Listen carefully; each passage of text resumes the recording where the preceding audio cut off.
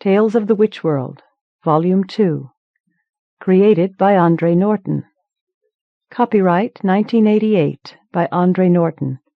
All rights reserved. Narrated by Katrina Van Dyne. This book was originally created for audio cassette playback. Any announcements concerning cassettes do not apply to this recording. This version contains markers allowing direct access to major portions of the book. Annotation. More Tales from Witch World, written by some of Norton's friends and expanding on the past, present, and future of the land she created. For high school and adult readers. 1988. From the book jacket. Andre Norton's Witch World is one of the most beloved fantasy worlds ever created.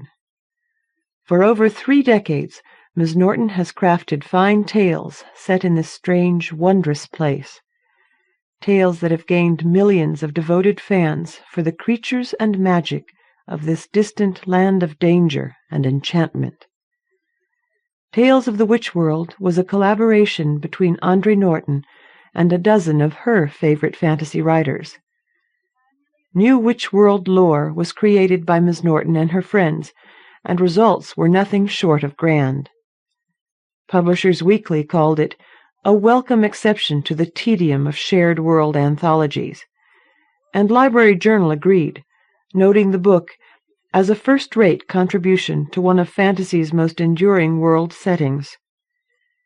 In this second book of new original adventures in Witch World, such talented fantasy writers as Clare Bell, Jacqueline Lichtenberg, Brad Linaweaver, Diana L. Paxson, Melinda Snodgrass, Susan Schwartz, and Sandra Measle, along with 11 other fine talents, bring their own lore to the world of Grand Master Andre Norton's greatest achievement.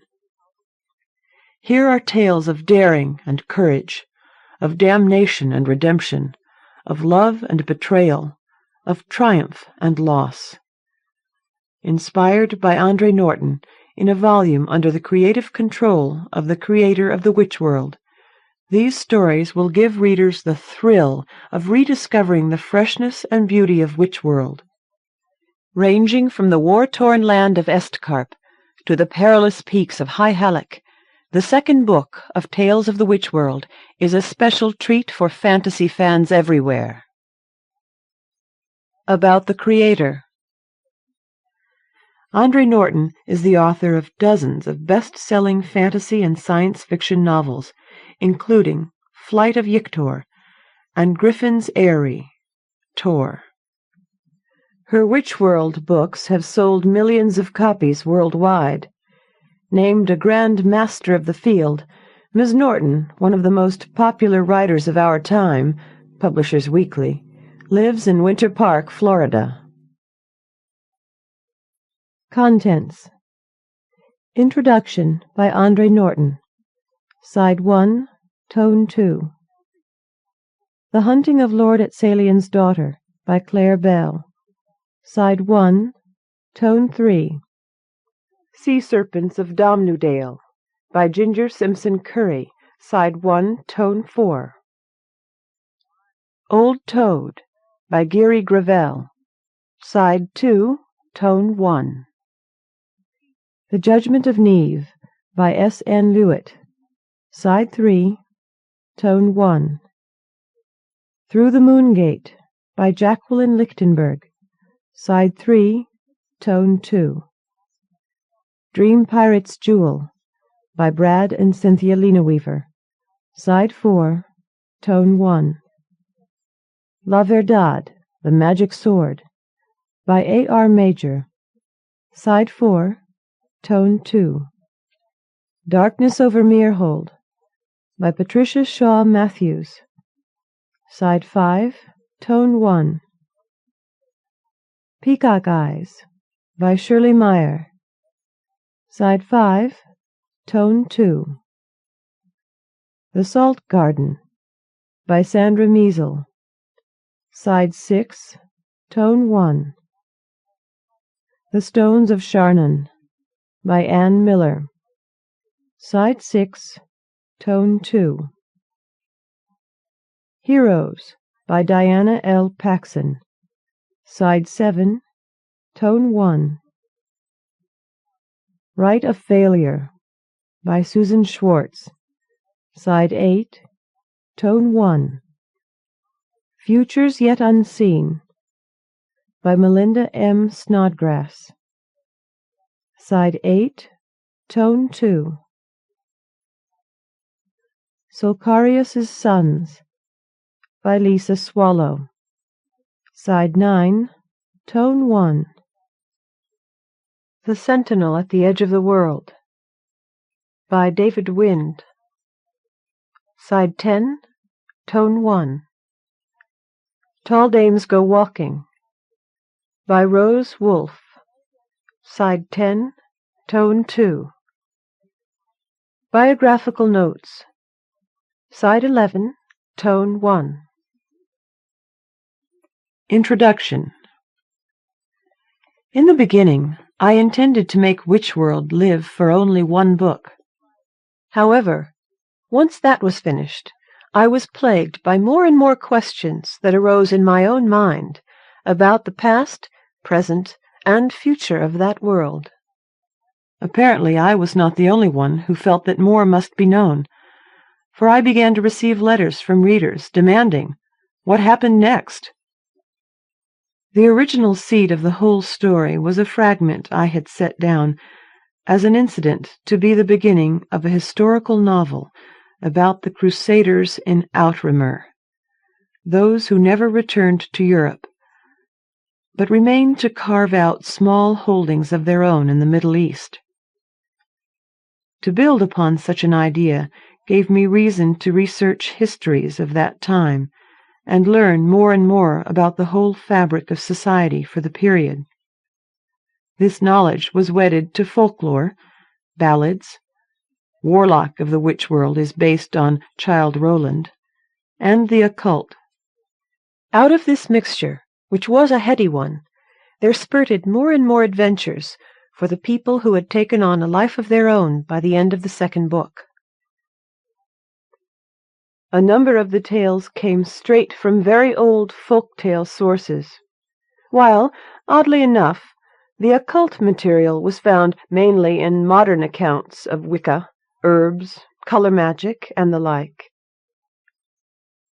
High Halleck was born out of Year of the Unicorn, and the root of that was Beauty and the Beast. Then the inhabitants of the Dales kept on demanding places in narratives. Now I had 2 continents, as well as several hundred years of history, to spread before readers. When Tales of the Witchworld was conceived, I was most eager to see what other writers would wish to add to that history. Undoubtedly they would create parts of the world which so far had been blind, white wastes unknown to me. This is just what happened. New lights on old history flashed into life. We had falconers speaking up for themselves, wares and ladies, warriors and dangerous spells coming into being in both High Halleck and Estcarp. I was delighted to gather all these new insights upon a world I had cherished for so long. Thus, I am more than pleased to be able to pass along to others this richly tapestried and expanded witch world. Andre Norton. The Hunting of Lord Etsalian's Daughter by Clare Bell. A sharp wind from the heights whirled flurries about the fringes of my ears. Ahead, filling with snowdrift, were the tracks of my prey, the Lord Etsalian and his daughter. I read in those marks of how the pair had struggled through mounting hills of white, while I, my wide paws cushioned by stiff fur beneath, glided over the top. Without slowing stride, I lowered my muzzle to study their track. The man's boots had made deep wells in the powder. His daughter's prints were smaller and irregular, as if she had begun to falter. Here her cloak had dragged, and caught on thorns, leaving a crimson rag fluttering. I paced by, twitching the end of my long tail. Etsalian must have failed to see the betraying scrap, or he would have torn it off. I knew he had already begun to suspect I was more than a hunger-driven snowcat. I had betrayed myself by hunting him with single-minded hatred. Did he know, this lordling of Estcarp, that these paws had been the work-roughened hands of a kitchen drudge, and these eyes had watched his eyes at play? Did he know that what burned in my brain and my belly was not the fire of hunger, but the molten desire for revenge?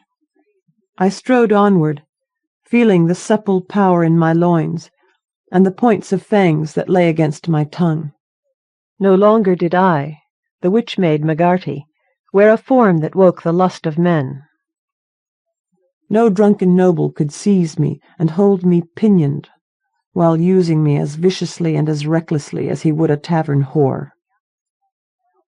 My whiskers trembled as I paced. My tail whipped back and forth with rage as I called the memory forth. I had shrieked aloud at the breaking of my womanhood, but that was not the worst pain, no. What struck deepest was the death of my witch gift. In that instant of defilement, I felt it wrenched from me, leaving an empty, bleeding shell of the wise one I might have been. Even as Etsalian had me, and then flung me like a used rag into the midst of his carousing warriors, he bellowed his triumph over witchery. The others were only to be sure that my power was indeed slain. Did he know that in robbing me of my gift, he had also struck a wounding blow to the council of wise ones who protected Estcarp?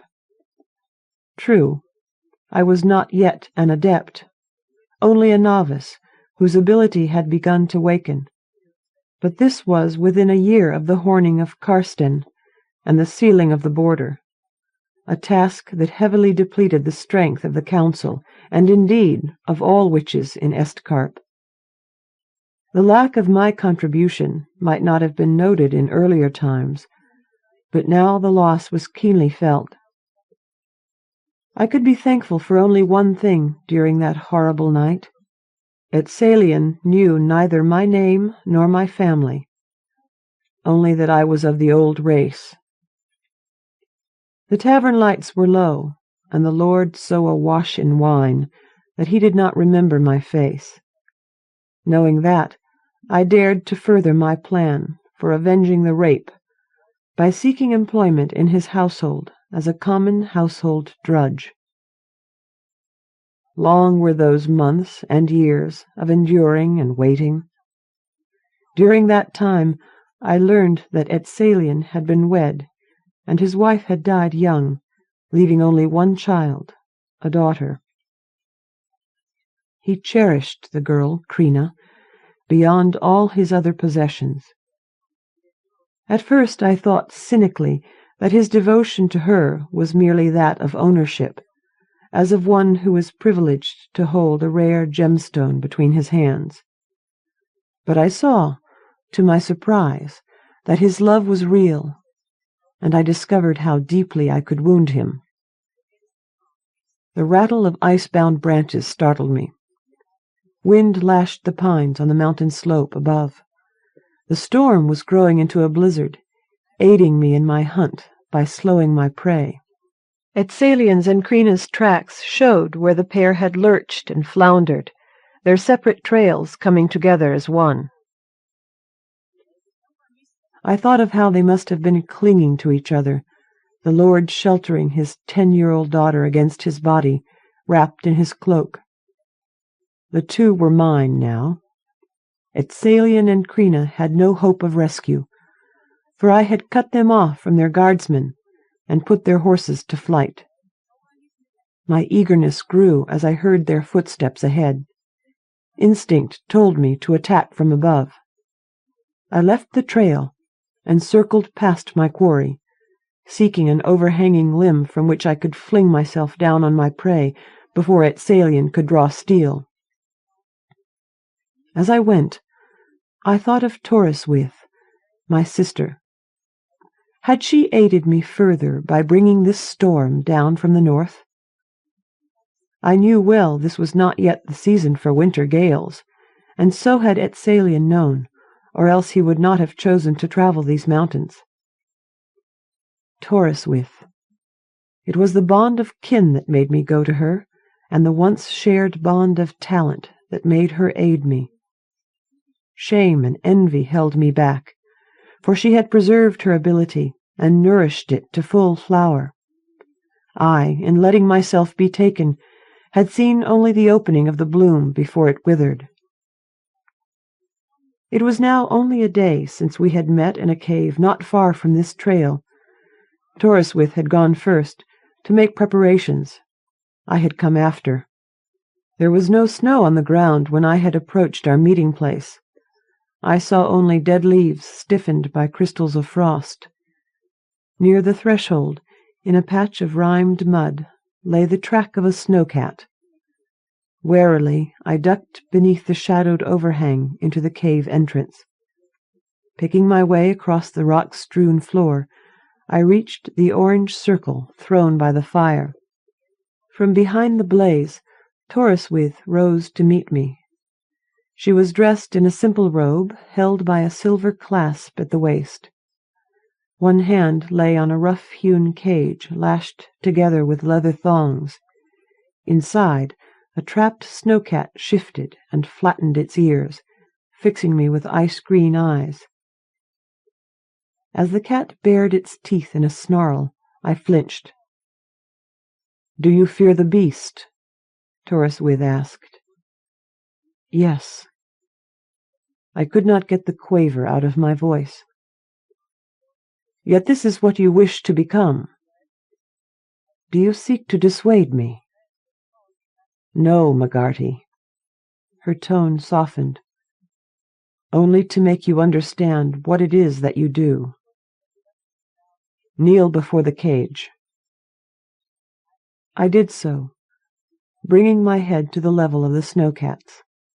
Once, when I still had my gift, I had begun to feel a kinship with the animals, and to sense the alien flicker of their thoughts. Now I had nothing except resolve. I met the snowcat's eyes through the rude cage bars, trying to see something beyond the cold gaze of a predator. Yet what had I expected to find? And was I not as merciless a hunter? It was that desire I shared with the beast. "How did you bring the animal here?" I asked, wondering if she had captured the creature herself or paid a huntsman. Torriswith's smile had an edge of scorn. "Have you forgotten how the gift grants control over beasts?" "I lured her. It is my power that secures her, not those clumsy bars. I made the cage to reassure you, McGarty." A little sullenly I asked, "Why do you need the snowcat itself? Will you not merely reshape the substance of my body?" "Yes, but without the instincts and knowledge that must accompany such a new form, you would be as helpless as a newborn. From her," Torriswith pointed at the snowcat, "I will draw what you need. Are you ready?" Mutely I nodded. With chalk in the flickering light of the fire, she laid down a pentagram with myself and the caged snowcat at its center. At each point she set candles, which she snapped into flame with an imperious gesture. Chanting, she circled us, bearing in her hand a charm of braided fur from the snowcat's pelt. As she fastened it about my neck, I smelled the fragrance of herbs woven into it, and the musk-sharp odor of the creature itself. "The transformation will last as long as you wear this as a collar," Torriswith told me. "Tear it off, and you regain your shape as a woman, when and if you choose." She chanted again, throwing back her unbound hair and uttering yowls and snarls among the words of her incantation. I felt her seize my hair and knot it in her fist, while her other arm shot into the cage, gripping the snow-cat's ruff. Both I and the beast jerked with pain and outrage. But Torriswith kept her hold, dragging the two of us together against the cage bars, nose to muzzle. I was forced to breathe the moist exhalation of the snow-cat, or choke. As I inhaled the creature's breath, so too did I draw in the essence of her nature, the things in her mind that made her what she was. Even before I felt the transformation begin in my body, I knew what it was to be such a creature. I felt the goad of hunger and the bliss of satiety, the quiet joy of raising young, and the fierce exhilaration of the hunt. I knew the pain from wounds given by horned and hooved prey, and the desperate frustration of seeing a needed meal bound away beyond reach. But I did not, as I had feared, encounter blind cruelty or savage lust for blood. Those characteristics so frequently attributed to animals were true only of humankind. Thinking of my purpose, I felt the sting of shame, but that was quickly countered by the memory of my violation and the greater crime done to Estcarp by depriving the council of an adept in a time of great need. Rage strengthened me. I willed myself into the change. As clay is molded in the potter's hands, so then was I stretched in one place, squeezed in another, drawn nearly to breaking, reformed and remade. Whether the outward signs of my transformation were horrific, I don't know, for although Torriswith watched, she gave no outward reaction. With an odd twinge, whiskers sprang from both my cheeks. A carpet of fur rolled all over me, setting up an unbearable tickling. Sharp pains in my knuckles and the tops of my feet told me that claws were sprouting, while fingers and toes curled under, altering into pads. And then I was on all fours, switching the tip of a still tingling tail and shaking my silver and white pelt. My feline sister in the cage lay still, barely breathing. "She is in trance," said a voice above me. I had to shake my head hard before I recognized the rhythm of human speech.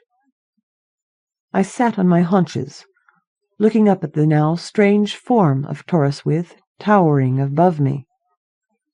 So strong were the snow-cat's instincts that I had to fight the urge to lash out. Torriswith stooped down beside me, her brows bending with concern. "Are you there, little sister?" I summoned a shaky purr to tell her all was well. Her hand stroked my ruff. I let her pick up a forefoot and squeeze one toe to extend the claw. She guided it to hook gently into the charm collar, now buried in the thick fur about my neck. "Remember, this is your release." I tried it once myself to make sure I could tear off the collar when the time came. Then, with one last backward look at Torriswith, I left the cave and set out on the trail I knew Etsalian had taken. That had been a day ago. Now... Again I realized I had been distracted by memories. I paused, one foot lifted, knowing I was still human enough to dwell on events past. Fearing that reflection had made me delay too long, I sought an ambush spot and found it on the limb of an oak overhanging the trail. Quickly I climbed it and positioned myself so Etsalian would pass directly underneath. Even if he looked up, I would be one more swirl of white among many. Below and behind me, I heard Krina's exhausted sob. I stayed still as the two snow-mantled figures staggered beneath my branch. The man's broad, bowed shoulders were my target. I dropped. Even as my weight bore Etsalian down, his hand sought his sword. Fastening my teeth on the grip, I pulled the weapon from its scabbard so fast that he gashed his palm on the sliding blade. Clutching his bleeding hand to his chest, he made a quick roll away from me. Krina's scream cut through the hiss of the blizzard. She dropped down on her knees beside him, her arms around his neck. I watched the color ebb from his face at the sight of his weapon in my jaws. "Stay still, child," he warned, his gaze never leaving me. He gripped her hand, and I saw that he was shaking. "Don't run, or the beast will chase you." "Is it indeed a beast, father?" the girl asked softly. "It has taken your sword." To that he had no reply. I laid back my ears, clamping my teeth hard enough to scar the grip, letting my eyes speak the depths of my hatred. With a disdainful toss of my head, I sent the blade whirling into a snowbank. Etsalian's once ruddy face turned sallow behind his ice-crusted chestnut beard. He made an abortive motion as if to go after the sword, then groped among the folds of his cloak, bringing out a huntsman's knife. Shielding Krina with the bulk of his body, he rose. I let him get to a half-crouch before I attacked again. With a cry that was now a blend of rage and terror, the girl leaped back, wrenched an ice-sheathed branch from a tree, and tried to beat me as I mauled her father. The lord lay on his back, defending himself with the knife and his feet. As he kicked out at me, I seized the back of his boot at the ankle, sinking my teeth through leather into the heel tendon beneath.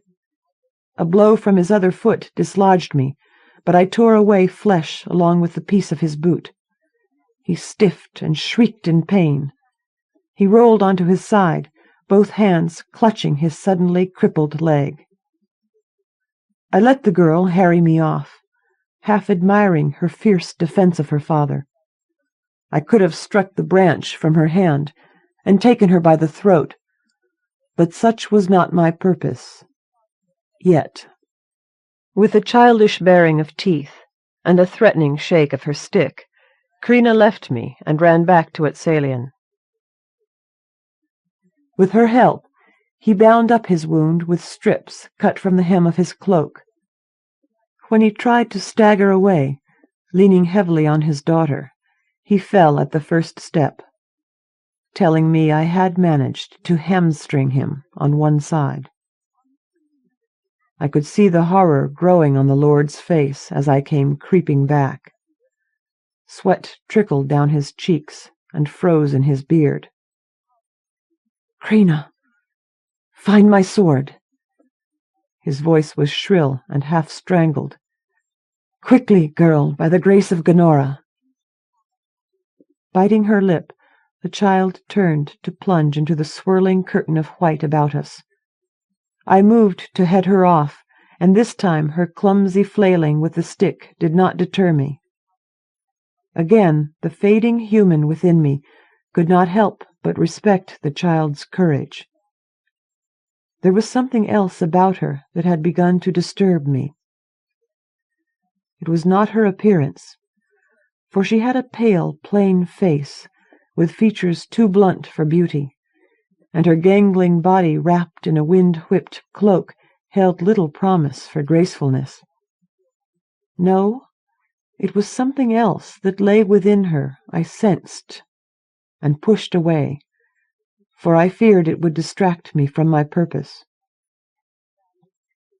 Once I had driven the girl back to her father, I began to circle them both, darting in to slash at Etsalian's unwounded leg. Krina I left untouched, Again and again I attacked and withdrew, watching the man flounder and crawl, leaving crimson smears to be swallowed by the deepening snowdrift. He raged at me. "Kill me, curse you! Kill me and take your meat, hell-beast!" But as I continued to circle, I sensed he knew it was not just meat I wanted. I paused, fixing my gaze on the girl. The odd feeling I had about her was growing, and her guess about my true nature had surprised me. She stared back at me, then gave Etsalian a solemn, questioning look. "Father, have you ever wronged a witch?" "Stop that talk, child. The beast is mad, can't you see?" I growled and switched my tail. The girl eyed her father with a strange expression, then looked away. Etsalian raised his face to me. I could see the unwanted memory of the rape forcing itself upon him. For although he remembered neither my face nor my name, he knew he had taken a woman of the old race. His mouth curled, but fear made his face writhe, ending his attempt to sneer. "You can't be the witch maid," he muttered to himself, as his eyes shone with a hectic glow. "Her powers were broken that night." I opened my jaws and screamed aloud in a voice that was almost human in its fury. My back fur bristled, my tail flared until I looked like the apparition he had called me. With a lunge I seized Katrina by her clothing and dragged her away. Etsalian moaned and tried to crawl to her, but I set myself between them. A slice at me with the huntsman's knife only earned him a bitten hand. I turned to the child, who was lying quietly in the snow with her cloak spread behind her, breathing shallowly like a captured bird. She had the sense not to try and flee. She knew I would be on her in a bound. I became aware of a gnawing hunger along with the desire for vengeance that now beat a triumphant pulse in my throat. Almost without knowing what I was doing, I began scraping the child's arm with my rough tongue, drooling at the salty taste as the braided flesh began to bleed. Katrina whimpered. A despairing howl from Etsalian drew my attention back to him. He was weeping now, his hands held out to me. "Mercy, wise one. Yes, it was I who took a witch girl that night. I was half out of my mind with drink and grief, for it was that day I had seen my wife buried. It was whispered that a jealous witch-maid had a hand in her death, and I believed it to be true. If you want revenge, take it from me and leave my child, who has done you no wrong." I watched Etsalian cry and plead, drinking in the sight of his helpless abjection to slake the thirst of my cruelty. I was not yet finished with him. Could he still have the arrogance to think that the suffering I had inflicted on him was fair payment for the evil done me? No. For one such as I, one of the old race, the loss of my gift had slain a part of me. I wanted Etsalian to feel the same death within his spirit, so that he would understand the magnitude of his crime against me. His love for Katrina was the means by which I could rend him. Paralyzed by chill and fear, Katrina made no effort to fight as I pulled her farther beyond Etsalian's reach. He stared at me in shock as I rolled her and clawed open the front of her blouse. Her head fell back. My muzzle brushed the swift pulse at her throat. Hunger and the need to kill seized me, battling with the last vestiges of revulsion for what I was about to do. In that instant, I nearly lost that part of me that had yet remained human. My fangs broke the skin of the girl's neck, but my jaws did not close. Along with the warm throb at the base of her throat, I felt something else. A subtle but powerful energy that was more than the beat of life. I crouched there, shuddering in every muscle as the knowledge raced to my brain along with the taste of her flesh. Now I knew what had disturbed me earlier. The realization rang back and forth inside my head, as if I had been clubbed on the side of the face. It burst on me, driving back my instinct to feed and my hunger for retribution.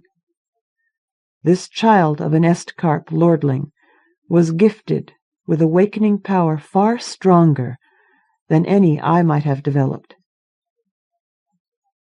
I remembered then that animals could sense the presence of the witch gift. Having taken on the form of a beast, so too had I acquired this unexpected ability. It was not something I wanted. In bittersweet confusion I retreated, eyeing the girl as she put her hand to the wounds at her throat. All were trickling red, but I had not bitten deeply enough to savage her. Her eyes were wide as she looked at me, and I saw in them my choice. I could yield to my animal and my human desires and slay the child before the father's eyes, or spare her. It was not an upsurge of mercy that forced me to this conclusion, but rather the awareness of a need far greater than mine alone. If I saved Crina, I could claim her and see her trained as an adept to fill the void left among the witches of Estcarp by my failure to guard my gift. Crina sat up, drawing her torn cloak about her. She reached out suddenly to stroke my face with a clumsy hand and breathed, "You almost killed me. Yet you didn't. Why?" Even without the muteness of my feline form, I would have been unable to answer. The child shuddered violently, reminding me that my teeth were not the only danger threatening her. The storm's bite was growing harder with every minute. Numbed by exhaustion and disbelief, Etsalian lay nearby, still staring at us. If I was to save the girl, I had to bring both of them to shelter. Killing Etsalian, for satisfaction or convenience, was out of the question if I was to gain Crina's trust. With a low growl I tugged at her cloak, urging her to follow me. I gave the lord a nip on the hindquarters to get him started. I also took away his dagger and buried it in the snow. We made a strange trio as we fought our way through the storm. Too weak to walk, Etsalian crawled after me. Crina walked bent over beside him, trying to shield him from the lashing wind. I paced in front, growing worried by the storm's ferocity and increasingly exasperated by their clumsy struggles. It was more by luck than skill that I found a refuge large enough to hold all three of us, a hollow beneath a fallen tree. Once the lord and his daughter were settled against each other inside, I crawled atop them and spread myself as a living blanket to cover and warm them. Their shivering ceased. Etsalian and Crina soon slept, as did I.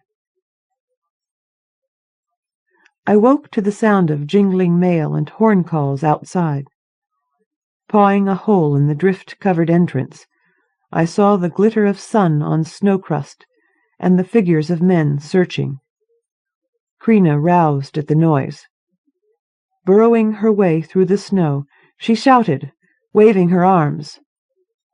I was thoroughly alarmed and cursed myself for not reacting faster, but I could not stop Etsalian, stiff and weary as he was from following Katrina. I stayed within the den, listening to the voices outside. "My lord, a snow-cat attacked our horses yesterday, and we feared it was stalking you. We are still seeking the beast." My hackles rose. If Etsalian wished to betray me to his huntsmen, I would have no chance. I heard the dull growl of his voice, yet I could not make out the words. Had he spoken to them of me? I thought of the last instructions Torriswith had given, although they were curiously hazy in my mind, as was the memory of my woman form. I raised a claw to my neck, seeking the charm collar, but it was so buried in the deep fur of my ruff I could not easily catch it. Unable to wait any longer, I sprang out of the den, only to be met by levelled spear-tips and drawn bows. With the thought that he had indeed betrayed me, I sought his form within the circle of men, but just as the nearest huntsman was about to loose his arrow, I heard Etsalian's roar. "No!" To his men he must have looked a pitiful sight, down on his hands and shins, but the commanding tone in his voice was the same as if he had been upright. Taut bowstrings eased, bristling spear-points withdrew. Katrina stumbled to her father and raised him to his knees, both fixing their eyes on me, as if they could see through my silver and white pelt to what lay beneath. "Lord, why show the creature mercy?" asked a burly figure in mail, who appeared to be the party leader. "Katrina bears the animal's tooth-marks at her throat, and you have been bitten." "The snow-cat gave us these wounds, it is true, Pagant," Etsalian answered him. "But she spared my girl, and led us to shelter. Otherwise we would have died in the storm." Several of the soldiers and huntsmen exchanged glances, as if they thought their lord's mind as badly wounded as his body. For a brief moment I wondered if that might be so, after all I had put upon him. The look he gave me was strange, as he said softly, "Why you saved us, wise one, I do not know. Perhaps it is too early for me to be grateful. You may still have a payment to exact for my ill use of you." While Etsalian's men prepared a litter for him, I stayed nearby, and when they raised the wounded man to bear him away, I followed. After a slow journey from the mountains down to his keep in a nearby valley, Katrina led me into a stone shed, saw that I was provided with clothing, and left in private, to make my transformation from beast to woman. This time I was able to hook my claw in the charm collar. I drew it off. Much later I faced Etsalian within his keep in my true shape, wrapped in robes that had belonged to his dead wife. His leg was bound, and he leaned on crutches. For a long interval neither one of us could summon words to address the other. At last he said, "My healers tell me I have paid in flesh for my crime. I will always limp." I straightened my shoulders. I, too, will never be whole. But the injury done to the witches of Estcarp can be reversed. Etsalian, hear me. Your daughter is gifted. She must be trained. I had chosen the briefest way of saying that the wounded man must face another loss. Etsalian's face took on a large range of emotions and colors. He swayed on his crutches, his voice fallen to a croak. "Katrina, the witch gift. How can that be?" "I do not know. I care only that she has it, and it must be put in service to Estcarp."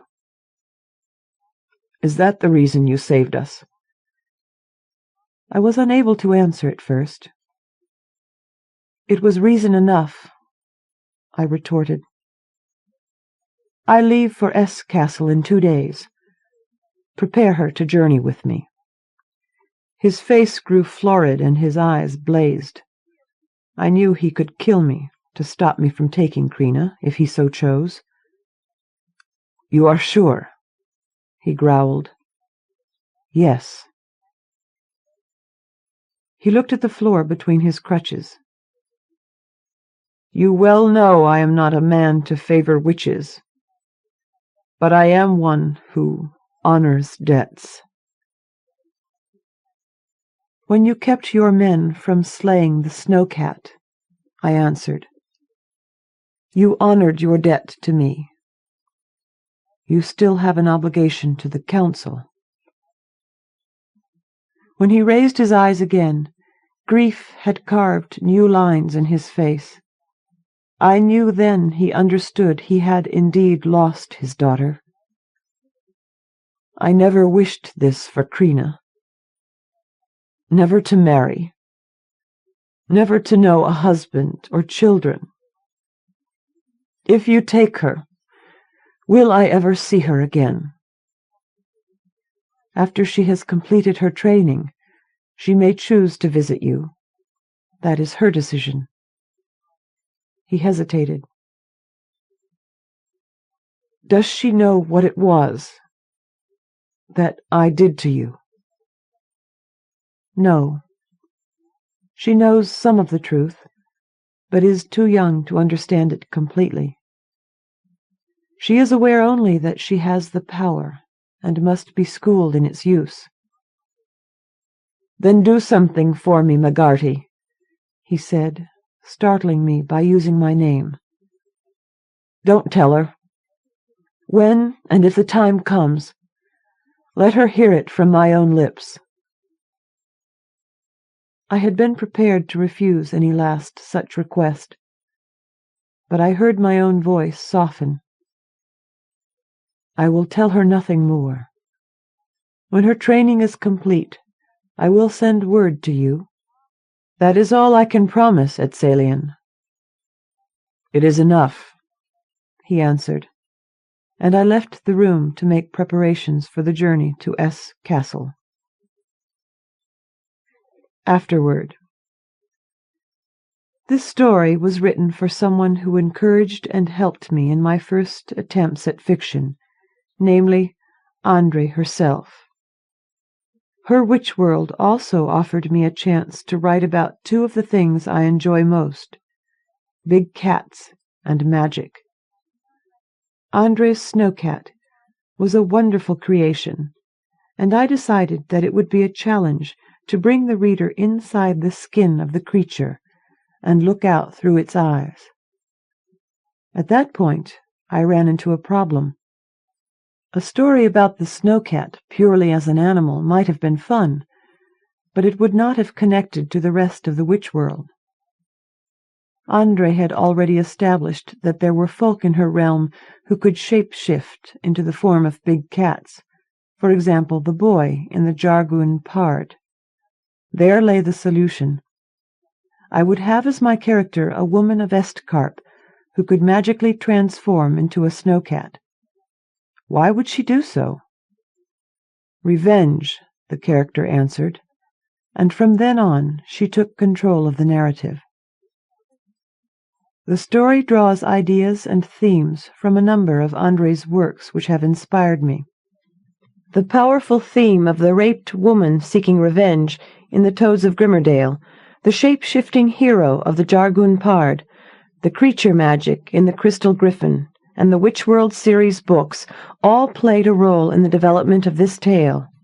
I hope my effort does honor to these works, and the wise one who wrote them. Clare Bell. Sea-Serpents of Domnudale by Ginger Simpson Curry. In the month of the Ice Dragon, in the year of the Yellow Dwarf, Sveta was driven to consult the wise woman, Elsgith. The hut was dark, unlit save for a roaring fire to ease winter chill. Flame shadows lunged along the walls like wild beasts. Sveta chafed her bracelet against her arm, nervously awaiting the far-seeing. Pushing reddish hair back from a delicate oval face, she peered intently at the wise woman. Elsgith stared, as one mesmerized, into a cup she held, shaped like two hands pushed together. For this 5-night space, Sveta had slept only a snatch or two, and the stench and heaviness of an evil presence filled those intervals. What danger lay ahead for her and her lord Mars? Though Sveta possessed traces of power from long-ago kin-blood, she had no formal training, and her efforts to far-see had failed. Thus, this scry by the ageless, dark-haired witch sitting opposite the young woman, gazing into red-brown cup-water, was her one chance to discover what dark thing consumed her sleep. Wise woman Elsgith mumbled words Sveta did not understand, and formed runes in the air that glowed bright green before fading away. Ancient lips chanted, "As it was once, long ago, so shall it be again. Twins will be birthed, one from the dark, one from witch and noble. The twin of dark shall trick the dales, Ithdale, Ulmsdale, Upsdale, all of them, into uniting under his warrior leadership. Then will he show his true evil, and reach out mighty fists to conquer lands far and wide. Those who will not bend knees to the Dark One, those will he slaughter until the seas of High Halleck froth with blood." Cringing, Sveta lowered her head until her eyes fell upon the talisman wristlet. Crafted into a wheel with sea-serpent enclosed, green stone wound thrice about her left wrist. It was handed down by her lord's family. He had given it to Sveta nearly a year ago for their 1-year wedding day. Slipping it on her arm, he had murmured, ducking his head, "The sea green of Domnu is that of your eyes. Craftsmen could not a better match make. You belong together."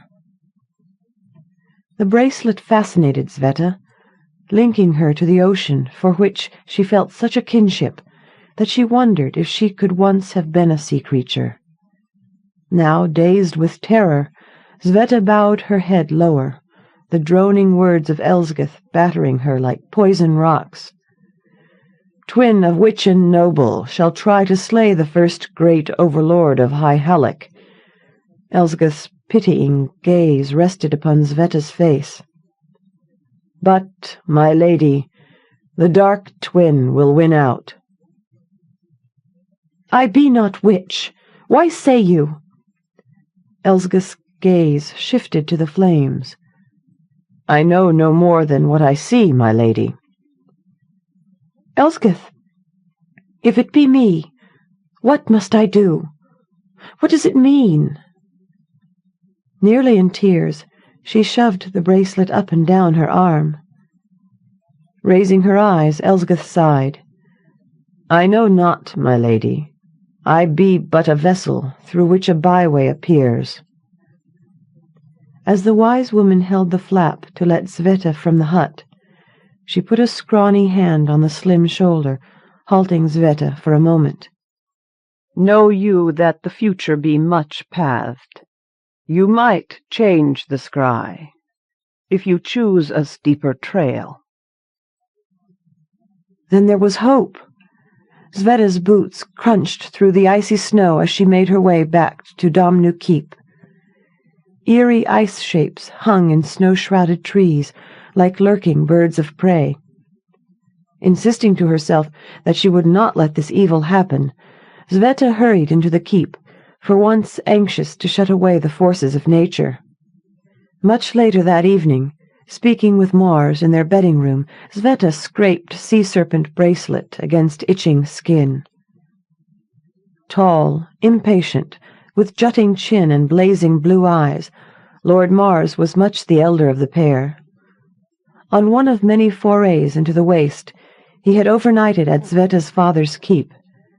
taken straight away with the patient, loyal girl of slight form, forever smoothing whorled, reddish-brown hair, he had lost no time in asking for her hand.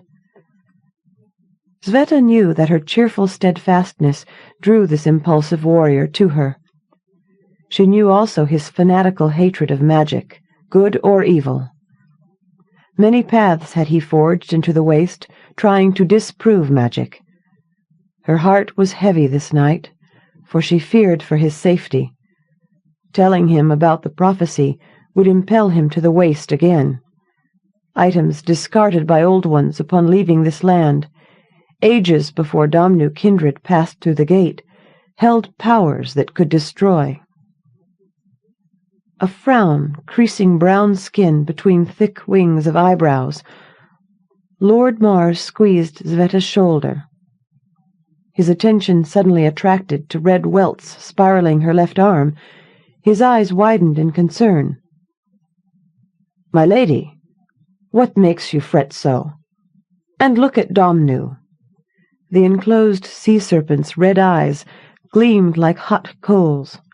Its green body pulsated with a glow that reminded Sveta of shining sea life, swimming like fallen stars in a night sea. She let Mars slide the bracelet off and examine it, his rough fingers exploring slowly each circlet. Though habituated to it, she still puzzled over the sheep's head topping the graceful body. What did it mean to the old ones? For surely one of those magical beings had once worn it. Where in the waste had the long-ago father-kin found it? There were strange tales that these things attracted only those kindred whom they wished to wear them. "Ha!" said Mars, turning to Sveta and waving something dark. "See you, my lady, this tiny black nugget became wedged between the bands." He tossed the stone aside, and set the now dull wristlet upon the bed-table. "Methinks you should not wear it until your arm heals." Sveta had worn the wristlet continuously for a year, and felt uneasy without it. She regretted she and Mars could not discuss the wise woman's words. Mars led her to the bed, where he stroked healing salve onto the injury. Under his soothing touch, she felt her troubles slide away. That evening, their love-making was more gentle, more prolonged, more satisfying than ever before. Sveta thought, "From this night of shared ecstasy, surely will a babe be started."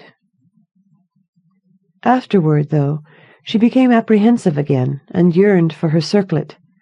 A fitful sleep finally claimed her.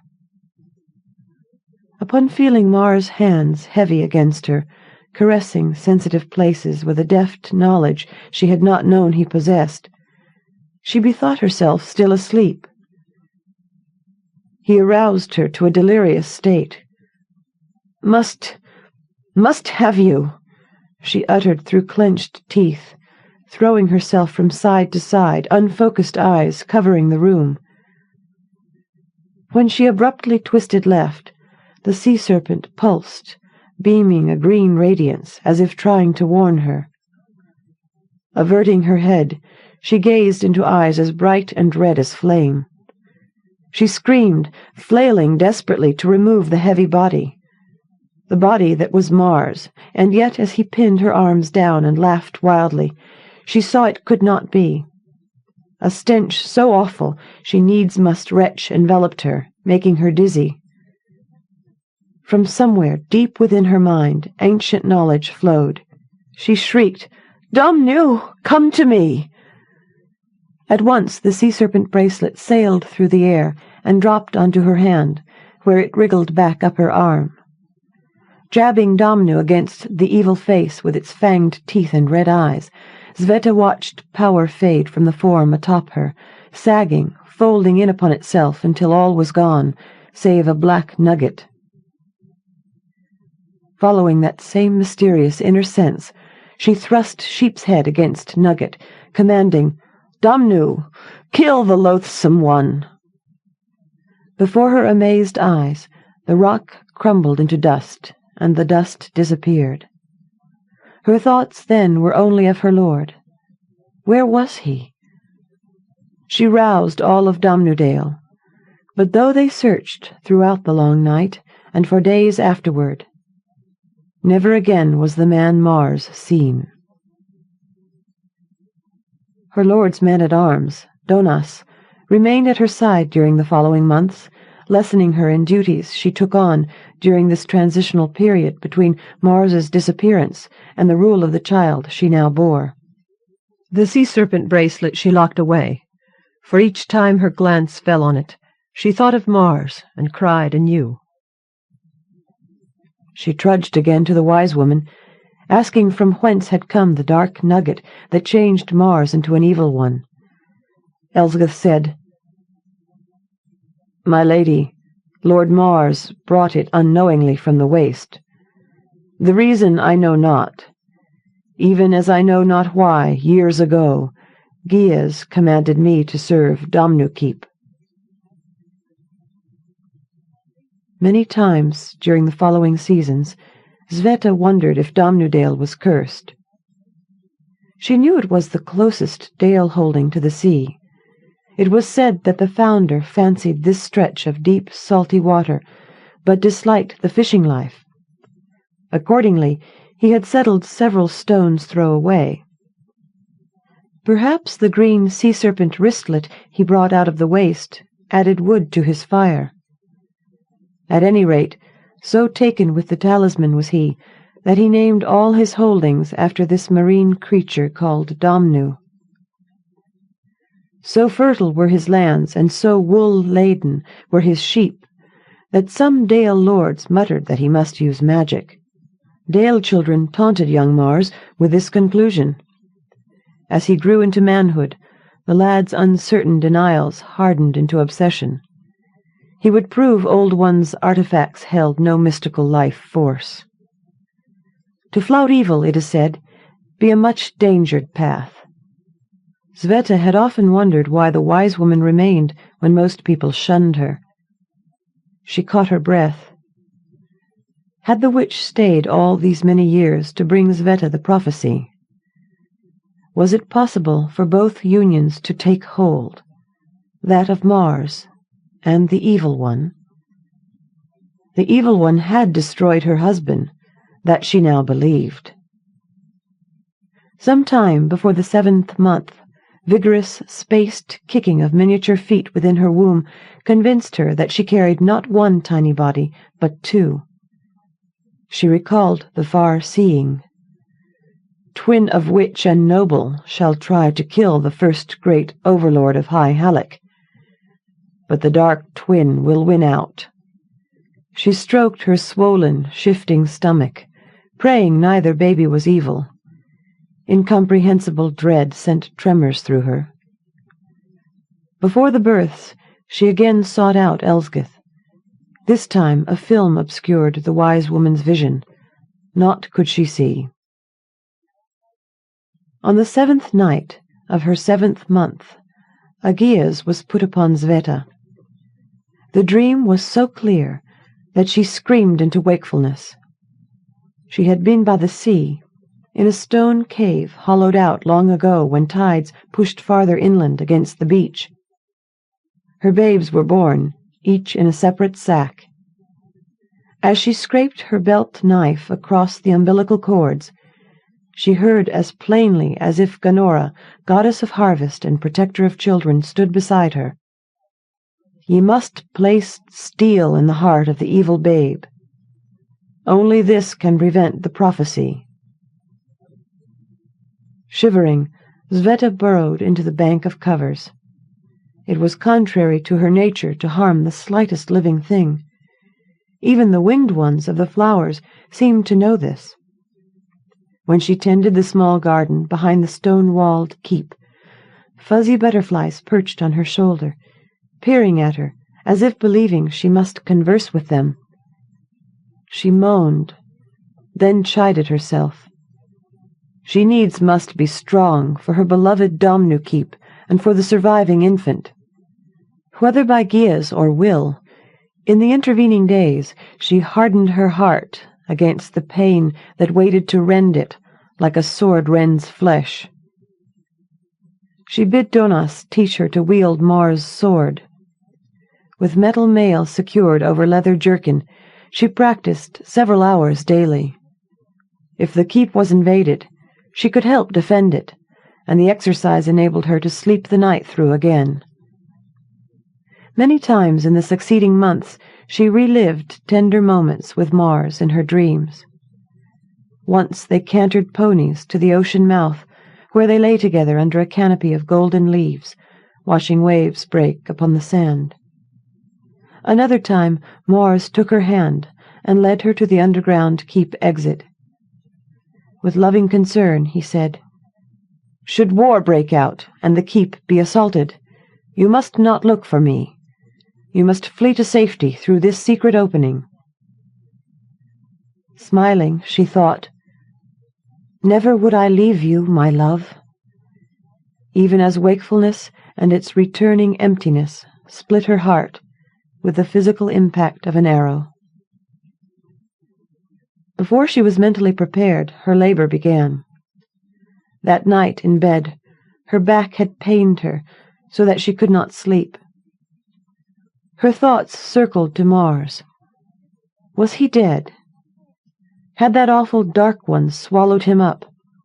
And had she ordered the Sea-Serpent to kill what had once been her lord Mars?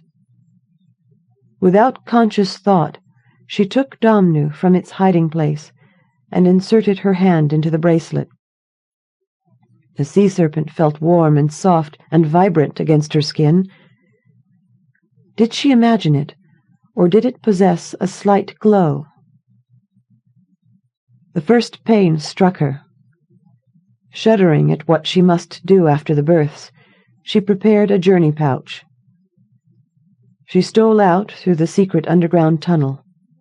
In a trance-like state, she made her way down to the sea, pausing only when the pains were too strong for her to remain upright. It was as if, like a migrating winter bird, she followed some clear track laid deep into her mind. Finally, she heard ocean waves crashing onto shore, and knew she was almost there. Advancing around a bend, she saw the dream cave. When the babes streamed from her, she cut and tied the cords. After cleaning herself and the twin boys, she swaddled them in warm clothes. Then, her mind still clouded, she prepared to carry out the Gyas. She lay the knife betwixt the infants, studying each in turn. From some well of inner knowledge issued names. "I name you Quirinus," she crooned to the firstborn, while stroking his red hair. "And you shall go by the name of Remus," she told the second, who had more pinkish skin and blonde, almost white hair. Grasping the knife, she raised it aloft. She needs must cut cleanly into the heart, causing as little pain as possible. Groaning, she hesitated, regarding first one tiny form, then the other. Light from an unknown source illuminated the two figures, so she could see clearly. But which was the evil babe? Indecision burned away the insidious mind fog. She dropped the knife. Placing an infant in the crook of each arm, she frantically tried to sense its intent. As she did with winged ones, she perceived no evil. Instead, a deepening love flowed from her to each sleeping son. Whimpering, she wondered wildly if the Gyas meant her to kill both boys. "No!" she screamed, her heart leaping in her chest like a wild animal fighting to be freed. "That I will not do! My lord's babe will live. That much of him I must save." Suddenly, an increasing warmth upon her wrist drew her eyes to the talisman. The light shone from Domnu. The green sea-serpent shimmered ever brighter, as if an energy deep within its body was strengthening. From a volition not her own, her arm raised and pointed toward the sea. Was the bracelet telling her the water would decide which babe was to live? Awakening, the newborns squalled as she shuffled into the ocean to knee depth. The Domnu circlet blazed now.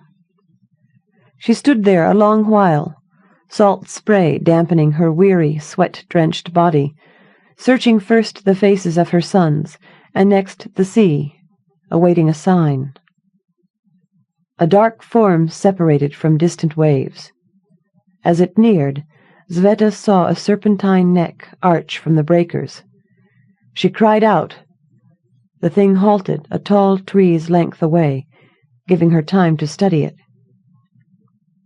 The green serpent was almost 2 man-sizes tall. Never had she viewed such a gigantic living creature. She would have fled, save that her body was frozen with fear. She must move. She must run and protect her infants from this monster. Great waves of compassion surged from the giant to her. The emotion tingled into and out of Sveta from head to toe, calming her. The babies stared with weak eyes at the green beast, slithering toward them once more. As if greeting a friend, Sveta sent forth a return message of warmth. When the mammoth sheep's head sank slowly to barely rest upon her shoulder, she became even more soothed, thinking she recognized it. From ocean depths had risen Domnu, living sea creature in whose likeness an old one had fashioned her circlet. Or was this sea serpent an old one himself, one who had claimed the sea as his kingdom? She knew not which was true. She knew only that no harm would befall them from this one. Woman and serpent joined gazes. Raising first one elbow with baby snuggled within, then the other, she pleaded, "Old One, tell me which is of the dark, and which is of my Lord Mars." Sveta noted then that Domnu's eyes were not red as in the bracelet, but the clear blue of rain-washed sky. The old one ducked its head, but not before she saw tears roll from the orbs. Its gaze shifted swiftly over the newborns. Then the great head snapped back up, level to Sveta's, and words entered her mind as clearly as if the serpent had spoken them. "The time is not yet, my lady. Come you hence with the lads, in the year of Moss wife, in the time of chrysalis, on the 7th day." Gliding backwards slowly, as if reluctantly, the soft green body plunged into the sea and disappeared.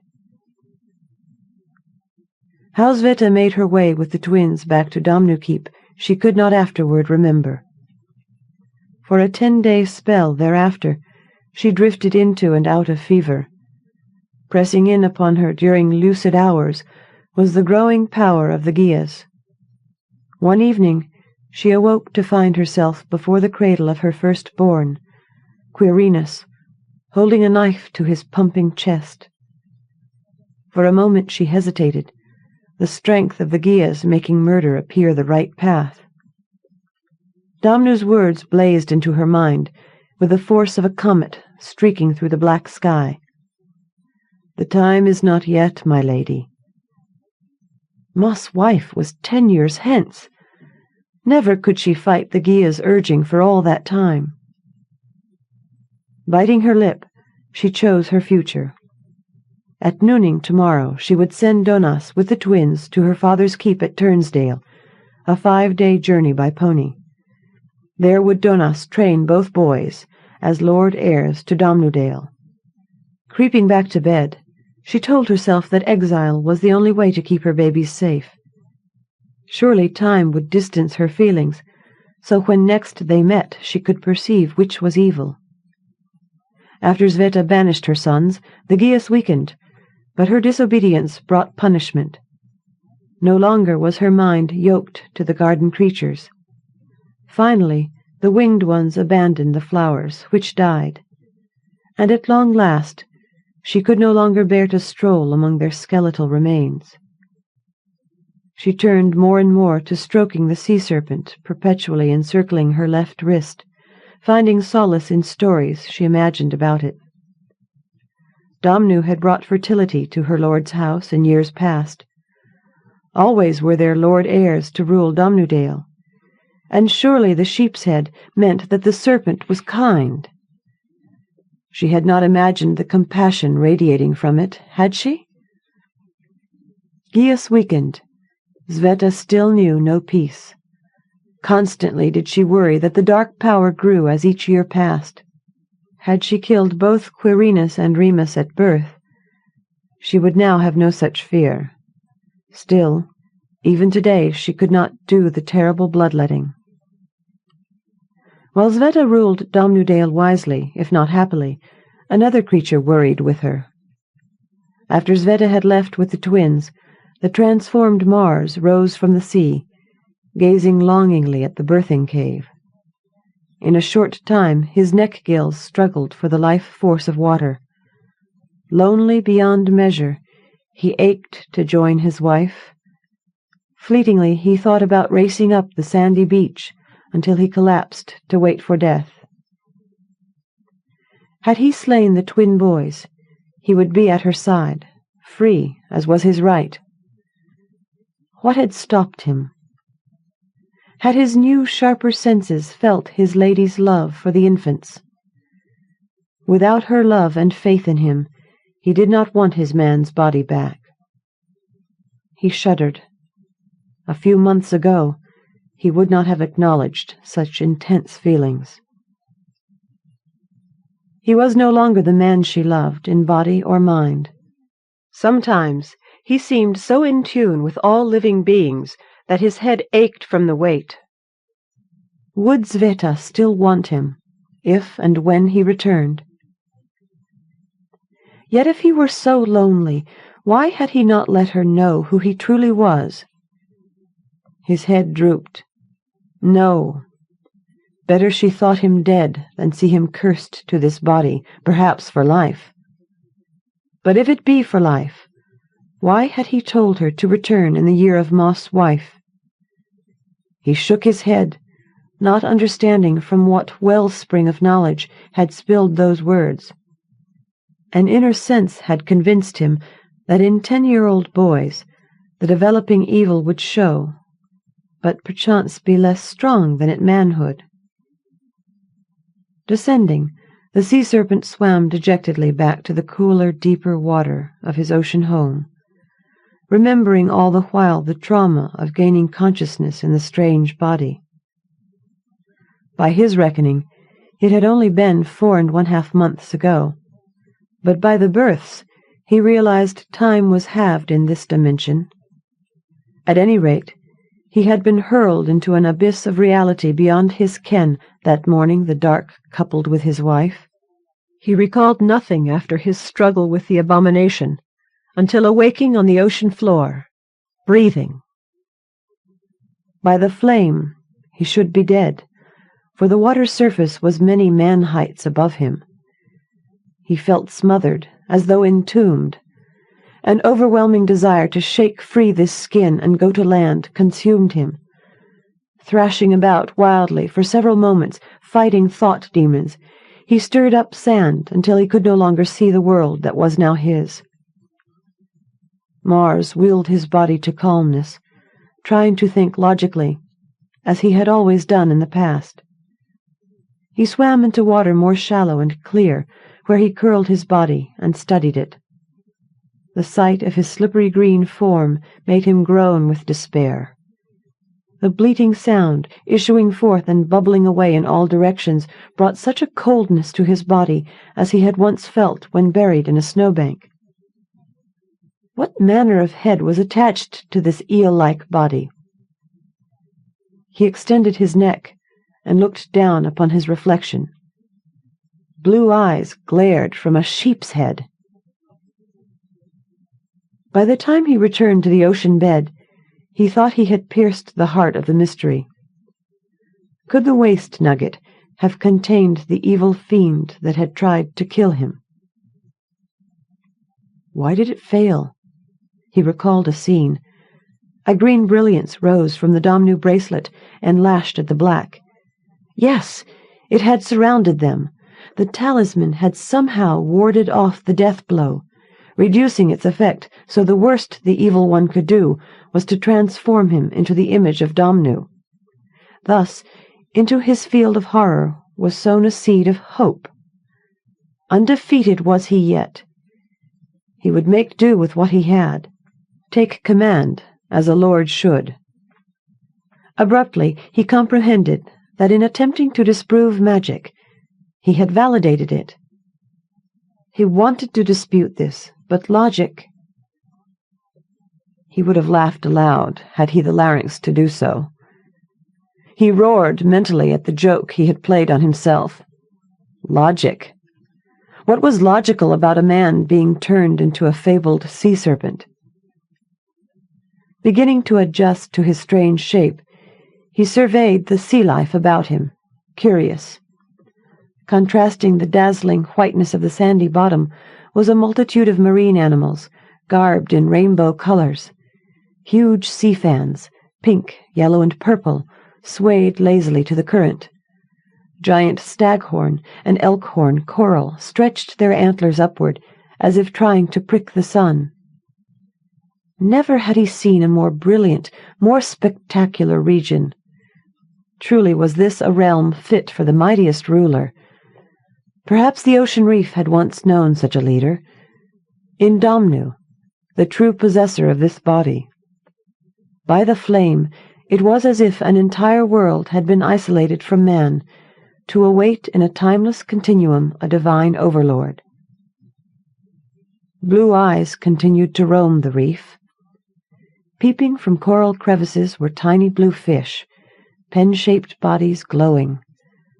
Pausing before their homes, he was astonished when they launched themselves at him.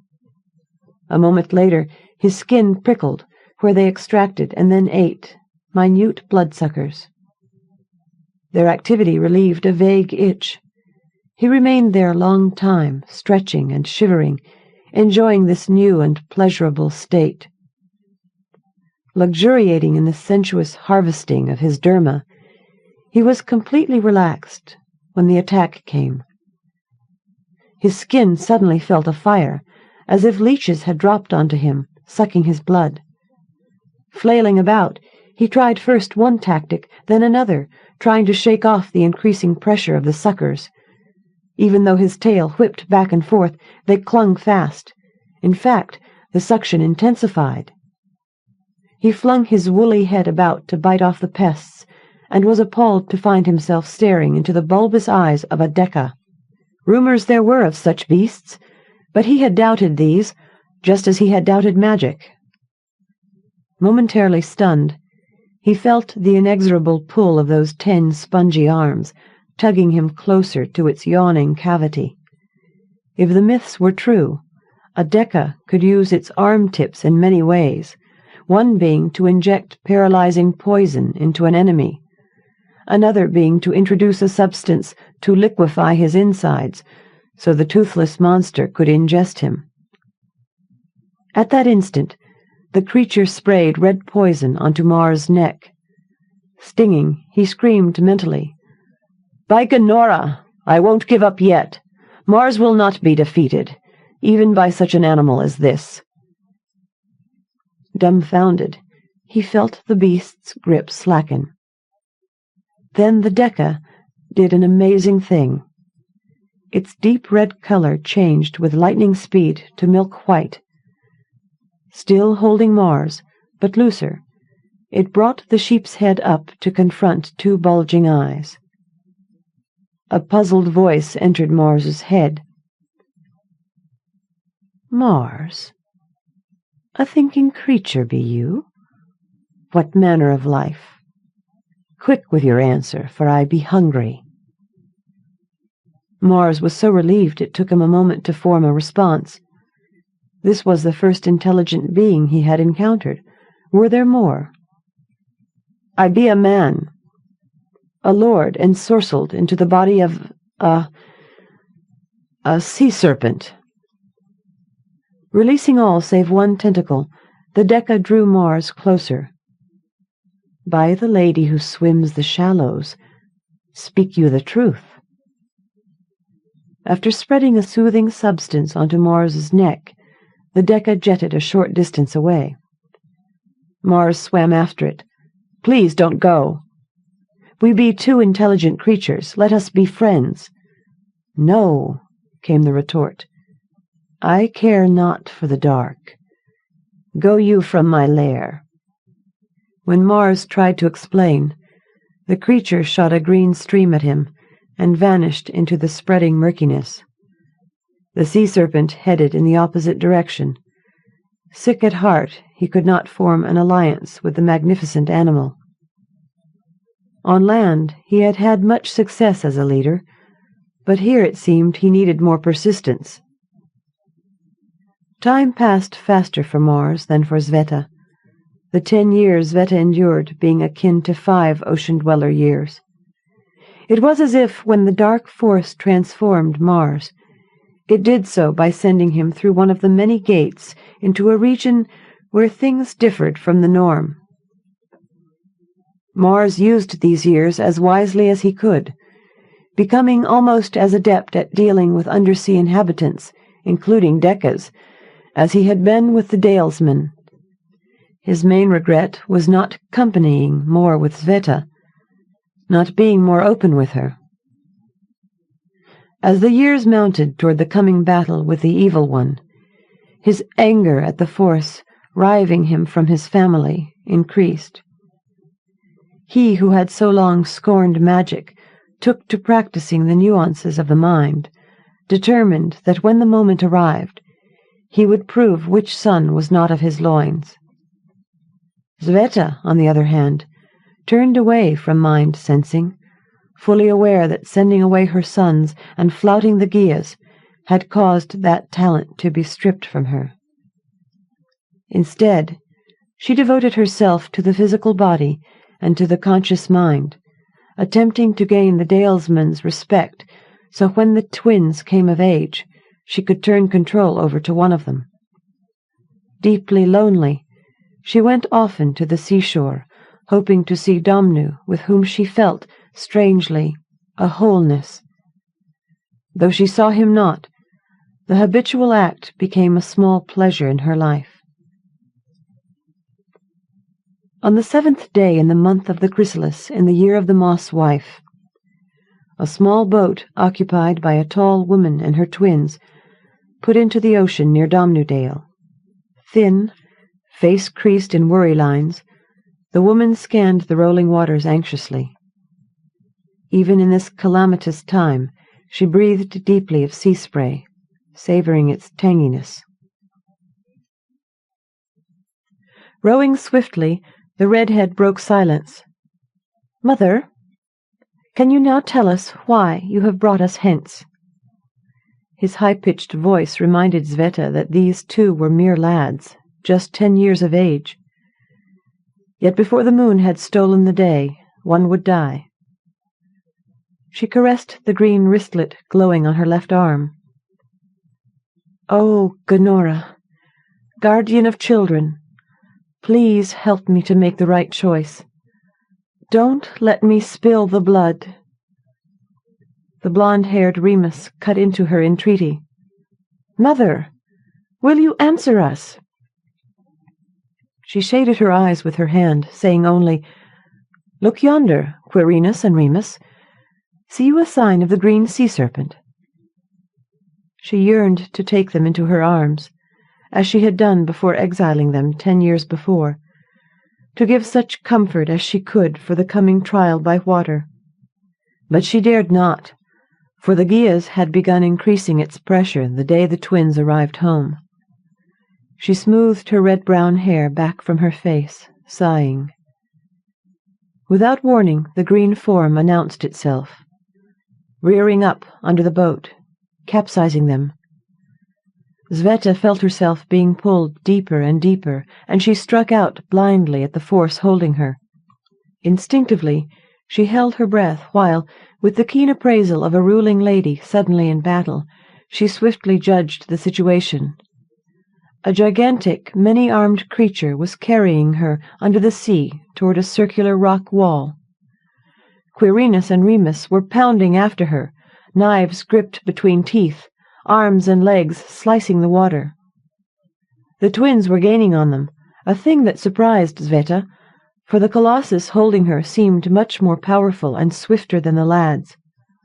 Her lungs aching, she exhaled slightly, desperately aware that before the boys reached her she needs must attempt to breathe, and in so doing must surely drown. Behind the wall, the Decca yanked her close to its bulging eyes, staring into hers intently. Whatever message it intended to impart was done at an unconscious level, for Sveta found herself clutching the rock wall with one hand while raising the Domnu bracelet to her face. Pulsing green light haloed out until it covered the entire circle of the Decca lair, 9 to 10 man-heights across. The light seemed to seep into Sveta's body, and she abruptly realized she no longer needed to breathe. Quirinus reached her first, his face contorted with his lungs' demand for air. Jerking him within the safe circle, she waited to see what Remus would do. Her blonde-haired second-born treaded water outside the enclosure, eyes narrowed as he studied them. He was not straining for breath. Remus was the son of the dark. No sooner had she thought this than she saw that he had gleaned the realization from her mind. He grinned, a malevolent twisting of the lips, and thought spoke. "Farewell, dear mother. Too late have you discovered me." Dismayed, Sveta watched him kick off from the wall and stroke away. His progress was halted when, from nowhere it seemed, the sea-serpent descended and wound its tail around the slight form, dragging Remus back within the compound. There they continued struggling until Remus, finding his immature magic no match against all of them, cried out, "O Dark One who created me, descend and slay these paltry beings." He added a few unintelligible words, forming signs with his hands. A black entity spiraled to the sea bottom, swirling like a tornado as it surrounded the circular wall and drew close to its antagonists. Facing the sea-serpent, Sveta held the Domnu bracelet to its face. "Domnu, if you be an old one, use your powers now to end this evil that would kill its brother and bring darkness to all the dales." Mars felt a stirring within him, not his natural anger toward the abomination, but an age-old hatred. This strengthened so quickly he had once recognized two things. There had always been another mind residing in this body with him, and if the two united, never could they separate. He must remain a sea-serpent forever. He despaired of ever again strolling the dales with Sveta. Still, what else to do? Above all, he must not let the prophecy be fulfilled. Whilst Mars turned his wits to the dark substance tightening into a collar about his neck, strangling him, Remus took advantage of the slight wavering in Decca's attention. The lad plunged his knife between those protruding eyes. As blood frothed the water around them, the blond boy shook his fist in triumph. Declaring Mars the next to die from his blade, he pumped his legs furiously, propelling himself toward the loathed sea-serpent. Without conscious thought, Sveta flung one arm about her son. Before Remus could shake free, she sliced her blade across his throat. Sobbing, she pulled her gaze back to the battle raging just inside the wall. She saw Quirinus swim toward the struggling forms. Catching up, she embraced him and shook her head. There was little that mere human could do against this powerful smoky one. Though he resisted, Sveta dragged Quirinus away from the closing collar. The black substance oozed about the sea-serpent, wrapping his body as tightly as a cocoon. Gills closed off. Mars could not breathe. He felt the anger that had been building all these years blast forth in a rage so explosive it seemed he must burst from it. The Domnu intellect probed his mind. Mars welcomed it wholeheartedly. Inhaling ancient knowledge, he fused the two halves of mind into one whole. He saw then, as if from a series of drawings, that this cursed being had long been an enemy of the true Domnu, and that Domnu had long sought a vessel, such as the disbelieving Mars, to draw the malevolence into the sea-serpent's domain. Bafel was its name. Shoving mightily, Mars, Domnu, whipped his tail about and infused a greenish material into the black ooze. Feeling the crush on his body slackening, he shot more and more of the green poison into the black pool. Bafel flowed back, attempting to funnel his mass toward the surface. Mars Domnu yelled mentally, "Bafel, I scour my seas of you." More and more of the substance poured from him. The green liquid continued to infiltrate the black slime, diffusing and weakening each black molecule until it was totally dissolved. His strength depleted, Mars Domnu lay his sheep's head once again on Sveta's shoulder, drawing what comfort he could from her closeness. Soon she would be lost to him forever. "My lady, you can safely return to Domnu Keep and raise Quirinus to rule well." The Gyas having been finally followed, Sveta could again sense the emotion in this strange beast. For some reason, she was caught up in its torment. "My lord Domnu, why be you so sad?" She tried to mind-speak what tugged at her. "Why care you so for me?" She stared into the blue eyes without fear, indeed with all the love she had once felt for Mars. Greatly confused by this, she pivoted to get Quirinus and ascend to the surface. Domnu stopped her with his next message. "Know you not me, my lady?" Sveta trembled, swirling about. "My lord Mars, you are alive, truly alive." "Alive, yes, but never can I return to what I was before."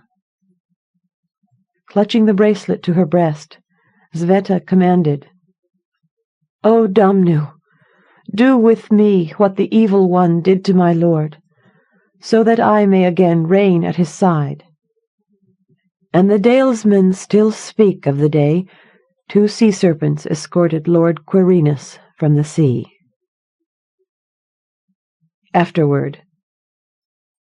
When Andre Norton asked me at a fantasy con called Necronomicon to write a story set in Witch World, I tasked my incubator to cook up a fitting idea.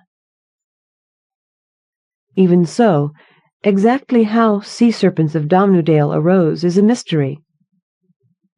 All I know is my thoughts tugged me to that moody domain of the old ones, the waste. Another alluring place, symbolically representing intuitive wisdom and struggles between life and death, the ocean, called to me. Soon, paddling uninvited into images of brine and desert, was the founder of Rome, Romulus Quirinus, and his twin Remus. Next, my cauldron bubbled forth a stirring fact. A calico cat's coloration results from having many fathers. Aha! One born of the dark, and one of the light. Then, since Andre Norton's enchanting beasts lured me again and again to her writing, it was only natural that a certain dale in my mind be named after such a creature. What if this dale's leader's morbid fascination with artifacts of the waste almost fulfills an ancient prophecy. And though Mors's ancestor raised sheep, he needs must be near the sea, wherein a green serpent slumbers. Now, what shall I call you, you being from the deep? How about Domnu? For the name of that ancient Irish god means marine depths. Finally, add to these elements the all-encompassing love that Lady Joyzanne has for the hooved Lord Caravan in my favourite Witchworld novel, The Crystal Griffin, plus the unusual name of a real-life friend with a terminal illness, Zivet, and you have the myth, Sea-Serpents of Domnudale. Ginger Curry. Old Toad by Geary Gravel. The spear or the shield, that which takes life and that which preserves it. Who is to judge which is of greater value in times of war? Excerpt from The Tale of the Mountain Boy. An age ago they had caused the land itself to rise up in protest, to strain and heave like a beast tormented beneath their fury, as mountains were birthed and sundered and lifted up again to pierce the pale sky of a new day. Among the scars too deep for centuries of rain and wind to heal, a great rift that split the spine of the steepest range from end to end, leaving for those who would come later a sheltered valley whose stepped plateaus fell gently with the sun into the west. Look down now upon the hidden cleft. Mark how the lowest of the 9 plateaus broadens to become a shallow basin clasped on 3 sides by walls of inward slanting rock. Peer closer and note a strange commingling of the very ancient and the merely old. A score of grey-green towers, low, circular structures weighted with age, stand like outgrowths of the grey soil, while among them, sprouting at their bases like clumps of toadstools in a forest, lies a humble village of thatch-roofed cottages and outbuildings. See where long ago a great fissure cracked the valley's narrow western wall, evidence of the tortured land's final settling. Here sits the massive stone gate that provides the village with both its ancient name and its infrequent commerce with the wide world beyond its walls. Leave the patchwork village and turn away from the great western-facing gate. Mount toward the sunrise, rough peaks serrating the dawn sky on either side of you. A steep hill rises abruptly in your path, its balding crown the highest level ground within the rift. For those bound by legs to the whims of the earth, this obstacle is most easily circumvented by means of the smooth-worn steps carved in days unremembered from the bared rock bones of the mountain itself. Here nimble feet will find a sketchy trail up the gentler slope at the hill's back, and from this point on the climb is without obstruction. Up and ever upward through a series of shrinking meadow terraces, till gradually the path leads out of the rift valley altogether, and into the maze of peaks and chasms that twist the land into a frozen sea-storm, with each jutting scarp a wind-lashed wave about to fall. And finally, all but unnoticed at the far end of the topmost meadow pocket, sits another gate, this one almost a mockery of the sturdy man-made barrier half a day's walk down slope, though it is far, far older. For here stands a gap-toothed ring of canted pillars, rough-hewn from the same dull stone as that of the low towers, now host to homely cottages in the rift basin. And within this broken circle is nothing more or less than 2 upright beams of reddish rock, man-high doorposts, upon which a third stone has been set to form a cross-piece, a weathered lintel on which nothing rests, above a doorway leading nowhere. Chapter 1. A falcon was circling effortlessly high above the hilltop, the dark fans of its wings almost motionless as it rode the wind currents. Ander watched through slitted eyes. one part of his mind dipping and gliding with the high hunter, while the other marked the approach of his sister. She was still too far down slope to be tracked by eyes or ears, so the boy concentrated on the circling bird, savoring the few moments of solitary peace left to him. Black wings, sleek black predator's body, small V of white on the breast where he expected to find it. The falcon dipped lower, and he spotted for the first time the cluster of bright ribbons fixed to its leg. Not a hunting bird, then, but a scout, which meant its masters would not be far away. With a small thrill of excitement, he closed his eyes and began to trace carefully the web of life that stretched around him. Tiny winged insects wove invisible designs above the meadow flowers of late summer, while a dozen restless birds flickered in his mind like points of bright light from a tree halfway down the broad slope behind him. A hare crouched with its mate near the stream, panic-frozen by the dark speck that spiraled lazily above them. He reached farther. There was the unmistakable bustle of his sister as she toiled up the hill path. He found no other evidence of human life outside the village far below. Ander opened his eyes in time to see the falcon complete a final swoop before wheeling off toward the west with a beat of powerful wings, its flight becoming purposeful, as if it sped now in response to a call no others could hear. "They're coming!" Bereth's voice rang shrill with excitement over the crest of the hill, to be followed a moment later by a commotion of twigs snapping and muffled thuds as his sister flung her wiry body onto the rank grass bordering the shield stone.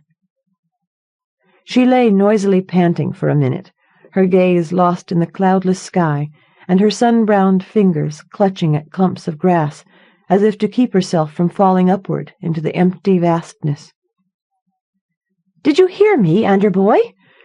She raised a fistful of star-petalled yellow flowers to her face and sniffed at them gingerly, then inhaled deeply, her dark eyes closed in anticipated pleasure. The next moment she had begun to sneeze violently. She threw the offending blossoms to one side of the shield stone and turned to her brother with a grimace of vexation. "Why can I smell them in the spring but not in the fall?" she complained, pausing to rub vigorously at her nose with the back of a slender hand. "Anyway, the lookouts have seen them coming up the lower pass. Borderers mostly, with a few guardsmen, and she was riding with them for certain. Uncle said they could see the gray of her robe from the watch rock." Her brother remained silent. With his eyes half closed and his blue-clad legs drawn up under his narrow chin, he seemed as lifeless as the broad, flat stone on which he sat. Bereth flopped her head back and squinted at the clear sky of almost autumn, her long hair spreading out in a halo of black tangles on the grass. "I wonder what she will look like, Ander. Younger or older? Plain or beautiful? Is Raven beautiful, do you think? I wonder if she's all packed to go. Raven, I mean. Will they stay the night, do you suppose, or head back to S with her right away?" "Romsgarth, more likely." Her brother stirred finally, drawing a drooping stem of grass from between his teeth and examining it critically. "For the borderers, anyway. Or they might just stay here. No sense in their making the long trip to S City when they're needed out here to protect the border, not for one woman." He shrugged the subject away. "Why should you care when they go, or what she looks like? I don't. One goes, one comes. What difference does it make? They all wear the gray." He flicked the stem out over the patches of yellow summer's last that wreathed the ragged edge of the hill crown overlooking the village. "What difference?" Bereth was incredulous. "You make it sound as if they traded places once a week, but Raven's been at Mountain Gate forever." 2 years short of 30, Ander corrected mildly, leaning forward to select another shoot of sweet grass to be worried by his teeth. Long before you or I were born, anyway," his sister finished, unperturbed. "And all the ones before her have stayed their whole lives. I asked Uncle." "So why should Raven be called back so suddenly now, and another one sent in her place?" "Has she done something wrong, do you think? Is it the war with the South? Did she ask to go? Aren't you even curious?" "No, but I'm getting hungry." He stretched out on the warm, flat stone, his fingers playing idly in the lines of ancient carvings still faintly visible on its surface. "You might run down to the village like a good sister and fetch me up a bowl of stew, or maybe a sweet. I'm too tired to go apple-picking, and I left my dart gun on the shelf this morning, so fresh bear meat is out of the question." With a cry of exasperation, Berith scrambled to her feet and marched onto the shield stone. Grabbing Anders' wrists, she tugged at him till he rose to his feet with a sigh. She chattered in cheerful speculation as she led the way down the backside of the hill, pausing once to pluck them each an apple from one of the small trees just above the place where the icy little stream forked in two. Ander followed listlessly, his boots scuffing up small clouds of dust in the trail, till they rounded the base of the hill and started down the sunken, moss-covered steps to the village. The town square at Mountain Gate was in fact a small, stone-flagged courtyard, bounded at 5 equidistant points by low, round towers of greyish-green stone. A 6th tower, taller than the others, stood alone at the centre of the 5-sided square, its 3 levels connected by a steep spiral of stairs that clung like a vine to the smooth outer walls. A noisy jumble of people, animals, and things obscured the base of the Tower of Wisdom as Ander and Berith made their way into the square. Travel-stained men in battle dress passed among the small, tough horses used by the borderers, loading and unloading parcels of various sizes. Other soldiers tended to the weary mounts and fended off the forays of the village children who, accustomed to placid, waist-high goats as playfellows, had no fear of crawling behind strong legs or among sharp hooves to better inspect these larger forefoots. A ring of onlookers that seemed to comprise the entire population of Mountain Gate surrounded the confusion at the base of the tower. Berith spotted their uncle's tall frame at the edge of the crowd and ran at once to join him, her small hand sliding into the crook of his elbow. Ander moved more slowly to position himself on Berith's other side, Uncle acknowledging his arrival with a curt nod of the head, his dark eyes focused disapprovingly on the chaos of men and horses. Following his uncle's gaze, Ander understood the lack of warmth in the older man's greeting. "Look, Barry," he whispered with a nudge of his elbow. "Over there. Falconers." The two exchanged lifted eyebrows, inspecting the 3 men who stood slightly apart from the other borderers, chins held high beneath the concealing masks of their bird-shaped helms. A trio of falcons, akin to the one Ander had spied from the hilltop, occupied the forked saddle perches of 3 nearby horses, but whether any of them was that same bird he could not be certain. Turning, he watched his uncle watching the 3, and felt himself shiver in the warm sun of afternoon. Ander had tried to accept long ago that Uncle's occasional coldness toward him was not the result of wrongdoing on his own part, but rather a reaction to his resemblance to his mother, the falconer woman that his father had taken to wife against all customs of both races. Berith suffered less in this reflected disapproval, in appearance a true child of the old race with her pale skin, black hair, and dark, storm-colored eyes. Ander's ruddy face was framed by light brown curls, and his own eyes held flecks of gold and amber in their brown depths. He watched the hawk-helmed men as they cleaned the trail dust from their small diamond-shaped shields, checked the saddle fastenings on the horses, and muttered quietly to the impassive birds. Not quite 2 years ago, a company of falconers, the only others he had ever seen, had passed through the village on their way to join a contingent of borderers already fighting in the south. It was shortly after he and Bereth had gone to live with their uncle, and Ander had stood close by the gate as the grim-faced warriors filed into the rift, half hoping one of them would recognize him for a half-blood of their own kind.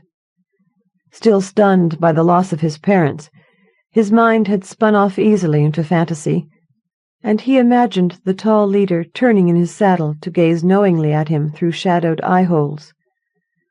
"Come, young kinsman, your place is with us." But the men had looked straight ahead and nowhere else as they rode slowly through the village and up the trail to the meadowlands, hooded birds restive on the forked saddles, and Ander was left to his dreams in the dust of their passing. "I haven't seen her anywhere." Bereth's tug on his sleeve recalled Ander to the present. "Do you suppose they could have been mistaken?" "No mistaking the grey robes," answered Uncle's low voice before Ander could speak. "That one is here." He lifted an arm toward the tower's highest level. Right up to Raven's Roost they led her, straight from horseback, and still robed, and cowled against the dust of the passes. He shook his head, his eyes on the narrow window high above the square. "I imagine those two have things to say to one another not meant for our ears." Chapter 2. A slant of dusty light had accompanied the small figure part way into the chamber. When the tall woman shut the oval door behind her visitor, the room fell back into a dimness relieved only by the pale illumination from a single arched window set low in the far wall. Great tables bulked in the shadows, filling most of the room. Covering them was a clutter of storage vessels, ornate chests and cavernous urns, racks of small stoppered jars, narrow metal tubes designed to protect fragile parchment records, and a myriad of less familiar containers. Broad hangings, their intricate designs all but obliterated by age and dust, covered the bare stone walls, and a fraying rug of braided spirals softened the dimly seen floor. The two women embraced, the newcomer stepping back after a few moments to study her host, her cowled head tilted backward. "So tall," she said. "I would never have recognized you. Of course, I half expected the solemn-faced girl-child from the place of wisdom to greet me at this door, despite the rush of years between that time and this." The younger woman smiled down at her guest. "And you look much the same, old teacher, though in truth I used to think you a towering figure when you stole up on me from behind to catch me napping at my studies.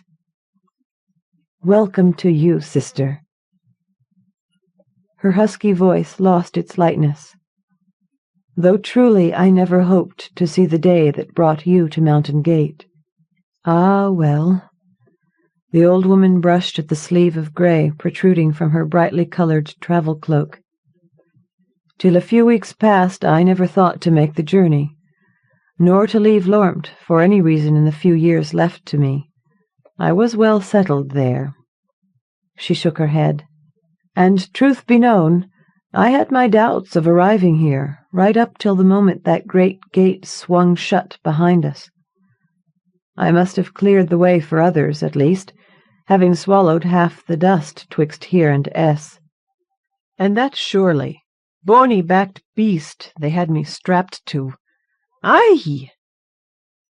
She stretched her back with a wry grimace, plump hands splayed on ample hips. "Here, forgive me. Come sit with me." The tall woman led the way to a low bench of skilfully carven black stone, its legs inlaid with faceted jewels that winked like beast eyes in the shadows. The newcomer sat gratefully, then pushed to her feet again with a groan, and crossed the room to rummage among the bulging packs the soldiers had unloaded just inside the door. "I've brought some tea from the Guardian. She gave it to me herself before I left, a good large supply." Humour sparkled in the dark eyes. A nice gesture of confidence, I thought. Is there a kettle to hang in that fireplace? Ah, I see it. No, sit still. I'll get it started. She glanced appraisingly around the dim chamber as she rejoined the other woman on the bench. Quite a treasure house you inhabit here. All of it left by those who came before me. The accumulation of centuries. I had started to put some order to it in the past few years. Now... She finished the thought with a shrug of futility. We all wish there were another way, the old woman said into the silence. Myself more than any, perhaps. I know. The younger woman took a breath and sat up straight. So the plan has been approved at long last. So it has. If nothing has changed in the week we travelled. I imagine you have had more recent word than I. Yes, 2 nights past, ascending from the council. Ah. The small woman settled back against a large wooden chest bearing a coiled fire drake in chipped and faded pigment. Then you may tell me the news. Not much to tell. Her hostess rose abruptly from the bench and threaded her way through the clutter to the low window. There she stood with thin arms crossed against her breast, pale hands clutching the opposite shoulders. They told me only that you were on your way, and that the general withdrawal would soon begin. Pagar's forces have not been quelled, then. The older woman gave a small sigh of resignation. When I left, some still had hope. Very much the opposite. The husky voice was grim. His forays have grown bolder these past days. The mountains to the west and south of here swarm with his men. Each day we lose more ground, more fighters. Losses on the other side as well, I suppose. Oh, aye. When our borderers sell their lives, it is only at great cost to the southern forces. But these new men breed like marsh flies, and we— She fell silent for a long moment, cleared her throat with another shrug. As ever, our own numbers increase but slowly. Oh, it is a bitter little war when compared with the great campaigns of time past, but one that drains us of our life's blood, drop by drop. And so Estcarp finds her back to the wall, and the plan has been approved at last. She shook her head, then said in a fervent whisper, Tell me, old teacher, have we chosen rightly in this? Is there truly no other path? I believe the tea is almost ready, and that, as you know, comes near the limits of my foretelling abilities. The old woman came to stand by the younger. Here it is. Careful, hot. Thank you. She took the cup in long fingers, lowered it to the window-sill. They stood together and looked out through scented steam at the village below and the encircling peaks beyond. Such a remarkable place, the small woman said after a time. Her eyes strayed toward the east, darted back. The world's far end, and they live here as though it were any small town in Estcarp. What have you told them? All that I was given leave to say, a handful of words, that I have been summoned to S by the council, and know not when I may return, that another would be sent here to bide in my stead. Their response? Puzzlement. Mountain Gate is not a place where change comes every day, or even every year. I think some are sorry to see me go, but that may be self-flattery. Her lips quirked in a humorless smile. But as long as the pact is upheld, and they have their witch— She pointed to the crowd below, indicating a stoop-shouldered man with drooping moustaches and a long face. That one is Roth, the village headman. You will meet him soon enough. Near him is Hully, who keeps the maps, and over there is Tosker, the one with the belly. He minds the food stores and will want to know your dinner preferences, though the choices are not many. And the tall man in the front there. His name is Duroth. The gate and the lookouts are in his charge, as are his brother's children, the girl and boy at his side. She leaned back slightly from the stone sill and regarded Berith and Ander with pursed lips. An odd tale there, beginning when a wild woman was found at the gate one day 12 years past. Half-starved she was, dressed in ragged leathers, her speech a mumble of confusion. Donar, younger brother to Duroth, brought her to me, and together we managed to nurse her back to her senses. Her tale was never very clear. She had been wandering for some months, and her mind had taken a turn away from reality. But we were able to piece together that she'd come from a falconer's village far to the west, one of those horrid little pens where they keep their women and children. Her eyes darted with contempt to the hawk-helmed trio just visible to one side of the crowded square. She was a strange creature. No surprise, given her origin and the fact that she had the courage to walk away from it, and fair to look upon in her odd way. Donar worshipped her from the start. When he went to Roth for leave to marry, it stunned the village. His brother never forgave him, seeing the union as nothing but shameful. For my own part, I always found her a harmless thing, unused to the village, and especially to the daily presence of men, but hard-working and willing to learn our ways. She bore Donar first the boy, and then the girl, and after a time they seemed to settle into the fabric of life here without a seam. Then she left their cottage one night 2 winters ago, and vanished without a word. Donar went searching for her, and a snowcat found him in the topmost meadow. Of the woman there was never a trace.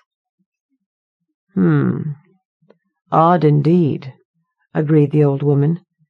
She craned her short neck to peer at the children. They seem normal enough. The boy shows the mixed blood a bit. But they're bright children, over-bright at times, if anything. I've let them help from time to time in my cataloguing here, as they seem to have a taste for it. Ander reads as well as I, after a year of teaching, though he prefers to spend his time in dreams. As for the girl, she's curious as the flannan, and I think she'll come into the talent in a year or 2. I feel the stirrings when they are around. I had been planning to test her. Now I suppose it's just as well I never got around to it. For her sake, I mean.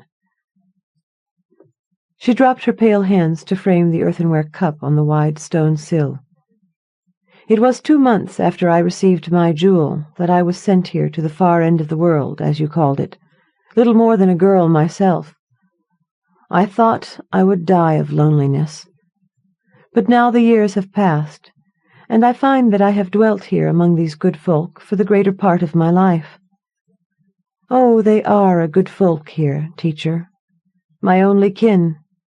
I wish with all my heart that I could cast off the weight of this summons and walk down into that courtyard a free woman, to live out my days tending the goats or weaving cloth for them.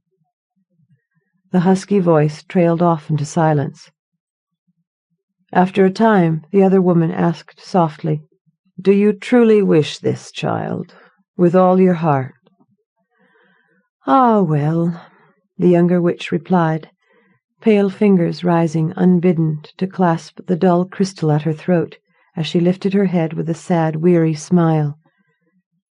"Not truly, sister. Of course not." Despite his outward indifference, Ander felt a strong tug of curiosity as he waited with the rest of the village outside the Tower of Wisdom. Visitors to Mountain Gate were few and far between, though more common now that the fighting had spread to them from the west.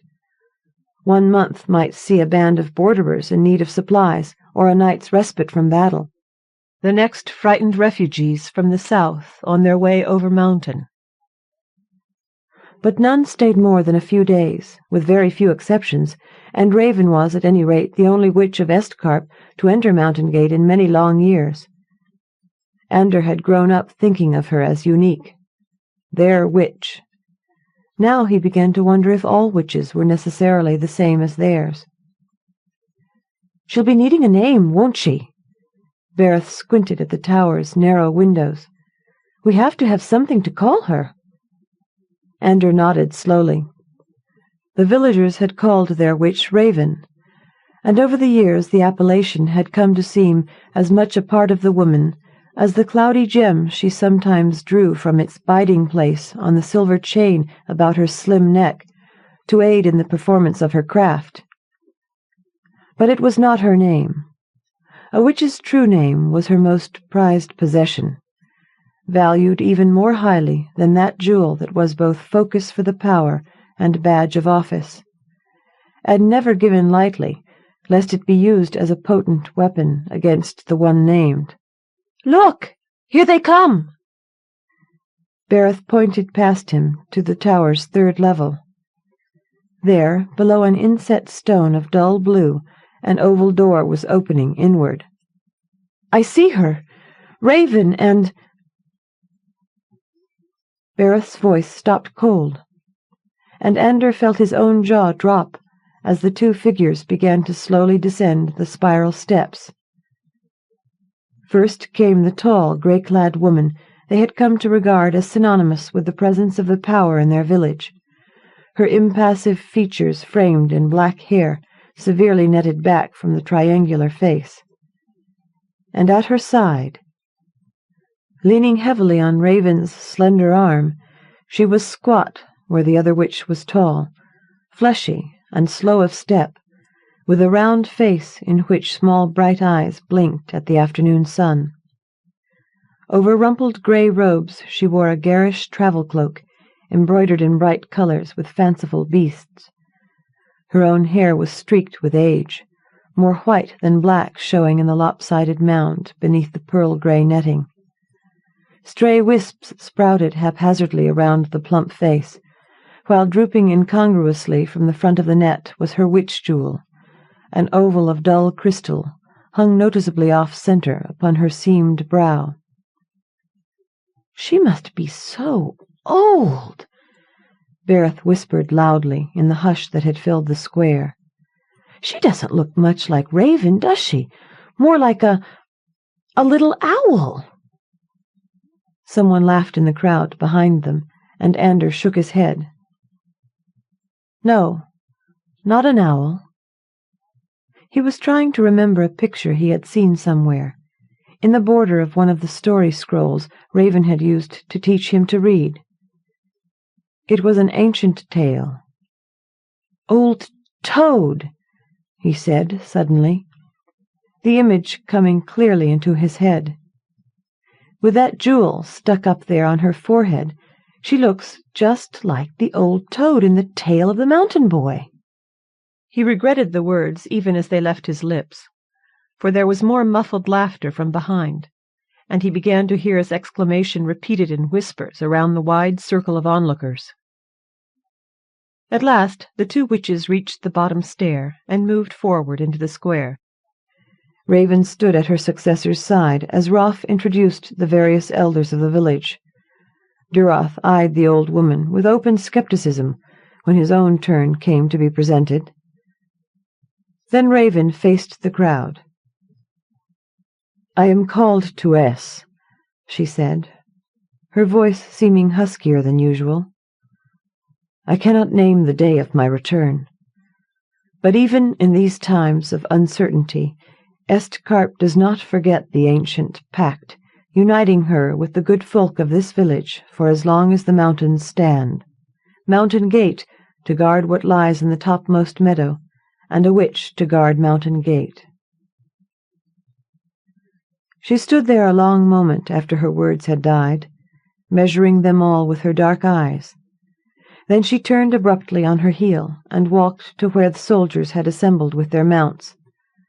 A guardsman handed her up into the saddle, and they joined the line of horses and men beginning to move slowly in the direction of the western gate. Thus, with a single backward glance, Raven departed the village, leaving behind her the ring of onlookers and the old woman who stood blinking at the sun, alone in the center of the square. Chapter 3. 3 globes were set high above the table in metal baskets attached to rafters blackened by age and wood smoke. But 2 of the globes had been dark for years, and an assortment of candles was necessary to augment the wan glow emitted by the one that still functioned. In the shadows just beyond the wavering tongues of light crouched Ander. When Roff's men had come to fetch Duroth, Ander tagged along quietly. Now he sat against the wall between stacks of kindling, his head down on folded arms in a counterfeit of sleep. 5 men besides his uncle sat around the knife-scarred table. 2 border captains looked on as old Hully spread out a faded representation of the mountains to the south, using tankards to weight down the edges of the stiffly curling scroll. "Something is afoot in S," one of the borderers was saying. "The council members look grimmer than usual, if that's possible. But as to what it is, that no man knows, or is liable to find out, since our Lord Simon's been gone these many years." "Aye, and why they've taken your witch and sent you that one in her stead." His fellow shrugged. "Raven told me the old one used to be her teacher years ago," volunteered Roff. "Said she was a member of the council herself. I guess we can take that to mean she knows how to wield the power when 'tis necessary." Ander's uncle snorted from his side of the table. "Knows how to wield a table-knife, you mean? She'll eat us out of our winter's stores in a month from the looks of the middle on her. Tosker, you'd best put a guard on the larder from now on." "Now, Duroth, you mustn't—" The rest of Roff's protest was swallowed up in the men's laughter. Ander felt another presence in the room as the jests continued. Peeping through his crossed arms, he saw the witch standing quietly at the other end of the long chamber. She seemed to be staring in his direction, though he knew the shadows made him almost invisible, and as she moved forward, a trick of the candlelight made it look as though a sly wink crossed her broad face. "Good even to you, gentlemen. I seem to have arrived at the right moment, for I hear you speaking of food, and I've just finished my own delightful dinner. I thank you for your hospitality to an uninvited guest such as myself." With her jewel of office nowhere in evidence, and her unruly hair free of the formal grey netting, the old witch looked more like a harried grandmother than an adept of the power. But the men fell into guilty silence at her approach, rising as one when she reached the table. Ander craned his neck to see past the bundles of kindling, inspecting her face at close range for the first time since her arrival a week before. Here, in truth, was no smooth-browed raven, dark eyes flashing command above a narrow face. He stared at the round, wrinkled visage set close on the shoulders, at the flattened nose and the cheeks like withered apples. "Apologies for disturbing you so late in the day, lady." Roff sketched a vague salute as he surrendered his place of honor at the table's head. "The captains here have just arrived." He nodded to the dour-faced borderers. "They've orders to make a foray over mountain tomorrow, and Raven, the former lady, that is, she often helped with the planning. We thought you might do the same." The witch nodded pleasant greeting to the men, and pushed a stray lock of grey back from her furrowed brow. "I have very little experience in battle strategy, Captain, though I have passed some hours studying the records of past campaigns to be found at Lormt. I can offer no assistance, therefore. But if you do not mind my presence at your table, I would welcome the opportunity to increase my knowledge by remaining to share in your plans." "Did you say you have no skill at battle strategy?" Duroth's face was incredulous. "Here at the twilight of the old race, when every man and woman— Gatekeeper." The old witch's voice was soft, but seemed to hide an inner core of iron. "I am not the witch you had last week. You would do well to remember that." Anders sat among the sticks, blinking in surprise at the exchange. A witch admitting there were subjects about which she had no knowledge was unheard of. This little grandmother was proving to be as unlike her predecessor in action as she was in appearance. The only topics Raven would not discourse on were those she had pronounced either so secret or so insignificant as to be unworthy of pursuit. Looking around the dim table, Anders saw his own bewilderment mirrored in the faces of the men. "What happened? Did you see old Toad?" Barry sat up in her bed at the other end of the sleeping loft, as Anders climbed the ladder and made for his own pallet. "Yes, nothing happened. I fell asleep and started to snore. Uncle woke me up and made me leave. She's very different from Raven. She knows nothing of war. And stop calling her that." "But everybody does. They don't mean any harm. It suits her so well." Barry yawned. "I suppose we'll never be allowed in the tower again. Too bad. There are so many interesting things up there." But the next morning brought an unexpected announcement from Uncle. "You're to go to the Tower of Wisdom today, both of you, as soon as you've finished with the house tasks. The new witch has asked to see you." The children exchanged glances as Uncle returned to his porridge, his expression as unconcerned as if he had just voiced a speculation on the possibility of rain that afternoon. They found her on the 3rd level, seated on a bench in the main storeroom, a dust rag in one hand and a half-dozen slim parchment rolls in the other. "I need help sorting through some of these things," she said without preamble when the two approached the bench. A bright blue scarf confined her hair, and a yellow apron covered most of the grey robe. "I want to move some of it down to the ground, where I have my quarters. These legs were never meant for this up and down stairs every day, so I've decided to use yours instead. In return, you'll get nothing but the chance to poke around in this heap of history." She raised her face to them, narrowed her eyes at Ander. "I need strong hands as well as legs, and eyes that know what they see. My former pupil told me that you could read. Is this truth, boy?"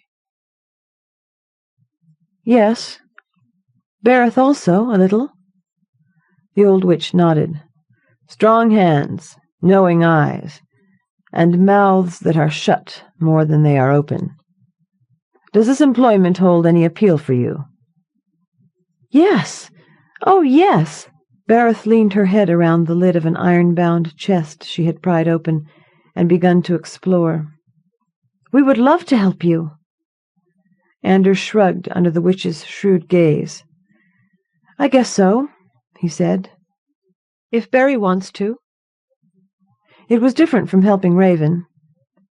Where the other witch had been taciturn and self-absorbed, old Toad talked to them while they sorted through the remnants of the past with her, welcoming their opinions on this or that unidentifiable artifact. She had an unexpected wealth of patience, and surprised both children by attempting to make answer to almost all of Barry's questions, till even that seemingly inexhaustible hoard ran low, and the three worked in amiable silence till a new topic presented itself for discussion. She spoke to them of the world beyond the western gate, of Estkarp, and the evening that had come to the old race, still recovering from the ruinous war with creatures from across the sea, and beset now by enemies to the north and south. "It isn't fair," Anders said, as he carefully unfolded pieces of musty cloth found in the hidden drawer of a box shaped like a turtle. "Why couldn't we all have been born in the old days, when people could be heroes, and there were still great deeds left to be done?" "There is always a need for heroes," said old Toad, reaching for one of the rectangles of dyed cloth. Tiny pearls caught the light. "This, I believe, was the wedding dress of a princess of long ago. See the symbols there?" She began to lay the pieces of fabric out on the table, in the outline of a long gown. You know what I think?" Barry spoke from the other side of the room, where she had been sitting for the past half-hour, hunched over the small cleared space she had dubbed her work-table. One of the boxes from the second level had yielded a strange device of sliding plates and crystal lenses, and she was peering through it now at a portion of her collection of pressed flowers, gathered over the past few seasons and carefully preserved in her keep chest in Uncle's cottage. "I think we have to be like the summer's last, beautiful and strong, even though winter is almost on... She interrupted herself with a succession of rapid sneezes, drew hastily back from the magnifying device. You know what else? I've finally discovered the difference. Come look." Ander and old Toad looked over her thin shoulders as the eager girl showed them the two separate mounds of yellow-orange powder she was viewing beneath the lenses. One culled from the flowers of the plant called Summer's Last, and the other from the seemingly identical First of Spring. "See? These little dots are larger and funny-shaped. I bet that's why they make me sneeze." Ander lifted his brows at the witch. Old Toad shrugged and nodded. It could very well be. The ancients had knowledge of such matters far surpassing our own. Perhaps Barry's hungry mind is the one to unlock their many secrets. Despite the bond of friendship that had grown among old Toad and the children in the few weeks since her arrival at Mountain Gate, Ander was uncomfortably aware that she still seemed an enigmatic figure to the village at large, and a poor substitute for Raven. Immersed in her work in the tower, she none the less responded to requests for such aid as Raven had been wont to give the village folk, but rarely with the same results as her predecessor. There was the matter of the goats, small, sure-footed animals that Raven had bespelled each spring, ensuring health and vigor in the little herd that supplied the village with milk and fine silvery wool. When sharp-tongued Careth brought the best of her flock to old Toad a month after the witch's arrival at Mountain Gate, she said nothing of any earlier spell, thinking to gain a double blessing for her charges in a single year. But within a few days of the visit, half the sheaves under Careth's care dried up and the rest went sour, while the coats of both sexes turned dull and lifeless. In a fury, the goat-woman went to Roth. "Council member, indeed," she stormed. "They've sent us an old drudge from their kitchens, more likely, with less magic than the meanest novice." But when the headman brought the tale to the Tower of Wisdom the next day, the old witch only sighed and shook her head ruefully. "Bring nothing to me that your Raven has touched recently with her craft, for mine will not blend with it, and you risk the undoing of the first work. Have Careth bring the flock again come spring, and I will see what may be done." Rolf departed the tower and went to find the goat-woman, his long face melancholy. "Foolish woman!" Old Toad turned from the doorway with another shake of her grey head. "Wilfully hidden truth can only breed mischance when mated with the power. And the more fool I, not to wonder that she came seeking benediction for her flock at this time of the year." She settled her bulk onto the chamber's sturdiest stool and regarded Ander gloomily. "I've got to get my head on straightwise. Too much time spent at Lormt, I suppose, among the dusty words of another age. And now here, still I pass my time rooting among the old tales. It's time I learned to read people again, eh?" "It's as though she were looking for something," Ander told his sister that evening. "Don't you get the feeling she hopes to find something in the tower, and that she needs to find it soon?" "I don't know." Barry was working busily with something from her keep chest. "I just wish I could find the right—" There was a flash of radiance, and the two children stared in wonderment over the glowing globe Barry held cradled in her palms. "I did it!" she squealed. "I fixed one of them. Wait till I show old Toad. Nobody's ever done it before. But I thought if I mixed some of the powders from the third level with a little— Hush! Put that thing away." Ander waved frantically at his sister. "I think Uncle's home." "Oh, all right." With a grimace of disappointment, Berith closed the lid of the keep chest. After a moment, she reached out and pried it open a tiny crack. A thin shaft of radiance spilled into the sleeping loft. "Isn't that pretty, though?" she said in a rapt whisper. Chapter 4. A light breeze blew beneath a sky filled with high clouds. Autumn had arrived in the past few days. Ander rubbed his bare arms as he sat in his usual place at the center of the shield stone, legs drawn up under his chin and eyes closed. "Am I getting closer?" Part urgent whisper, part shout, the call came from halfway down the back slope, from a small rise just above the stream fork where the grass grew thick and long. "Stop yelling," he called back. "You'll scare them away. One of them just started to climb out of the nest. Wait. All right, keep moving. About 5 paces to your right. Go slowly. That's it. You're right above them." "I found them! Oh, Ander, they're beautiful. Thank you for guiding me. Oh, come see." "I'll stay here. I've seen rabbit young before," he replied. "Ah," came a voice by his side. "But have you ever seen any spotted white with black?" The boy's eyes flew open, and he scrambled to his feet, his heart pounding. Old Toad stood before him, her expression nonchalant as she traced the ancient lines and circles in the worn stone with the rounded top of a tall wooden staff. "How did you get past Barry?" "She was quite intent on following your directions." "Or do you mean, how did I know what the rabbits looked like?" "I could have seen their parents on the other side of the stream and made a guess.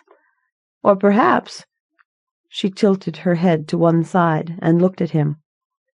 "Perhaps you want to know how I managed to get past you, Master Tracker?"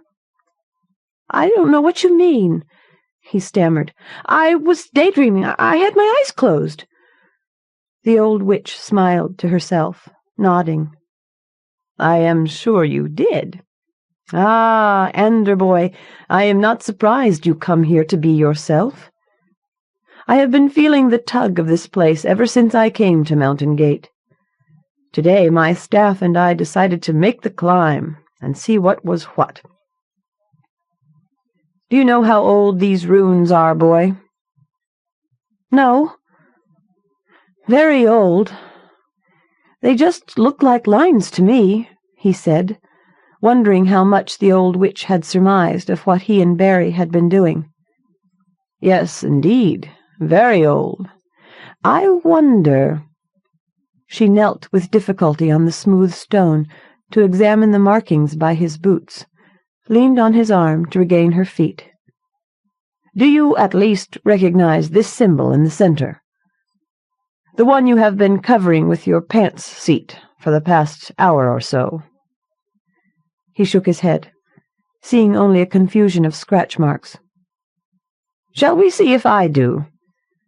She carefully reversed the staff, lowering its metal-shod tip till it hovered just above the small hollow at the center of the flat stone. Ander watched uneasily as the witch closed her eyes, her lips moving inaudibly. "I don't— You Theon!" Old Toad cried, touching the tip of the staff to the stone. Instantly blue radiance flashed at the tip of metal, spreading to become almost blindingly bright as it ran through the maze of radiating lines and figures like a web of liquid fire on the surface of the stone. She lifted the staff into the air and the pattern faded at once from the shield stone, the tip of her staff continuing to glow for several moments before finally winking out like a quenched ember. "I thought so," the witch said matter-of-factly, as Ander stood blinking away the bright after-images. She looked around the hilltop with a short nod of satisfaction. "A very powerful place indeed. Ideal. Ideal." "Ideal for what?" Ander followed her gaze, seeing nothing but rounded hill and cloud-filled sky, with the tops of jagged mountains in the distance all around. But the witch made no answer, her expression having turned inward once again, as if she searched now deep within herself. Abruptly she raised her eyes and pointed past him. "Look where I point my finger, Ander. Tell me what lies there." Puzzled, he followed the direction of her gaze, considered. "That would be the north, where Estkarp lies, and beyond it one of the enemy lands, Alizon." "And there?" The plump arm swung in a short arc. "The west. Mountains only, I think, till you come to the sea." His voice grew softer. "The falconer's great eyrie lies in those mountains." "There?" "That is the south, where Pagar rules in Karsten, the place of the enemy." "Very good. You have studied your maps well." She paused for a heartbeat, searching his tanned face with her eyes. "Now tell me what lies behind you, the direction of the rising sun." "The east? I'm not sure. They never put it on the maps. It's just more mountains, isn't it? I don't think anyone has ever been farther east than here." His face became thoughtful. "Unless you mean the gate in the topmost meadow.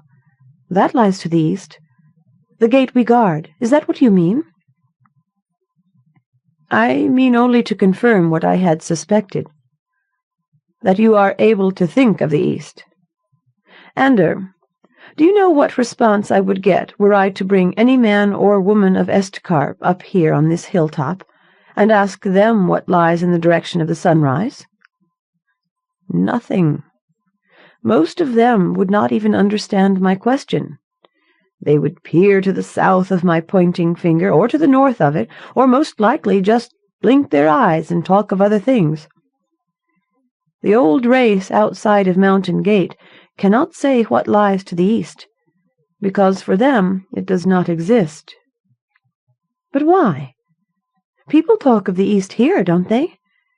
It can't be true." "Recently a young man came seeking knowledge at Lormt, a battle-wounded man searching the old records for something. About him I sensed what Raven felt when you and Barry were near, the presence of the power. I kept watch over this young man when he did not know I was near. Took out the records he chose after he departed and studied them myself. They spoke of the past in the east. I showed the records to others, and they could not understand what I was talking about, for only among the guardians, the witches, is there knowledge of what occurred in the east ages ago, or why the old race fled from there." "The old race came from the east?" "Aye. They came to Estkarp fleeing something, a thing so terrible that when they arrived they turned behind them and raised up a barrier of mountains, churned and splintered the very lands behind them to create a wall against that which they had fled. Mountain Gate lies in the southernmost portion of that barrier, where the witch-made mountains join the natural ranges that separate us from Karsten. Then, having wrought their barrier, the wise of that time enspelled their own people, setting wards in the mind to prevent any of the old blood from ever seeking the east again, or even thinking of it, so great did they fear what had driven them forth. All of the old race were so mind-locked, save one small group. In these mountains there was discovered an ancient gate which had survived the chaos within this rift, where the gate led to has been forgotten, perhaps to the dread secrets of the East, perhaps to another world entirely. But whatever its purpose, it was deemed worthy of safeguarding, and a village was set here and peopled with those of the old race who were willing to stand such duty. For it was necessary that they should know the East in order to live here at its doorstep. "Is that why you have come here? Is the gate going to open again?" She set a plump finger to his lips. "Ander, I have already entrusted you with more knowledge than my sisters would condone. Far, far more." She hefted her staff, shivering in the growing twilight. "Come, let us coax Berry away from her rabbits and go down to the village." "One more thing." Ander looked hesitantly toward where his sister played out of sight on the hillside. "Do you know what Berry thinks about the gate in the topmost meadow? She has never told this to another person. She believes our mother went through that gate the night she disappeared. She thinks some day she will come back." Chapter 5. There had been a strange feeling in the air all morning. It was as though the air itself were growing thinner, a stifling feeling, though the autumn coolness remained unchanged. Duroth muttered at the breakfast table, glaring toward the Witch's Tower. When Ander and Berith reported to the Tower of Wisdom at their usual hour, they found the oval door barred from the inside for the first time in their experience. Ander knocked tentatively on the door, and old Toad's voice issued from within, sounding curiously muffled. "Go away! I can see no one today." "But we were supposed to open up that chest from the second level," Berry protested, standing on tiptoe to try to peer through the single window. Heavy curtains obscured their view of the dark interior. "And I want to try to repair another globe. Can we just come in for a—" "I can see no one today. Go away." When they returned to the cottage, Duroth was busy nailing boards across the windows. "Storm coming. A bad one," he said shortly, eyes on the western horizon where masses of purple-black clouds were gathering ominously. "Best go up to the sleeping loft and stay there till I call you. Nothing to do with a storm such as this but wait it out." "We're worried about old Toad," said Berry. "She wouldn't let us in the tower, and her voice sounded so funny." "No need to worry about that one." Duroth shook his head in disgust. "No doubt she's burrowed in among her old scrolls. We're to have a meeting today to decide what to do about her. That may settle a few questions." "What to do about her?" Ander tried to read his uncle's stern face. "But inside now, up to the loft. I'm not your old Toad, to listen to children's questions when there's work to be done." Berry professed herself tired, her face wan and spiritless, and crawled onto her pallet. Ander lay down on his, at the other end of the loft, and waited till she began to breathe in the rhythm of sleep. Then he crept down quietly from the loft and eased open the cottage door. Uncle was nowhere to be seen, probably already gone to the meeting-house. "The lookouts have just spied another band of borderers withdrawing to the west. That's the last of them, by our count. It means they are leaving us defenseless, open to attack from Pagar's men, as we had begun to suspect," said Duroth bitterly. "Though in truth, I had never thought them capable of such shameful dealings with their own kin." "The captain offered us safe passage a month ago, and again yestereve," said old Hully quietly, his fingers rubbing a crease in the parchment of one of his scrolls. "Knowing we would not take it. An empty gesture," snarled Duroth. "Our life is in this place. We cannot leave. But they swore protection for as long as the mountains stand." "A witch only have they ever sworn, Duroth," Roth interposed mildly. "Never warriors. They have their own lands to guard." Warriors would not be necessary if we had a proper witch. Many's the time in the past dozen years I watched Raven throw a cloak of fog about the rift, or summon up a ghost lure to lead the Southerners past our walls. For our walls may be high, but they can be breached. And once we've come to Pagar's attention, you may be sure he'll not rest till he's cracked our shell and sucked us dry of life." He looked at the faces of the elders with a scornful laugh. "And where is old Toad all the while? Hiding in her storeroom, with her eyes in the past and her fingers in our treasures." "We sent a man to ask her about the storm," Tosker murmured from the other side of the table. "She wouldn't open the door. She told him to go away. He said she sounded ill." "Ill!" Duroth spat the word out. "Sick with fears, more likely. It's just as well. I've seen what she does with her magic, and I've no desire to have her tinkering with an honest storm above our heads." "Why have they sent us such a wrong hand, Rolf?" Hully's voice was shadowed with bewilderment. "In truth, when she does work her witchcraft, it comes out backward, like as not. Do they hold the ancient pact in such contempt?" "Do you know what I believe?" asked Duroth. "I believe they sent her here to get her out of their way while they work their great plan against Pagar. She has said herself that her own use of the power, if that is even what she uses, will not mix with that of other witches. I think the council was afraid her mere presence would spoil whatever it is they were planning, and they sent her as far away from them as possible. Woe to Mountain Gate." Rolf shrugged, scratching at his cheek with a rough forefinger. "Possible. Perhaps they feel the pact has grown one-sided with the centuries, and that they have little to lose nowadays if it is not upheld." His gaze shifted to the east, and the rising meadowlands visible through the meeting-house windows. "The gate—" Hully made a warding sign with his fingers. "Just because it's lain quiet all these years. Surely they cannot risk the danger—" "What danger?" Duroth snorted.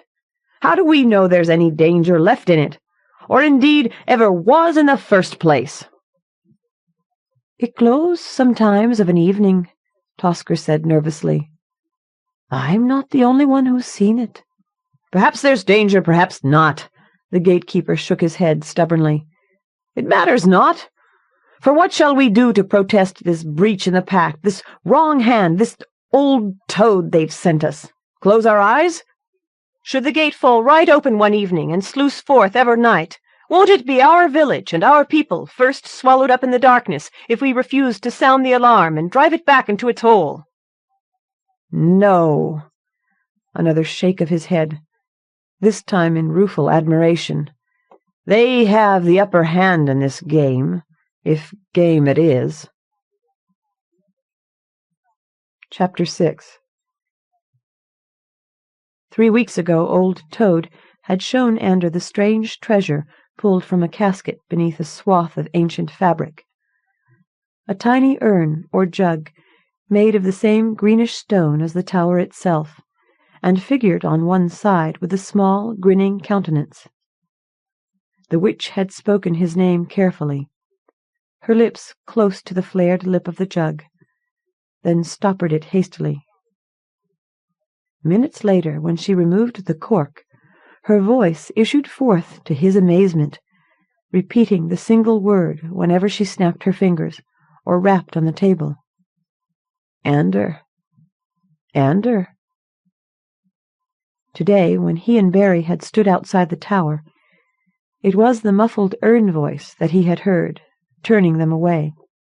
Standing there, he had reached out with his mind and searched the tower for the witch's presence. She was not there. Now, as he climbed the mossy steps leading to the hill slope, he lifted his collar against the oddness in the air. A tight feeling prickled along the exposed skin of his face and hands.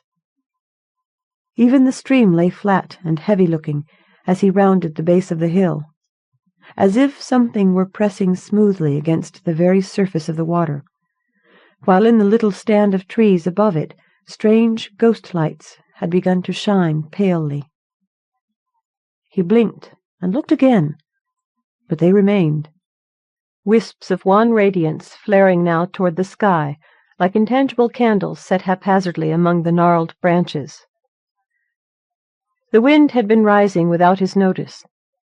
Lightning cracked above his head, to be answered with a growl of thunder that seemed to originate in the mountains beneath him rather than the angry sky. As he hurried up the path, the rain began to fall in lashing sheets. In a moment he was chilled to the bone, his teeth chattering uncontrollably. He covered his eyes at a second bolt of skyfire, plodded on against the lash of cold rain. He was nearing the hilltop. The sky had darkened considerably since he had left the village, forcing him to rely on memory and touch rather than his eyesight. Now he scanned the summit of the hill through a blur of rain, trying to verify what his inner senses had told him back in the village square. Another blast of lightning, and there she stood, a small, round silhouette at the center of the shield stone, one arm upraised above her head, while her left hand gripped the tall wooden staff. Her head was thrown back beneath the driving rain toward the focal point of the storm above her, the plump face pinched tight, and her unbound hair whipped into a grey madness about her hunched shoulders. Ander lurched forward with a cry, but the fury of wind and growling thunder swallowed all other sound. In the hollow at the center of the stone rested the staff's metal tip, and from it blue light pulsed outward through the age-worn symbols. The runes themselves seemed to writhe and change in the unsteady light, as though the blue glow were carving new lines into that ancient rock. Another bolt of skyfire burst from the clouds above Old Toad's head and arrowed directly toward the village itself before it split just above the hill and forked away to either side of the rift. Explosions rang in Ander's ears as he staggered toward the wrapped figure of the witch. The ground shook convulsively when he was almost at her side, and he lost his footing, sprawling forward onto the smooth stone with a yelp of pain. "Ander!" Small bright eyes stared down at him in wonder. "Should not be here." The words came thickly from her mouth. "Go home. Now." "I thought you were lost." He pushed up on his elbows. "I thought you might be hurt." Tears streamed down his face, warm beneath the chill rain. "You have to stop it. You're going to kill them. Why, Old Toad? Why are you doing this?" The witch shook her head slightly. "Not I." She spoke slowly, absently, as if she dared not break her concentration on more vital matters. "Not my doing. The plan." "Who, then?" He looked wildly about the storm-lashed hilltop. "Hagar?" "The council of wise ones in S." "The witches?"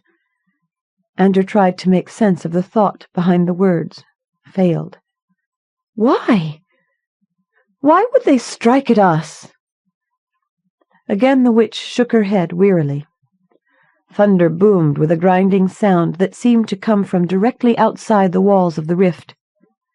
"Not at us. They strike at the southern forces, swarming thick in these mountains. They strike here as they did once before in the east, to end a war they cannot win." Ander looked around at the storm's rising fury, watched as a distant western peak lurched suddenly upward, only to fall back upon itself in a collapsing mass of crushed rock and dust. Lightning stabbed repeatedly outside the rift, so that at times the dark sky glowed with runes of white flame above their heads, while on the stone beneath their feet lines of glowing blue writhed in answer. Far below them the village huddled in the rain, untouched by lightning's lash or heaving earth. We knew the villagers would not leave. Could not. As part of the wards set on their minds, long ago. Her voice was strained with exertion, distracted. I came here to search out a way, to lift the compulsion among the old records, and failing that, to do upon this night what I have done best my whole life, wrong-handed witchcraft in the midst of their great magic. Wrong-handed? Words and deeds of the past month tumbled into Anders' mind, pieces of a puzzle dropping into place in the space of a heartbeat. He stared up at the diminutive figure, who, through some trick of the storm light, seemed to tower like a giantess against the flashing night. Her right hand trembled with fatigue above her head, its palm turned toward the west, outward from her body. Not in the gesture of the summoner, but as one who forbids, one who turns aside. Old Toad! What about Raven? His eyes sought the storm-ravaged peaks beyond the rift walls. With the others, one more adept to add her faith and will to the might of the storm. The weary face held distinct sadness, far-off pain. She may die tonight, as will so many. She may live. A rumble of thunder greater than any before it swallowed the last of her words. When the noise subsided, her face was white, her dark eyes feverish. The storm mounts, in the sky and beneath the earth. Her voice was barely a whisper. She shuddered now with each lash of lightning, each answering bellow from the mountains. Her eyes blinked, sought the small form at her feet. Best not to loiter here with an old woman. If the power should break through, here will it strike the first and deepest. Go home now, and give my love to—" Her voice stilled with a cough of surprise. "Ander, where is Barry?" "Barry?" He thought of home, the small sleeping loft. "I left her asleep." "Not home! Where is she, child? Find her now!" "I can't." He looked around in confusion, heart pounding. "It's too dark." "Not with your eyes." The old voice gained strength, lashed at him with the force of a command. "Search with your mind. Use your gift, quickly." "But I have no strength to spare. Use it." He closed his eyes, feeling naked under the flash and beat of the storm, willing himself to a calmness that would not come, pooling his strength and sending it out into the maelstrom of terrified life that cowered under the night's rage. "There!" His head had begun to pound with strain when it finally touched the familiar spark of life that was his sister. "You have found her. Where is she?" "Third meadow.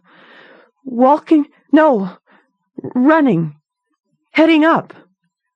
His eyes blinked open, squinted in the brilliance of a burst of skyfire. I think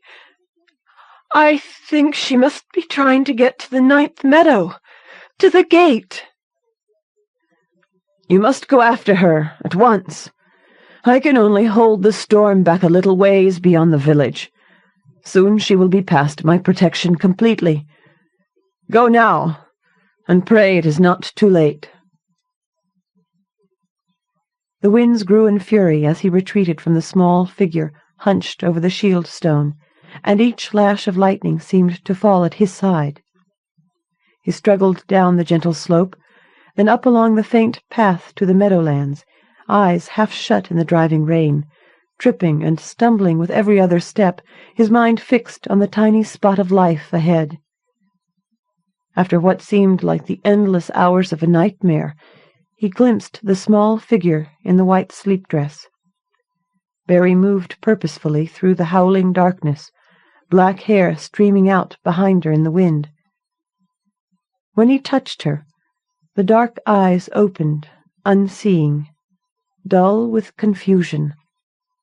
She slumped against a bush, thorns snagging her thin dress, and tugged feebly at his hand upon her arm. "Mother's calling. Have to go. Barry, we've got to go back, please. You've got to come with me." His voice broke, and he pulled her to her feet.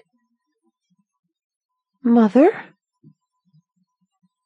She looked at his face in the rain and smiled tremulously, twining her fingers behind his neck as he struggled to raise the small body. He lurched off down the path. Chapter 7. The room was dim, heavy curtains drawn across a single low window. "They knew all along." Andrew leaned forward on the black stone bench, his eyes on the low bed piled high with blankets. "They knew all along that you were different, that your spells had the power to oppose theirs. So they sent you here on purpose to fulfill the ancient pact and protect the village," the witch finished in a drowsy whisper. "To repay our debt and keep this one place unturned amidst the turning." "And you knew about my gift," he continued more softly. "I tried to tell Raven once, but she said I was dreaming, yet you knew." "I am quite a different fish from my sisters, as the looking-glass too eagerly confirms." Old Toad watched him from beneath drooping eyelids. "So perhaps my mind runs a different course, and looks first for the power's presence, stopping to examine the direction of its flow, or the vessel it inhabits, only afterward. The sisterhood has always believed the power reserved for females alone, though events of the past few years have done much to prove otherwise. Do not blame Raven that she could not see what years of belief had taught her could not be there." "I wonder how many of the witches are still alive." Bereth's voice came from the cushioned pallet laid on the floor next to Old Toad's bed. "It was a fierce drain of the power." The witch's voice was grave. "Is it night come at last for the old race, then, Old Toad?" "Too early to say." The shrug seemed to cause her pain, and both Ander and Bereth huddled closer, the latter stretching thin arms to comfort the old witch. "But look how deceptive appearances can be. Look at you two, my master's searcher, and my mistress of the unending question." A smile creased the tired face. "I would have thought you summer's last, but perhaps you're first of spring, after all." Bereth laughed, a joyful sound in the dim room. "I hope we don't make you sneeze." She looked at the drained features, the limp arms lying atop the thick blankets. "Oh, Old Toad, get better. Get better fast. We need you to help us become what we're supposed to be." Ander knelt by the side of the bed, a gathering tightness in his throat. "Yes, please," he said to the seamed face. "Please." He stopped, unable to say the shameful name, though he knew it could cause no hurt coming from himself or Bereth. "Well, I shall try anyways, and that's half the battle and more right there, eh?" The old witch struggled to raise her head from the bed, pierced Ander with the shadow of her old look of command. Old Toad is a good enough name for most of the good folk of Mountain Gate to know me by. Nothing shameful in it. I read the tale of the mountain boy, too. The old Toad did wonderful things. But here, no tears on a bright new morning such as this. Listen to me now, Ander, Bereth, my dear friends. I have something for you. I want you to keep it safe for me. And then, holding both their hands, she gave them her true name. Afterward. The ideas and emotions that prompt me to put a particular piece of fiction down on paper are often erased from my mind by the act of writing itself. Nevertheless, in rereading Old Toad, I find myself able to make a few guesses as to the author's intentions. I think I took the liberty of adding Old Toad to the ranks of the wise in Estcarp, because I have always liked the witches as characters, and wanted them to have the good sense to accept someone for what she could do, not how she did it. Since I wanted to deal with a different sort of witch, it seemed necessary to come up with different sorts of non-witches. I imagine that the boy Ander is able to wield a form of the power, while his sister Bereth is revealed as a budding scientist, a rarity on this world, in order to send one more tremor of doubt through the witch's notion of the proper roles of male and female, a notion that has stood on shaky ground since Simon Tregarth's appearance in the first book of the series. And finally, Old Toad seems to be the kind of friend and mentor I would have loved finding at Ander's age, and did in fact find in the pages of fantasy and science fiction books, most notably those written by Andre Norton, who showed me a gate those many years ago, and then helped me to believe I could some day learn how to pass through it. Geary Gravel. The Judgment of Neave by S. N. Lewitt. "Come and look over here, Tisha," my little sister called. I hung back. Amris is always finding things, some of them better left undisturbed, according to the wise women.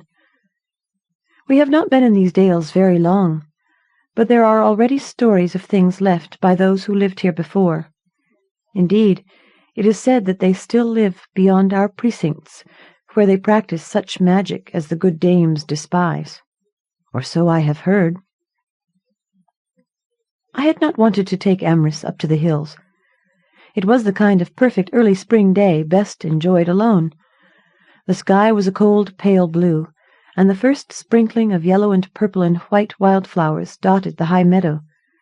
Besides, looking after the goats was enough work. My 6-year-old sister requires more supervision than half the herd. "Tisha!" I went. Better to see what Amris was up to than leave her alone. If she had not enough sense to stay where she belonged, at least she lacked the courage to pry too deeply into what the old ones left behind. This time she stood at the edge of a flat stone set into the meadow. It was large, nearly as large as the cooking hearth at the hall, but such is not unusual here. It was plain and grey, like every other great stone in the great pasture viewed from a distance. I came closer, grateful only that Amris seemed huddled into herself and not making any move toward the formation. When I arrived, I saw that it was not like every other flat rock around. On the surface was incised a 5-pointed star, and within a pattern so complex that it made my head spin. At least it was the star, I thought, the outline showing faintly blue. That was good, or so the wise woman had said. There was no direct danger in such. Still, it was better that it remained undisturbed. We know too little about the people who inhabited this place, although there are those who say a great war was fought here and beyond. Certainly there are places where no sane person would go. into that area that many call the waste, because naught but evil bides there. I pulled Amherst's hand and turned my back on the Star Rock. I am no lady of a great keep, of a fine family who has listened to the songs and heard many travellers' tales.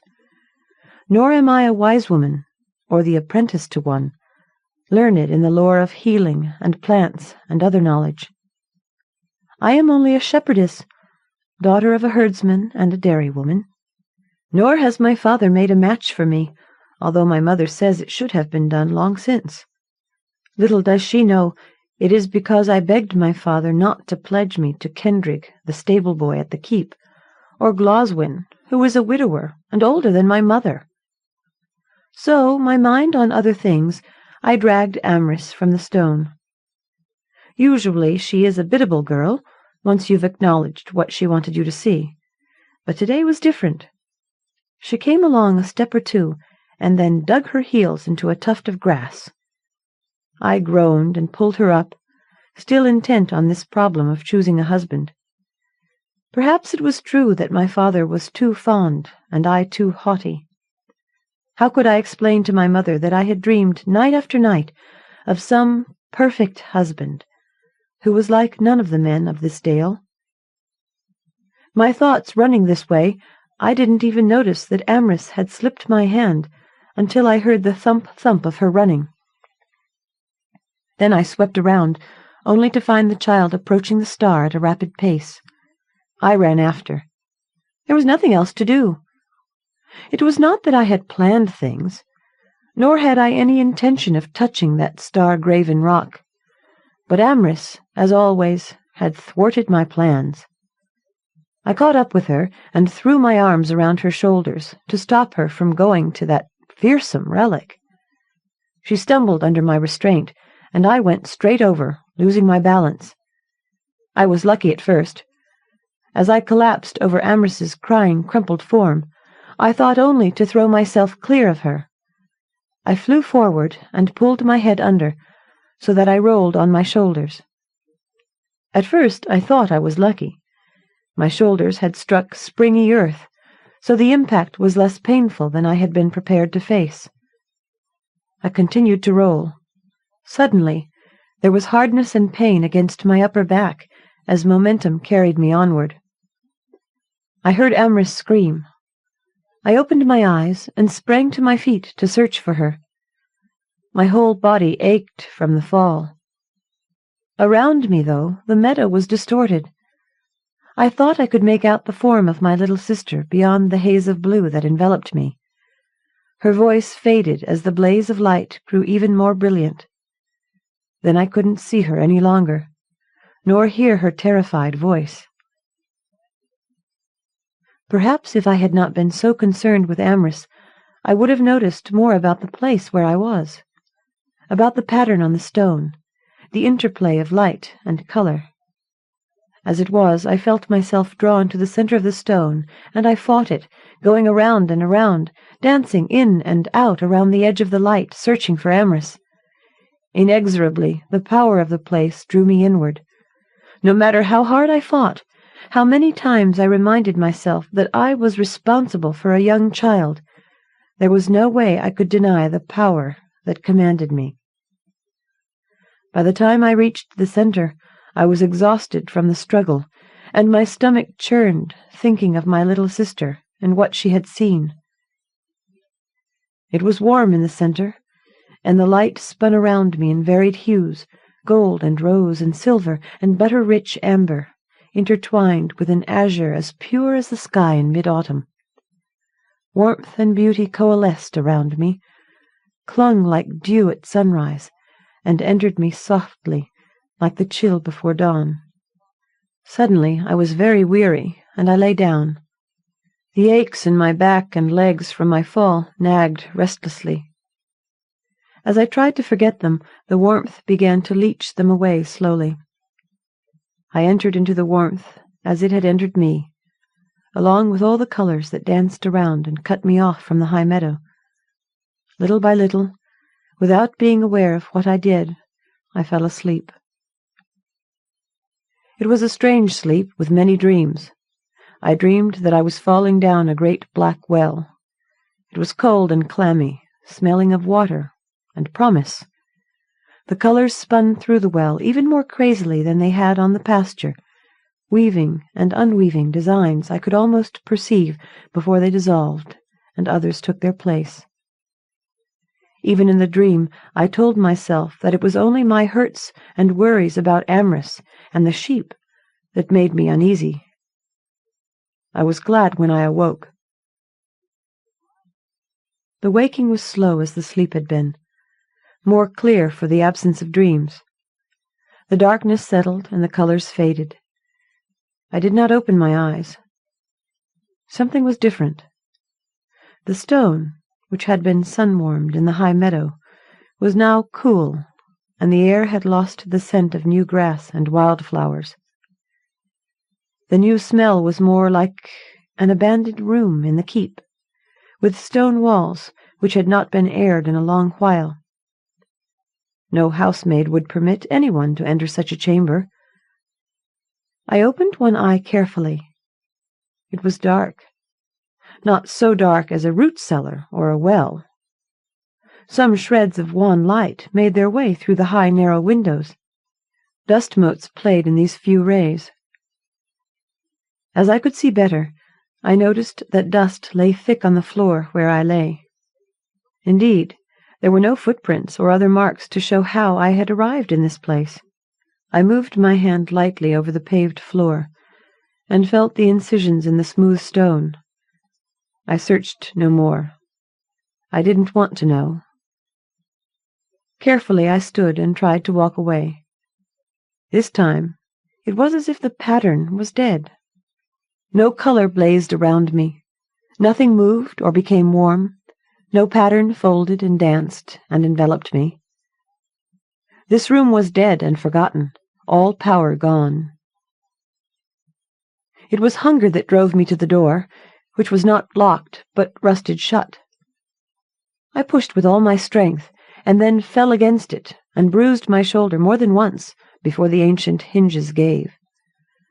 The room opened onto a corridor as dust-filled as the place I had left. No footprints marred the even film on the floor. The hall was narrow and made of finely dressed stone, finer than any keep I had ever seen in the Dales. Light beckoned from a distance, and as I followed the hallway, I found myself on the threshold of a vast and once beautiful hall.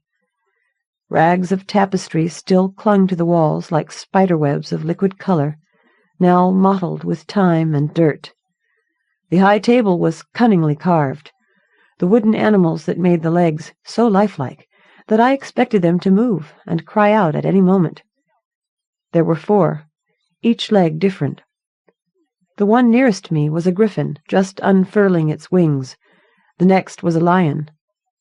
On the far side, I made out a horse with such a noble toss of its head that I had never seen its like in life. The last was an eagle, its wings raised high in sharp fury to support the great slab of wood that rested on them. The 3 chairs at this board were also of wondrous work. As I came closer to inspect, I could see the darkened places where gold leaf had flaked off from glorious representations of various wildflowers and smaller summer birds. Wrought bronze candlesticks had darkened with age and lack of polishing, but the richness of the metal and fluid work proved that this place had not hosted robbers. Filled with awe at the beauty of the castle and sadness at its silence, I forgot momentarily my hunger. It was brought swiftly to mind by a half-whiff of roasting meat borne through the high windows. The smell made my legs weak. I had not eaten since breakfast, and had left my pack with some cheese and bread on the meadow with Amyras. I was not sure how long I had been asleep, but it seemed from my protesting stomach that it was close to dinner time. Still, I hesitated. Whoever was outside cooking could well be no friend of mine. I had heard of the horrors of the waste, and there was nothing to reassure me that I was in some safe place. Still, this hall, no matter its faded luxury, gave no hope of provisions, and I had to eat. Besides, whoever was out there was not promised a foe, either. The roasting smelled wonderful. Just as well, because I suddenly realized that I had no idea of where I was. Even a foe could give me useful information on how to return home. I knew that there was a great road that ran through the dales to the waste. Perhaps it was not far, and I could follow it easily. I only hoped that Amris had returned home safely with the sheep and goats. So resolved, I made my way cautiously out to the courtyard. Luck was with me, and the small garden was as neglected as the hall had been. Fruit trees and brambles had overgrown their pruning, so I was able to creep behind a wall of brush to observe the person I had come to meet. From my vantage point behind the hedge, I could see the young man quite clearly. He was alone, if the single horse tied to a tree was true testimony. Nor was he a brigand so far as first sight could tell. His clothes were plain, but of fine fabric and good cut. He whistled, as if he were unafraid of what he would find here, and tended his fire and the meat roasting over it with concentration. No ill-bought gains bulged out his saddlebags unduly, and his horse seemed watered and well cared for. The horse nickered, and the man laughed. He went to the saddlebag and produced some fruit for the animal, who ate it, and then nosed him for more. That, finally, was what decided me. It was impossible to remain distrustful of any man so pleasantly indulgent to his horse. Besides, he had taken the roast from the fire and was cutting it open. If it had smelled succulent before, now the aroma filled the entire courtyard. My mouth watered, so I stepped from behind the bramble as softly as I could.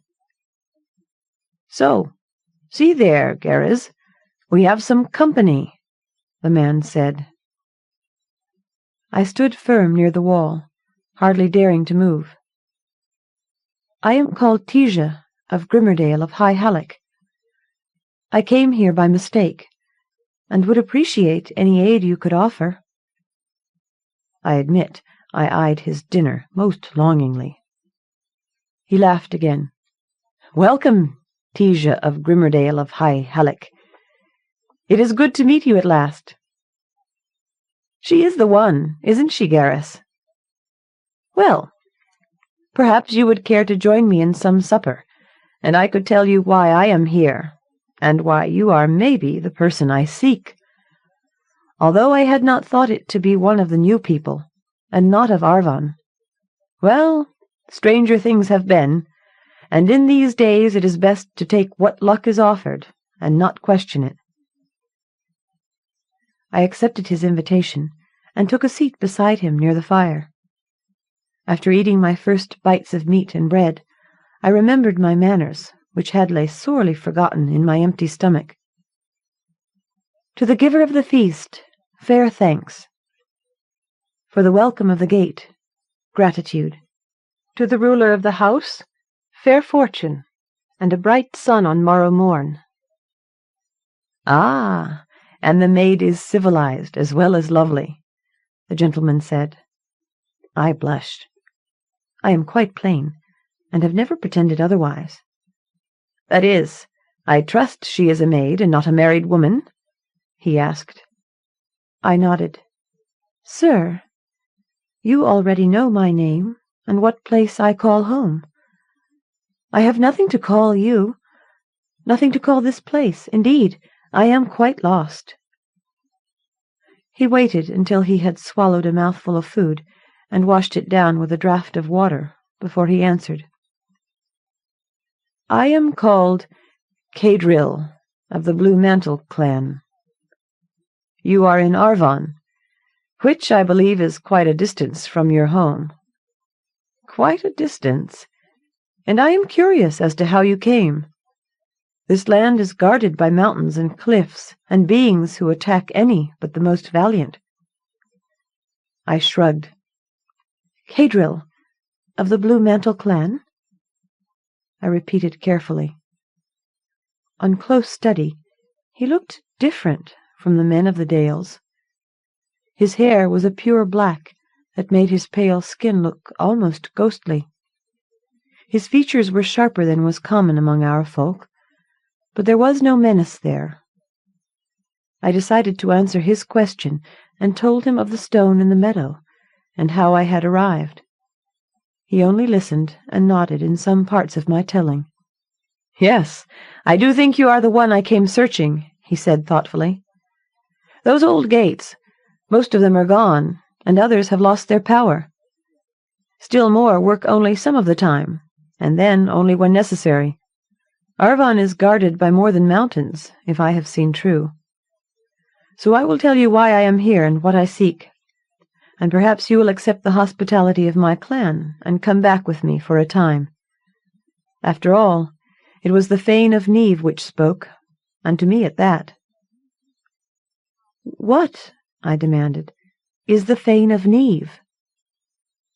He hesitated for a moment, drew a blanket from his saddlebag, and put it around my shoulders.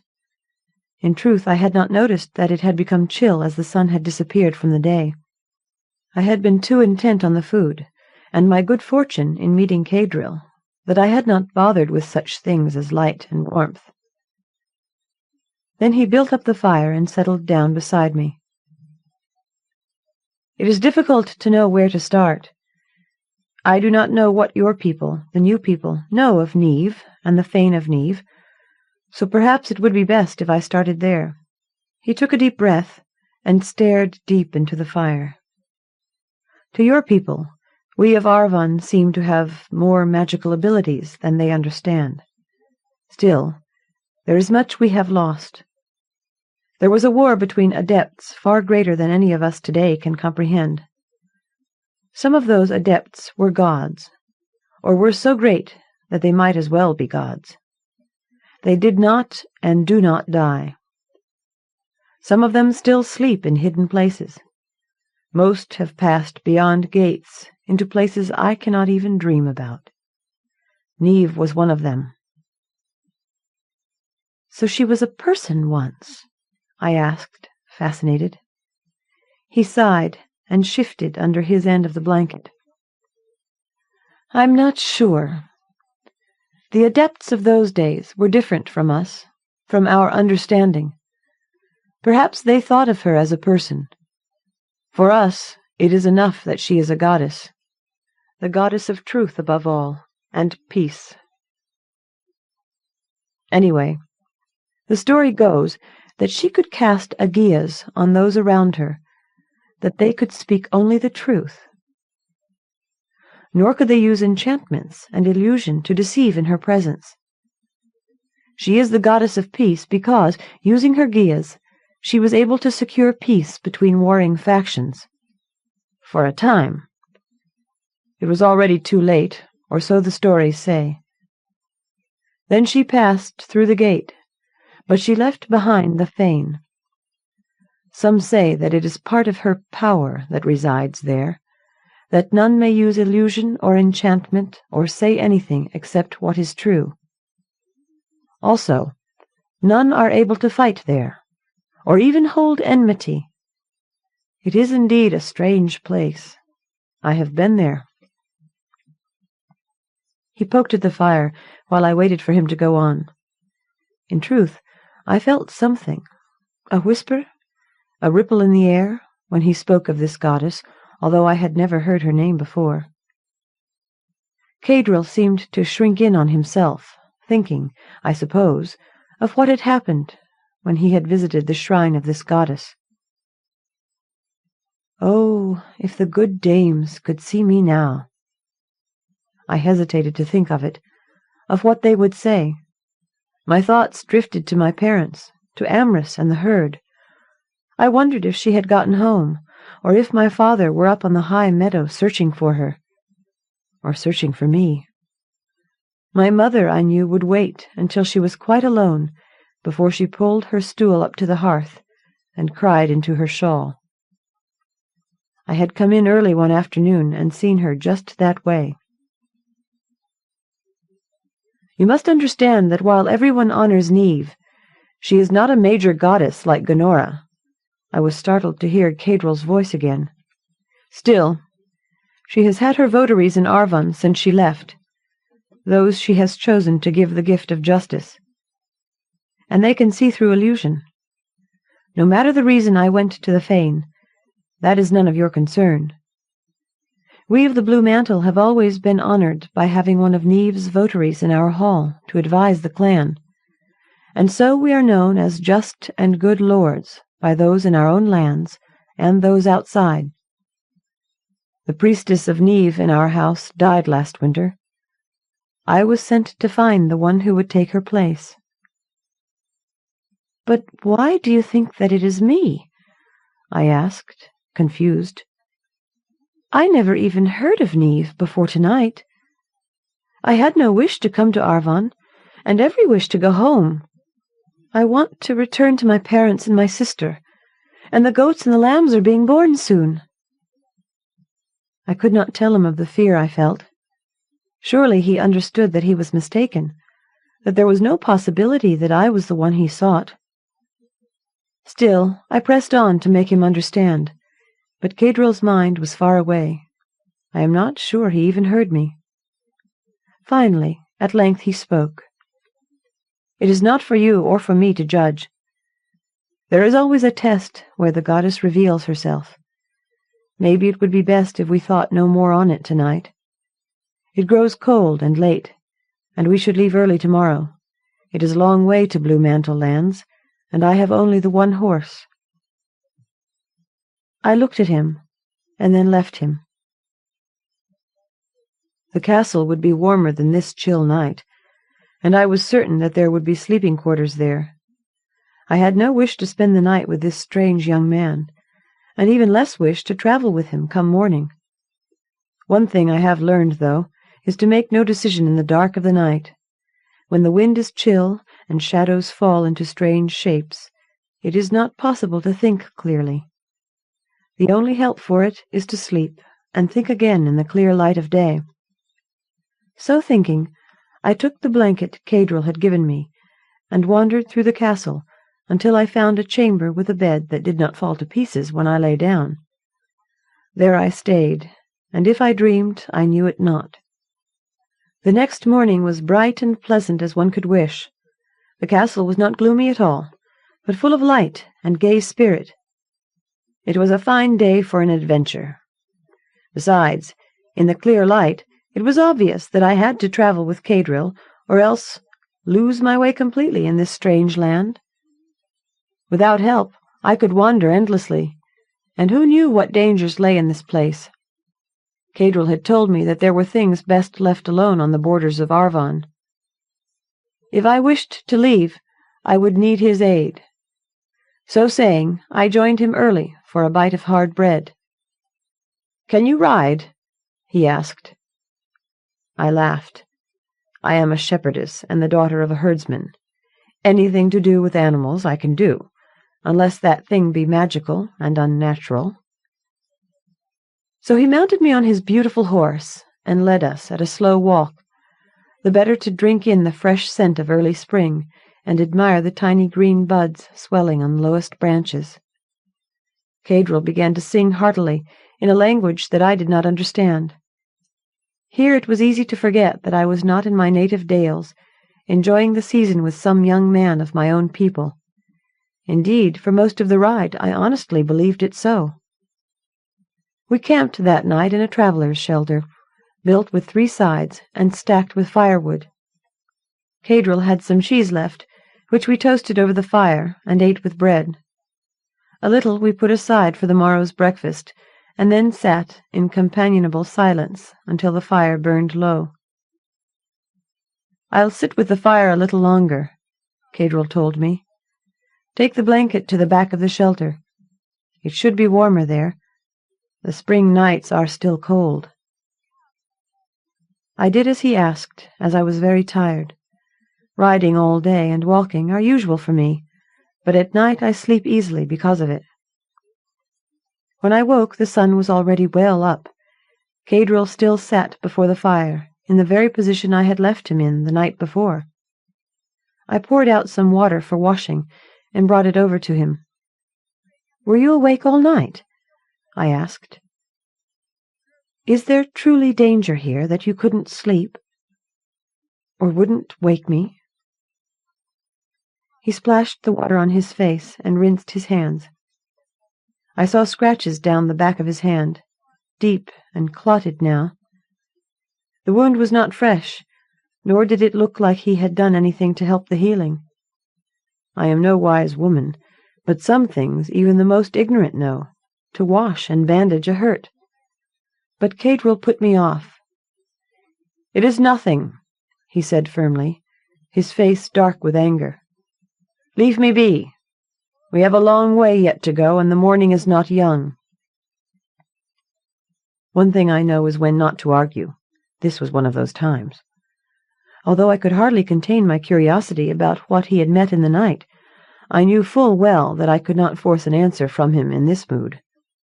Perhaps the loveliness of the woods that we traversed would put him in better humour, and he would consent to satisfy me.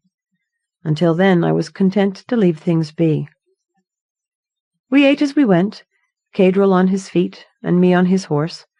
I dared not even offer him to change.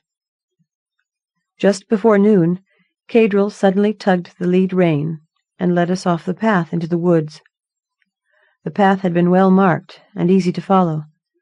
After a while, I saw that we were still following a path, a different and far older one than we had before. Still I said nothing. Cadril knew this land, where I was a stranger. We did not stop to eat at noon, which would have been difficult in any case, as we had no provisions left. "Where are we?" I ventured to ask. "At the edge of Blue Mantle Lands," he replied gruffly, leading still farther down the abandoned way. As the sun travelled faster than we, it was late afternoon when I spotted the first sign of humanity I had seen since meeting Cadril. Through the trees I could clearly smell smoke from a cooking fire. Cook fire I knew it to be by the other aromas that went with it, the smell of baking bread and soup welcome to my nose. Cadril pulled the lead reins in the opposite direction. "Is there a village there?" I asked. He only grunted in reply. "If there is a village, and this is your land, surely we could stop and get a bite to eat," I said. "And even if it is just the forester's hut, even he would have something to spare." "We aren't going there," Cadril said firmly. "Maybe you aren't, but I am," I replied, slipping from the back of his mount. "I am tired and hungry, far more hungry, and I will not walk away from a meal cooking. I can smell it, you can smell it. There is no reason not to go to the village. You can try to stop me, but I have no reason to stay out in the woods with the promise of hot stew and a warm bed." So saying, I flounced my skirts smartly and marched off toward the smell. In fact, I felt only fear and hunger. Fortunately for me, hunger usually wins, or I would have gone on with Cadril to who knows what end. I was only fortunate that he did not try to stop me, since there is no question that he could have easily done so. I may be strong and sturdy, but I am no match for a lordling trained to the sword. Not that I had any indication that Cadril was either of those, but it seemed reasonable. He took his horse and left me in the wood alone to follow the tempting scent of dinner cooking. It was not half an hour's walk to the village. From the stream there was a well-trod path up the bank. It was a small hamlet, with perhaps 8 small houses, besides the headman's, where I was given a good welcome and food and a warm bed with a coverlet besides. Weary after my long trek, I accepted hospitality without questions. The next day I woke early and helped the headman's daughter draw water. "But Eliha," I asked her yet again, "you said that this village belongs to the Blue Mantle clan. Cadril is a member of that clan, and he brought me here, but would not enter here himself. Can you tell me anything about him?" She took her bucket and turned away from me, an answer quite as eloquent as any. Their hospitality had been perfect, but as I stayed with the women of the headman's family that day, I sensed something strange. They were not at all inclined to gossip about the village, about their lords and ladies and goings-on at the keep. This I had never heard of before.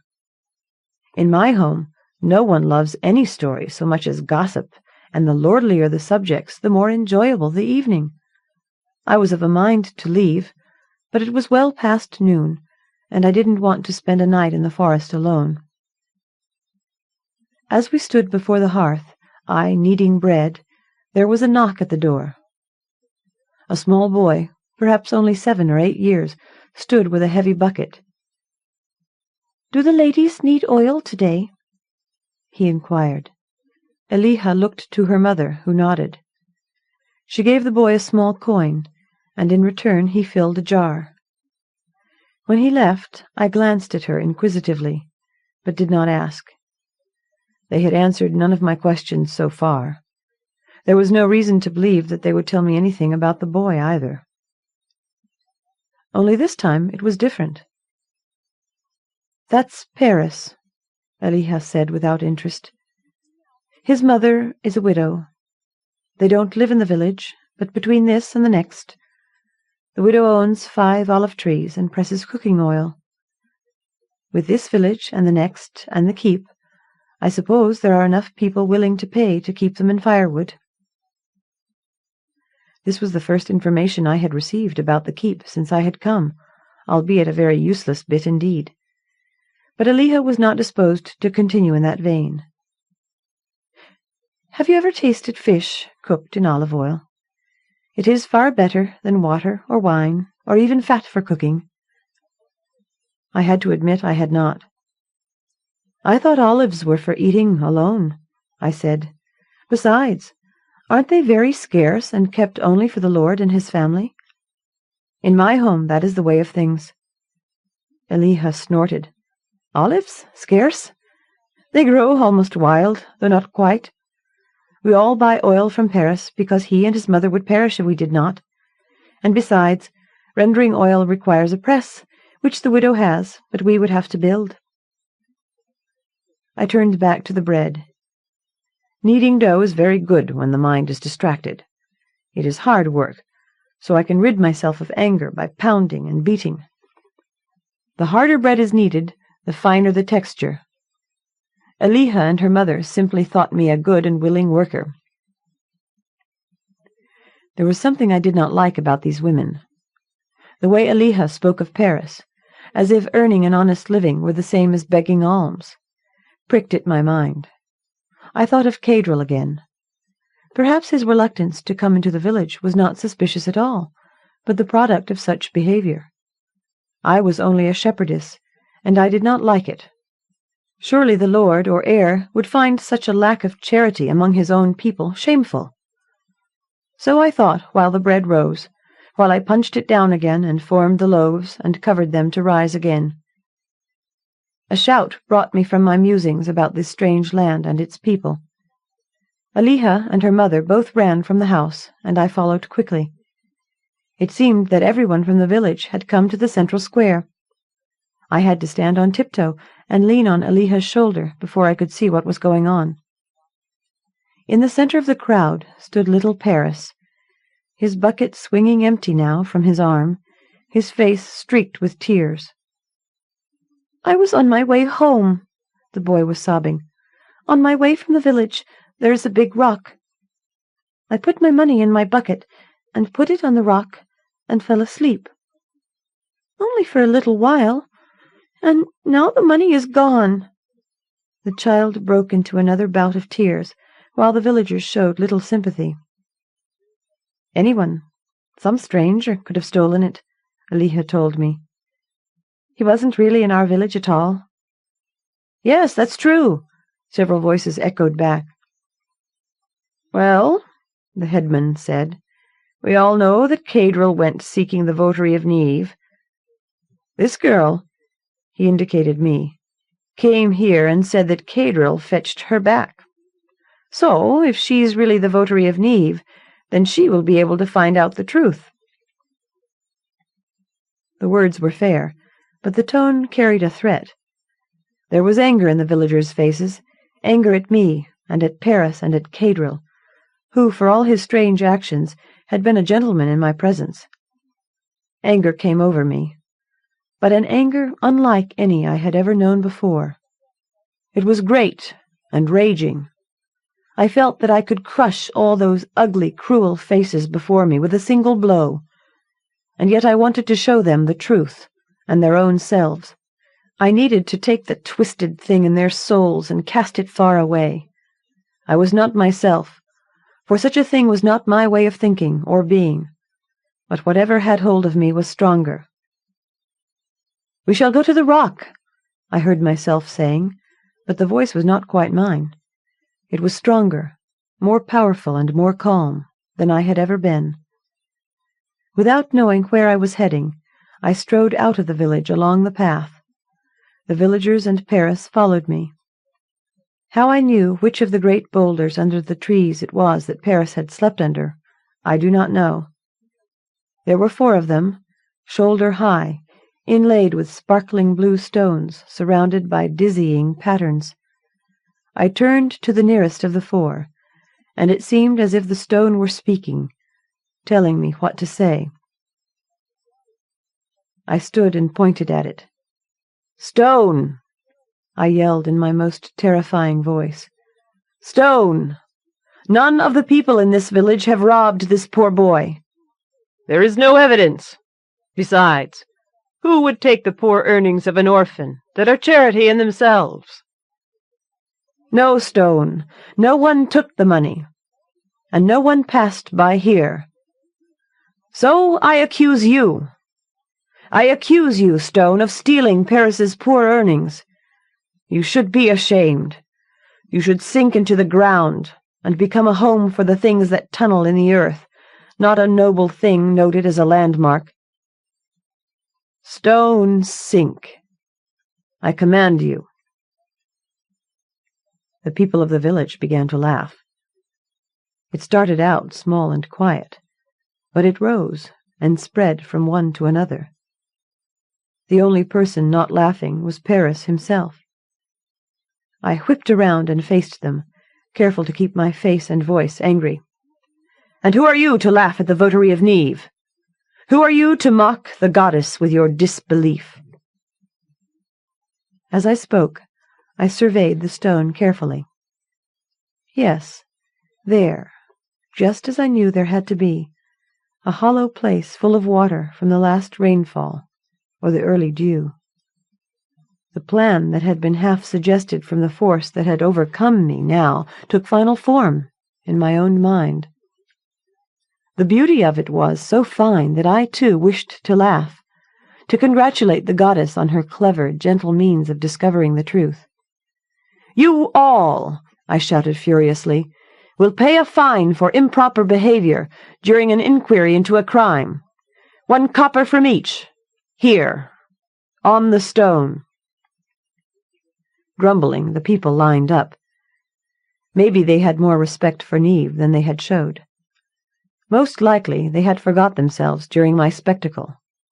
Now each of them filed by, dropping a coin into the hollow of the stone. The faces that passed me were often sneering or dark with disgust. I didn't acknowledge them. Then, when nearly half of the fines had been paid, I saw what I knew I would see.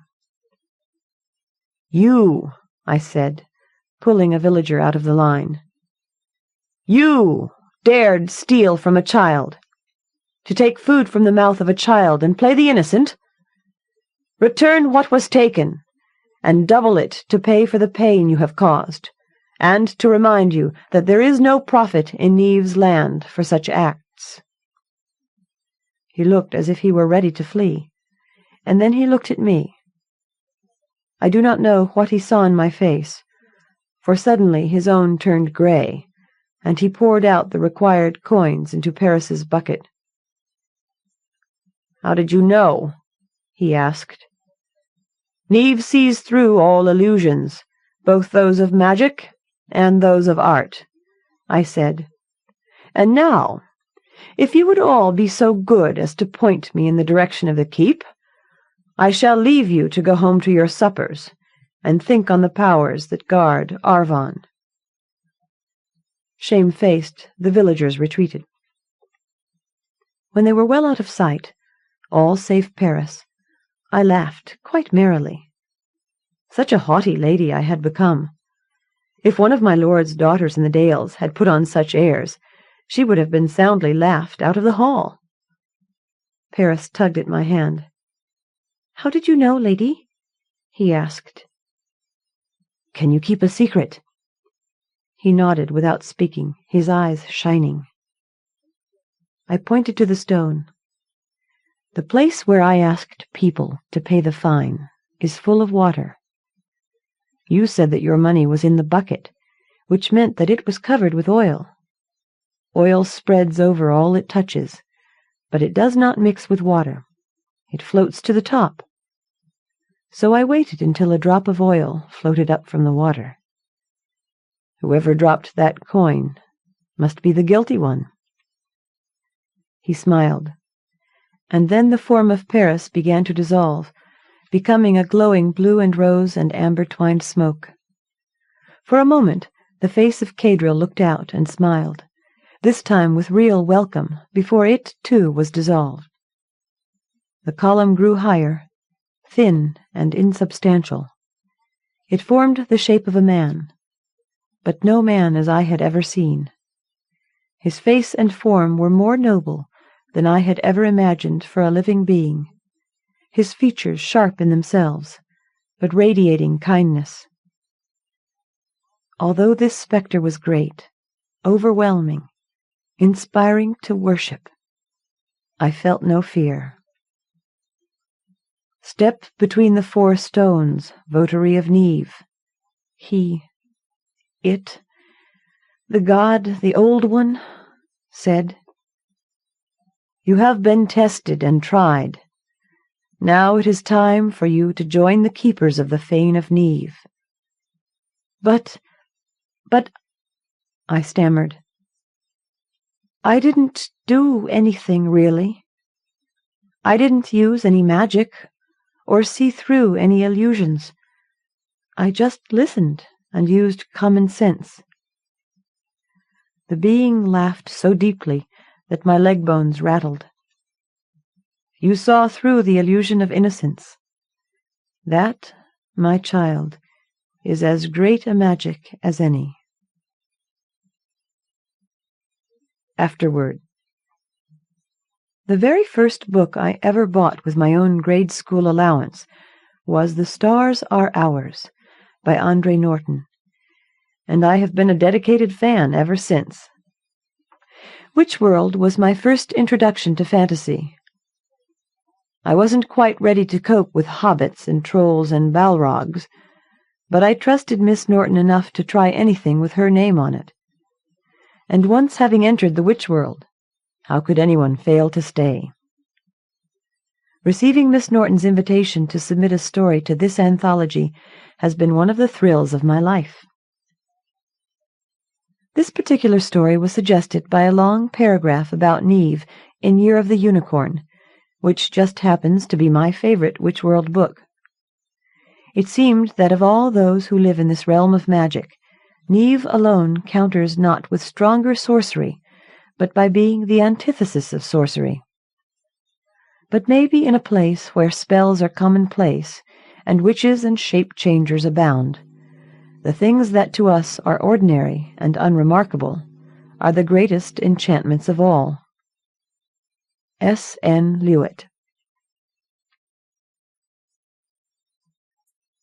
Through the Moongate by Jacqueline Lichtenberg. Remora made camp in the high pass overlooking the waste. She was still far above the sudden, frightening flatness that spread northward before her as far as she could see. Off to her left the sun was setting, a huge glowing coal kissing the horizon. It would be hot tomorrow. Absolutely the wrong time to be crossing the waste. But what choice did she have? She forced herself to look down into the bleak, broken country. She had been born and raised in the Dales, surrounded by tree-shrouded mountains.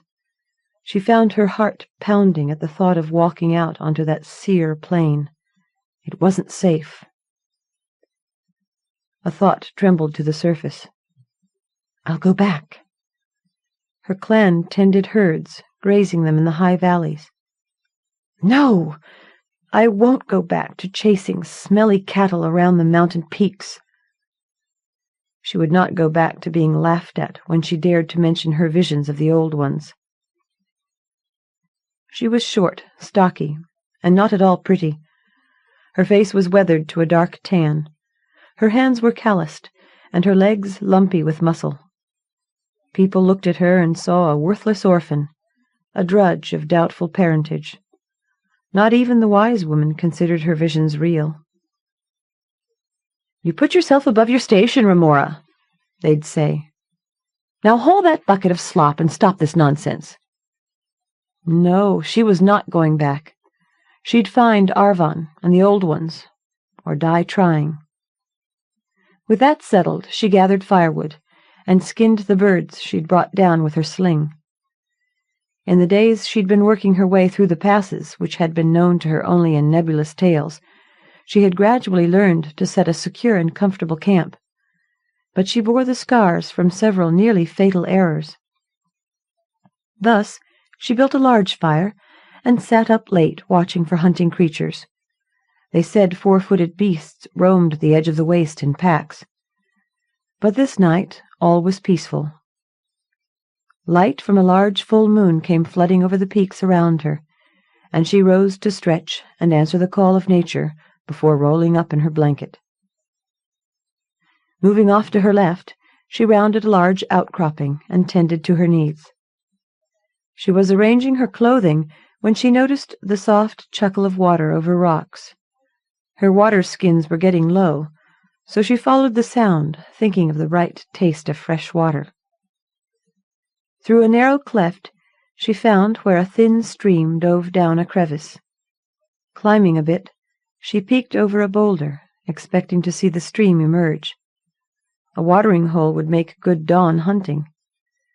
But what she found set her gripping the sharp edges of stone under her hands until they hurt. There, in a cup surrounded by steep, shrub-covered walls, was a place of the old ones. A soft green carpet covered the ground. Huge, undressed stones had once stood sentinel in a circle, but now most had fallen. Several stones still supported top pieces. It seemed like a building, but one that only defined an area, rather than cutting it off from the elements. In the center of the stones lay a perfectly circular pool of water, glowing whitely under the fullness of the moon. It seemed as if the few remaining stones somehow focused the whiteness into the water, and power gathered there. She took a deep breath, only now realizing she had stopped breathing. Without actually deciding, she found herself edging over the lip of the cup. The pale light shimmered in sheets between the stones, forming a protective wall more formidable than any keep's stone battlements. She circled cautiously, resisting a silent call. On the far side, she came abreast of 3 standing stones forming a door. On the right pillar, a glowing area pulsed strangely. Around its edge, runes marched in a circle.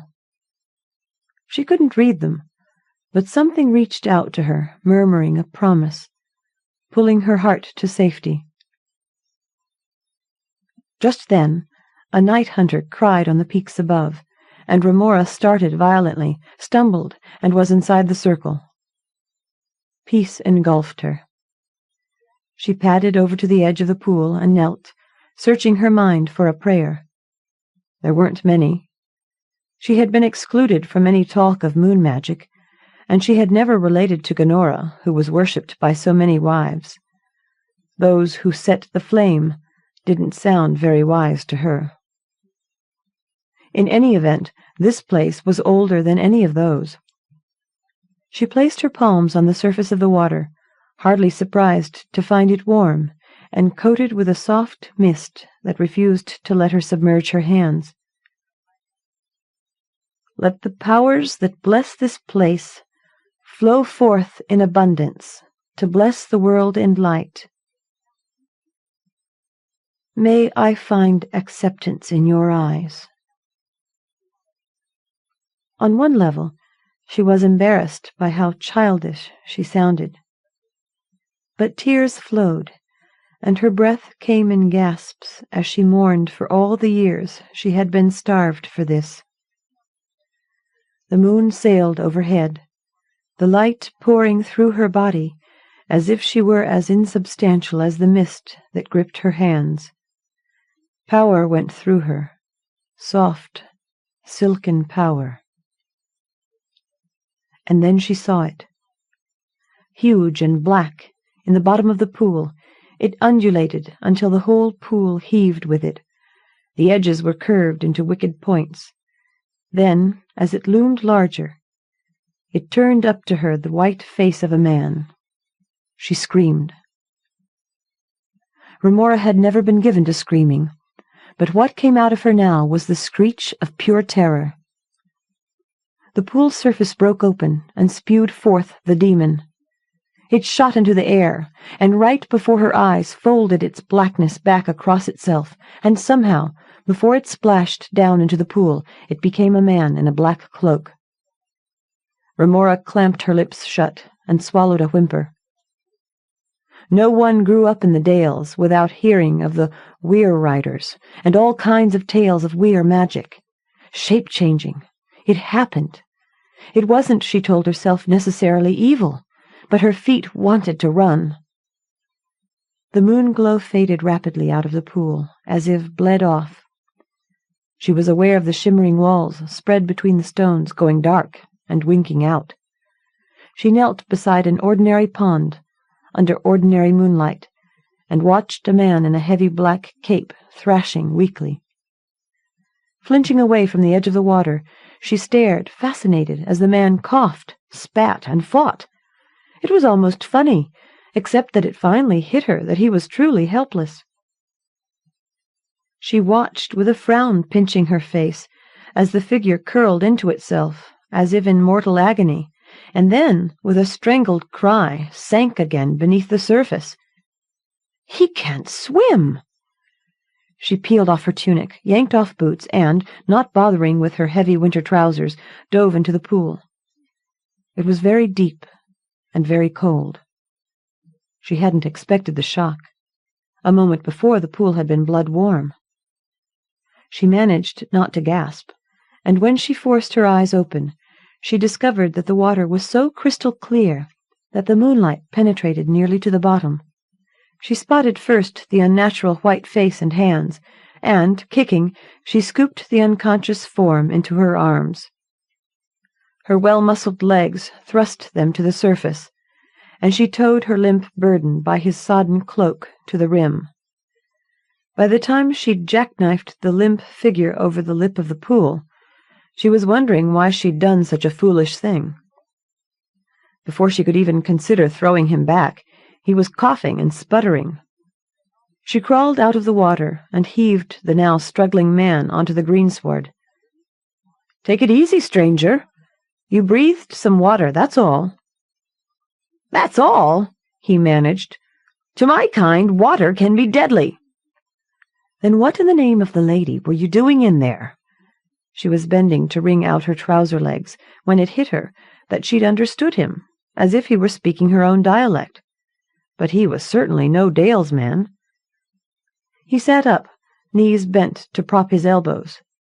Regarding her with the same gaze she'd expect from a lord passing through her village, he challenged, "I might tell you if you'd tell me how I got in there." "I should tell you how you got in there?" She heard the furious indignation in her voice, and quailed, waiting for the lord to deliver one of those withering judgments that always came her way. Instead, he cocked his head to one side and asked, "You mean you don't know? You didn't do it?" "Do what?" "Maybe I did." He looked about, and his face spoke clearly of inward bewilderment, liberally laced with fear. He recited, half aloud. I was flying along on my way to Denver. I had a midnight appointment with Irene. The snowpack was 2 feet deep. I was flying low because we were totally socked in. I remember there was a Learjet. I was knocked head over tea kettle by the wash. Then, good God, this isn't Denver, is it? Remora hadn't followed all that, but the question was clear enough. No, I don't think this could be Denver. I've never heard of any such place. Los Angeles! This is a movie set, right? She shrank away from his vehemence. His lips worked, and his panic submerged as he reached out to her. Look, don't be afraid. I won't hurt you. I thank you for saving my life. You must be chilled. She watched his lips, then his eyes. A hard knot in her chest warmed and let go. I believe you won't hurt me. Stupid, I ought to run. A pack of hungry night runners yammered, voices echoing off the peaks. The stranger made a feeble attempt to wring out his cloak. She couldn't take her eyes off him. His skin was the color of moonlight, his eyes dark coals. His hair slicked back into a black cap, but it ended at the nape of his neck. His eyes met hers, and she felt his loneliness like a pain inside her. I have a campfire. Over there. She gestured with her chin. We should get dried out. Why did I say that? He followed her docilely. At the camp, she built up the fire and offered him a blanket while his clothes dried. I don't own anything that would fit you. I don't suppose you would, he chuckled. His voice soothed her in a way she'd never felt before. She tore herself away and dragged out her spare clothes. When she'd changed, she returned to find him with the blanket twisted and folded about himself in a strange style, covering one shoulder and making a skirt about his waist. She wondered how he'd accomplished that, but silently bent to help him build a rack near the fire for their garments. His were the strangest things she had ever seen. There were closures that just stuck together and made a tearing sound when parted. There were others that miraculously clung together and parted silently. And his cloak clasp displayed a huge red gem set around with clear ones that gathered the firelight. It must have been worth 3 fortunes. She held it in the palm of her hand and asked, Would you favor me with your name, Lord?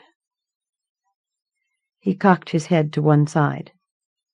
I haven't been addressed that way in... He seemed to catch himself. The lands where my father ruled are far away, and the country he ruled no longer exists. My current name is Dorian St. John, and you may call me Dorian. The sadness throbbing through that speech almost made her want to cry, and in a fit of needing to comfort him, she replied, If it is your wish to be called Dorian, Lord, then I shall call you Dorian. She handed him back the clasp. He took it and pinned it to the blanket, a wistful smile playing about his lips. With an effort, she asked, Are you hungry? Taken aback, he answered, How did you know? I have some jerky here, and there's a little... your forgiveness. I shall not take your food. Such an act is not permitted to my kind. May I ask how long you expect it to be until the sun rises? Oh, half the night is not yet gone. His relief shocked her, but he distracted her by asking, And your name? Would you favor me with such knowledge? In a rush of pleasure, to be asked instead of commanded, she told him. "Remora. I served in Mistdale." He bowed, putting his head down to the level of her waist. "Remora of Mistdale. I am at your service." Her face went hot, and the tips of her ears burned.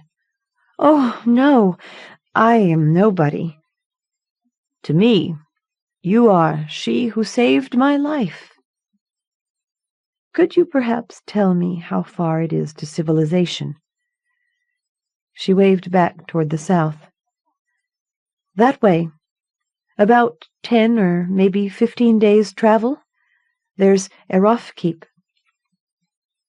He paced to the edge of the camp, where she had stood to look down at the waste. As if the moonlight were enough to show him what she'd seen, he asked, "And down there?" "The waste. I'm going to cross it, but I've no idea how big it really is." He turned. "Alone? You're going to cross that alone?" "Certainly I'm going to cross it alone." She turned her back and stirred the fire. His chill hands closed over her shoulders, and he turned her to face him. Looking down into her face, he breathed, "I meant no offense. Where I come from, even my kind would quail before such a barrier." "I didn't quail from rescuing a demon from a pool of the old ones, did I?" One elegant brow arched upward in Dorian's white face. "A demon? Is that what you thought? Then I owe you more than I ever knew." He tilted her chin up with one finger, and she felt the strength in him, strength that could crush her. But he held her gently as his voice caressed her. "And I have no right whatsoever to ask what I must ask of you. If I were the lord you thought me, or even the demon, I would offer to see you safely across the waste. But I cannot do that, Remora." His face lowered toward her, and his eyelids lowered in anticipated pleasure. She was sure he was going to kiss her on the neck, and she didn't know how she wanted to respond, except that the thrill that warmed her prompted total surrender. Idiocy! Her virginity might be a necessity in the kind of training she sought. She'd heard of such things, and not knowing what would lie ahead, she had guarded herself. She stiffened in his hold, knowing resistance was futile. But he hesitated, whispering, "May I?" She imagined his breath was cold on her skin. "Dorian, no. Please, no." But she did want it. As he withdrew, she thought she saw something white and shiny concealed by the corners of his mouth. Huge teeth! But when his face was in moonlight again, she wasn't sure. He bowed. "Forgive my presumption." Flustered again by the unaccustomed courtesy, she needed to escape. "I'm going to set some traps. At least we may have something to break fast on." "Remora, I won't be joining you for breakfast." He delivered the news in the tone of a confession. She inspected him anew. "You must have your own destination in mind." "I do not hold you to any debt to me." "I must somehow cope with the sun's rising. Its effect on me will be far more devastating than that of the water." Cold needles of dread flashed across her skin. Demon! Creature of the dark! Her thought must have shown on her face, for he began to gather up his wet clothes. "Since it is clear that my presence distresses you, I will leave you now." Guilt shot through her. If he was in fact a demon, she could not let him run loose. It came to her all at once that her very presence had activated a gate. such a portal as one heard tales of. If he was just a man, she could not in conscience turn him out to wander and die alone. He had no food. He wore indoor shoes, and knew nothing about the countryside. Worse yet, he might not be here had she not gone into the old one's place of power. "Please," she called after his retreating back. "Don't go." She ran after him. He turned. "I will leave your blanket." His hand went to his waist. She covered his hand with hers. "No. Wait until your clothes dry, at least." "He's just a man, nearly frozen." He paused, a preternatural stillness overcoming him. Very quietly, as if it took great courage, he asked, "Do you mean that you may find a way to send me back? Is that what you want?" A demon would want to stay. "Yes." "I believe you. I don't know why, but I do." His hand slipped the cloak clasp free. "Send me back, and you may keep this." "Neave, I could buy all Mistdale for that." She searched his eyes. What demon would pay to be sent back before wreaking havoc across the land? Her hand closed over it, and he surrendered it willingly. She swallowed, throat dry.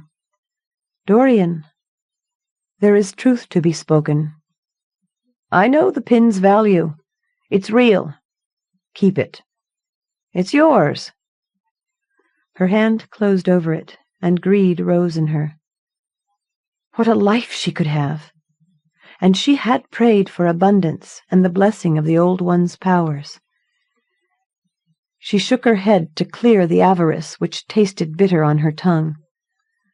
"There is truth to be spoken," she insisted. "I may have brought you here. I'm not sure. The gate might have opened even without me. But there is one thing every child of the Dales knows. A gate works only one way. Nobody ever goes back." It was so in all the tales, but is it really true? "You won't even try?" She forced the clasp back into his hand and folded his cold fingers over it. "Keep your wealth. I'll try the gate with you once more. But you ought to learn to swim first." He glanced at his sodden clothing. "I had forgotten. If there is a gate, it must be at the bottom of that pool." "No doubt. I can't believe it will function twice in one night, or even in 1 year. The moon has to be just right to activate the power of the Old Ones." And she described what she had found by following the watercourse. From the bemused expression on his face, she thought that the simplest things must be alien to him. "It must be terrible where you come from," she finished. "It has its moments, but no, on the whole it is beautiful."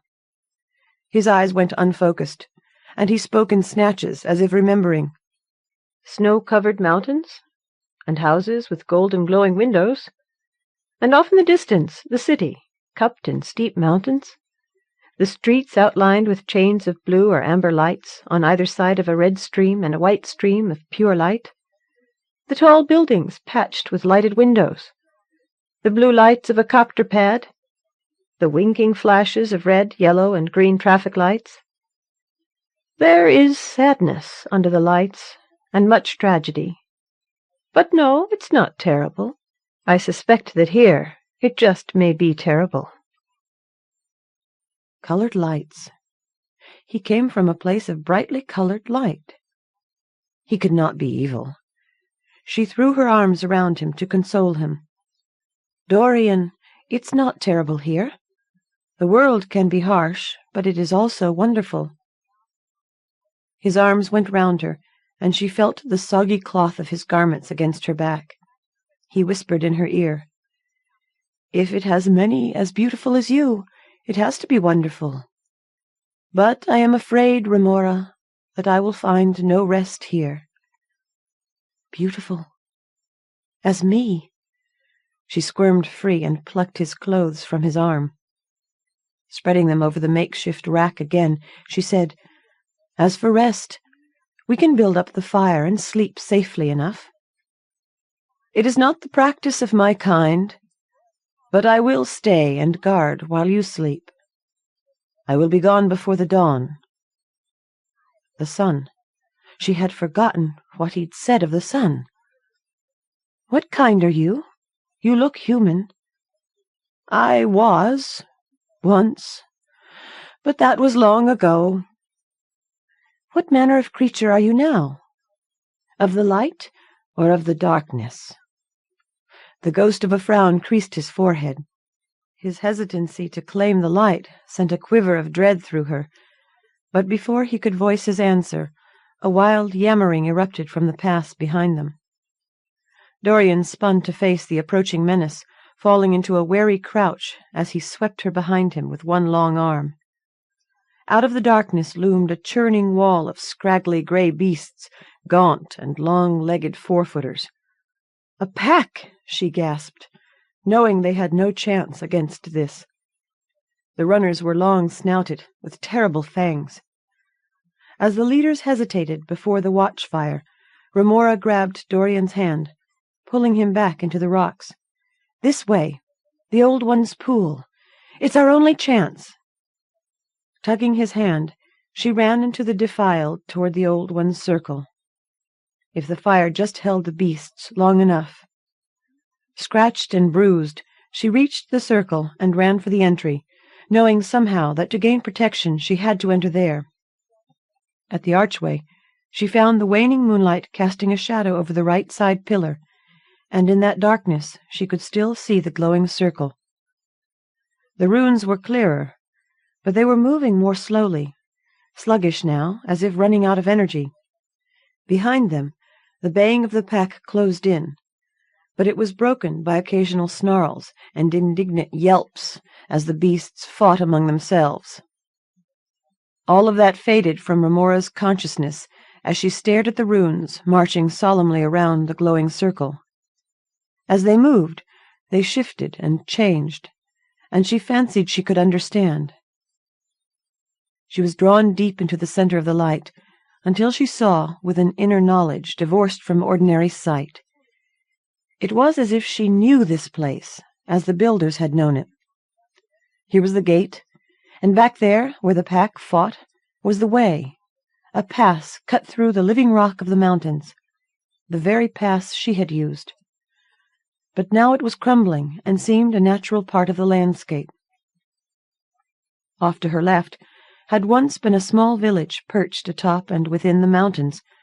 This whole region had been honeycombed with passages. Up ahead, on the other side of the gate structure, was a cave that accessed the passages, a cave once used for food storage.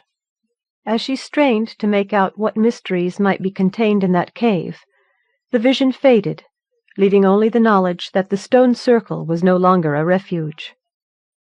Its energies would not return for another century. She came out of it with Dorian's hand clenched about her upper arm in a bruising grip. He was poised on the balls of his feet, peering back into the darkness, as if he could see what approached. "Come on, Remora! Wake up!" There was movement in the shadows behind them, and flashes of gleaming white teeth, glowing eyes. "This way," she whispered, and yanked him along into the circle. They skirted the pond, which was cold and dark now. Behind them, the beasts gathered at the gateway, milling about in confusion, yammering as if gathering courage for a final assault. The power will only last a few more moments. "Run!" she urged Dorian. They skinned through a narrow slit between two uprights and clambered up the other side of the cup that held the circle.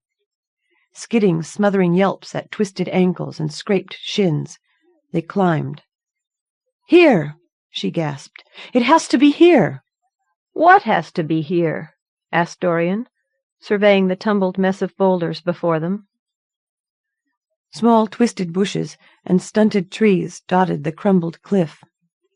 Outlined blackly against the moonlight, they seemed menacing. With a shiver of foreboding, Remora scrambled frantically up the cliff, searching. A cave mouth! It'll be safe. The runners won't go very deep into a cave. How do you know? I hope. The circle told me. He only nodded. Then he climbed straight up the side of a large boulder, topped it, and stood peering into the inky blackness above. His head swept right and left, like a hunting serpent. She watched, overcome with the matter-of-fact way he had accepted her explanation. No one had ever done that before. She didn't pause in her search, scanning the jumbled shadows for a dark opening. She knew just what it had to look like, and that, she concluded later, was why she missed it. There! A cave! His whisper was harsh with suppressed excitement. A moment later, she never knew how, he appeared beside her without a sound. Come on! I'll help you. Now he chose a slanted path, cutting back and forth to find solid footing, as if he could see perfectly. He gripped her arm above the elbow, and her fingers closed on his wrist. His strength was phenomenal. She felt as if he levitated her up the difficult rises, and he wasn't even panting when they reached a small wedge-shaped hole between two boulders. It wasn't anything like the spacious entry she had seen, but then neither was the broken cliff. They wriggled through the hole and found the space opened out around them. Only then did she think that they should have brought some dry wood to build a fire in the cave mouth to discourage the runners until dawn drove them away. Failing so much, they could still have used a brand or two from the fire to make a torch. Stupid. Well, there's no choice. We'll have to go that way. I can't see a thing. But you can smell, can't you? There was a repellent odor lingering on the air. Something probably denned here. Let's hope it's not home.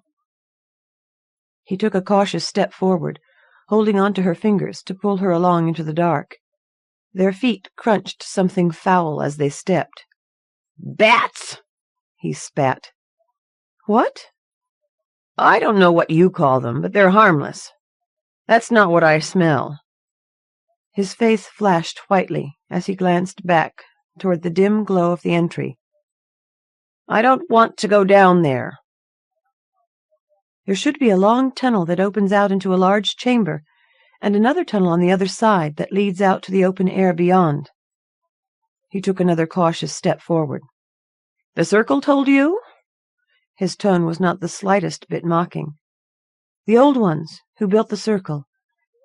I know what it was like when it was built and used. They stored food in this cave. How long ago was that? Uncounted centuries. Then that can't be the smell.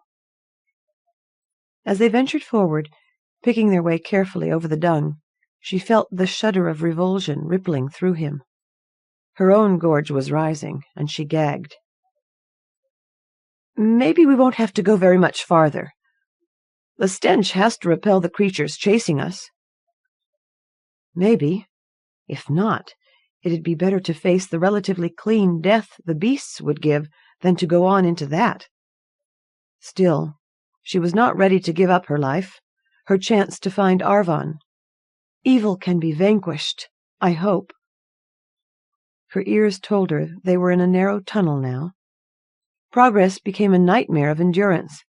She clenched her jaw, her breath hissing between her teeth, feet leaden. She forced her mind to narrow down to the image of the way out that had to lie ahead of them. It had to be there still. Just keep going, she told herself, and we'll get there somehow. I'm not going to let this stop me.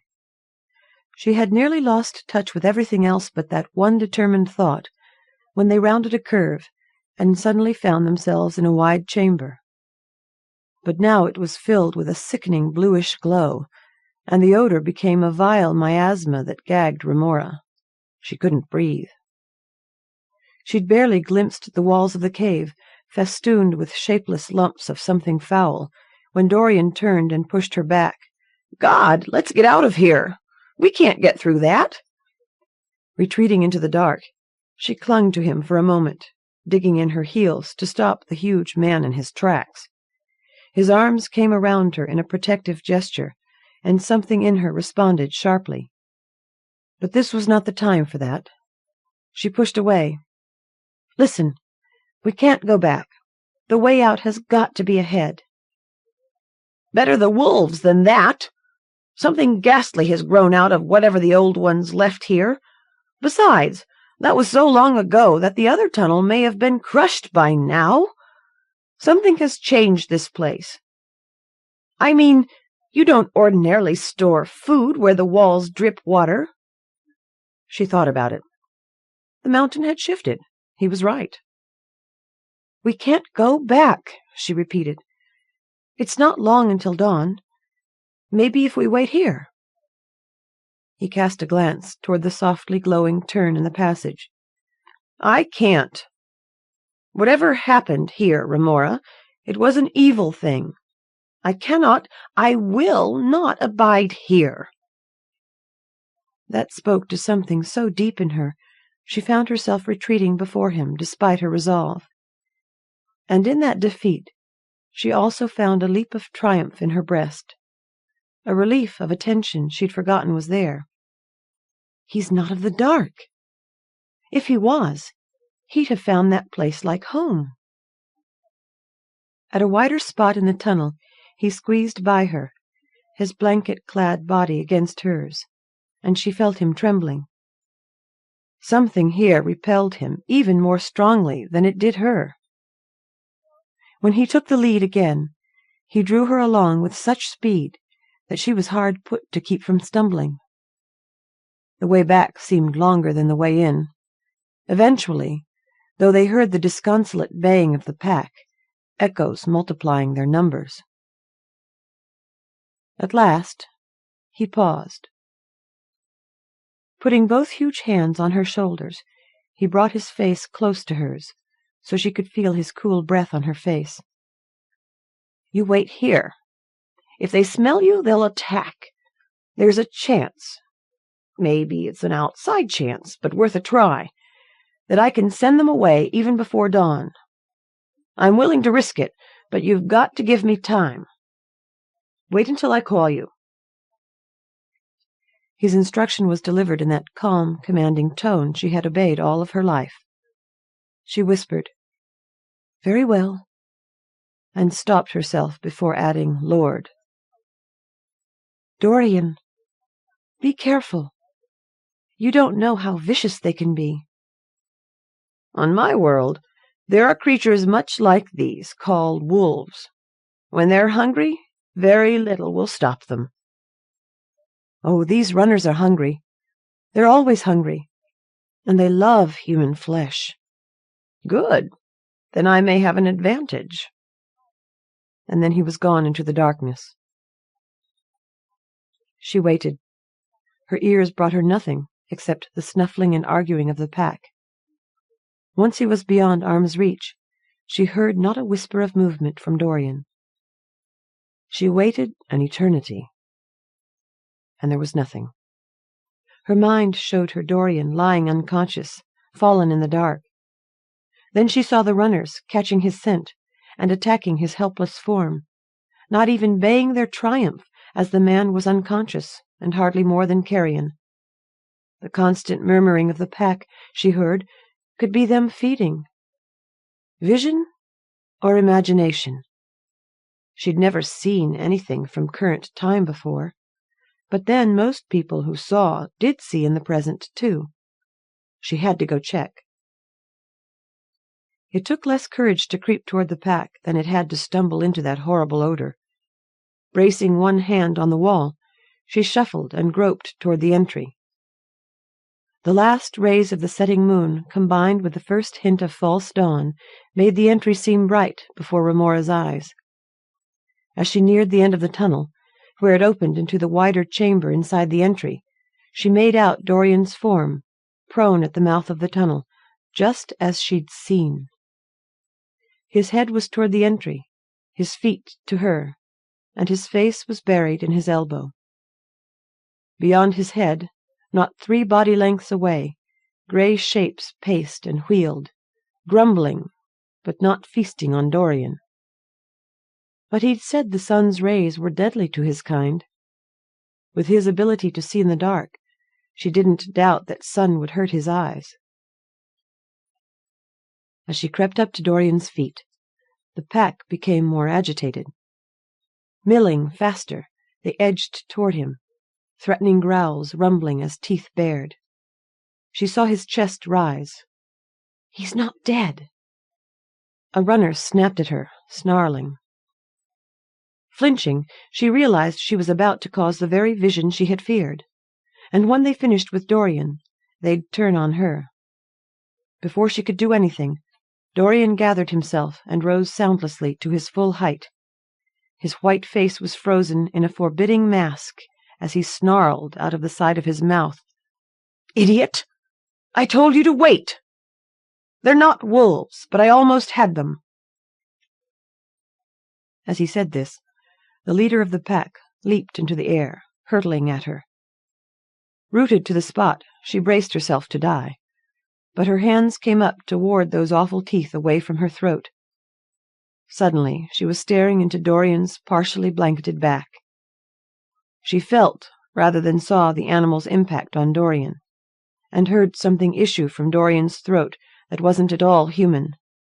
And then he was pushing forward into the pack. Dorian heaved the pack leader among his fellows and snarled at them in a command that could not be disobeyed. Dorian continued to advance, animals whirling about his knees, venturing to snap at his heels and the edges of his cloak. He grabbed the leader by the scruff of the neck and threw him toward the entry, snarling commands. One of the runners dared snap at Dorian's hand, gouging the flesh beneath the thumb. Instead of withdrawing the injured member, Dorian made a fist and punched the offending animal in the nose. It whimpered and retreated. At that, the leader slunk toward the entry, and the pack followed, bellies to the ground, tails between their legs. Slowly, as the sun rose outside, the animals lowered their front paws over the lip of the cave mouth, found purchase, and, one by one, crawled out into the daylight they hated. Dorian, still trembling, lips compressed, blocked their access to Remora, driving them out into the light. And the sun rose. Relentlessly the light increased. But Dorian refused to give ground. Occasionally he had to lash at one of the reluctant runners. By the time the last had crawled out onto the tumbled mountainside, the sun had obliterated the stars, and diffuse light reached almost to Dorian's feet. Dorian edged back, squinting at the glowing triangle of the entry. "Let me look out. The light must hurt your eyes." He let her edge by and crawl to the lip of the cave. The last of the runners picked their way carefully down the broken cliff face. They had the skill and grace of the mountain-born, and she found herself hoping she'd not have to face anything like them out on the waste. When the last stragglers were down, they ran in circles, baying their defiance, and then they took off into the dawn. "It's all right," she called back. "They're gone." When there was no answer, she turned to find him still as a statue in the same spot where she'd left him. Her shadow stretched out behind her, but sunlight had crept onto his legs. His face and hands seemed to glow in the light. He was staring at his hands. The spot where he'd been bitten was unmarred. Not even a drop of blood remained. He knelt, moving slowly like a person in shock, not quite sure if his body was still real. He thrust his hands into a puddle of light, as if he expected they'd dissipate in smoke. Nothing happened. A puzzled frown creased his brow, and he opened the other hand in the light, palm up. His cupped hands caught the light, as if it were water. Worried, Remora wriggled back into the cave and stood. "Come on, Dorian. We have to find you a place to spend the day." He didn't move, and she went to lift him up and urge him back into the darkness. If this was what a little light did to him, She didn't want to see what would happen in full sun. "Come on. I'll help you." He came to his feet, staring at his hands. Then his eyes rose to her face. "Remora! The sun!" "You told me. It's not good for you. It's all right. I know you're of the light now." He took her by the shoulders. "It doesn't hurt. Didn't you see? It doesn't hurt. The sun here must be different." She frowned. "The sun is the sun." He padded over to the entry and knelt, worming up to the lip as she had done. His bulk filled the little triangle, cutting off the light, but his voice came back to her with a joyous shout. "It doesn't hurt! It doesn't burn!" Then his feet disappeared over the lip as he went out head first, as the animals had done. Thinking he'd fallen, she scrambled to the lip to peer out again, and found him clinging to the boulders outside the cave. He had reversed handily, and his head was now level with hers. "Remora, come! Let's dance in the sunlight. I'm going to love your world." If it gave him the freedom of the day, she could understand that. "All right. Give me some room." But he didn't move. His eyes had gone to her scratched and bleeding hands, ravaged by the night's heedless flight. His tongue danced over his lips, which seemed parched and cracked. He whispered, "One thing, though, hasn't changed." Quivering, his lips clamped shut, and his mouth narrowed into a thin line. His eyes moved up to meet hers, and she felt his hunger lance through her like a hot knife. Behind that peculiar sensation came a call that stirred her to untold depths. Her lips parted, and she could hardly breathe with the need that seized her. She knew only that she had to come into his arms, or life would be intolerable forevermore. She started to move, to answer that call. Suddenly, as fast as it had come, it was gone. "No, I won't." In moves so fast they blurred, he went straight down the cliff, heedless of the broken terrain. She knew she could never catch him, but she backed back into the cave as fast as she could, reversed, and dangled her feet over the lip of the entry until she found purchase. By the time she reached the bottom, he was out of sight. There was no sign of his passage, and, in desperation, she raised her voice and called out, "Dorian! Dorian, don't go!" She listened to her words echo, and wondered why she didn't want to be free of him.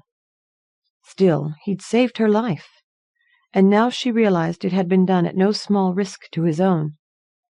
He hadn't known he could bully the runners into leaving, and he'd known dawn was close. He'd thought the sun would kill him, and even so, he'd defied that death to chase the pack from her. "Dorian, don't go, please! Dorian!" She made her way back to the circle, and found him sitting beside the pond, bathing his hands. He glanced up, and she saw he had water cupped in his hands. The look of desperation on his face frightened her, but she was too far away to do or say anything when he abruptly thrust his face into his hands and drank, as if taking poison. His throat convulsed with forced swallowing, and again his pale oval face raised to hers. She stood rooted to the spot until he caved in, and curled up, clutching his stomach.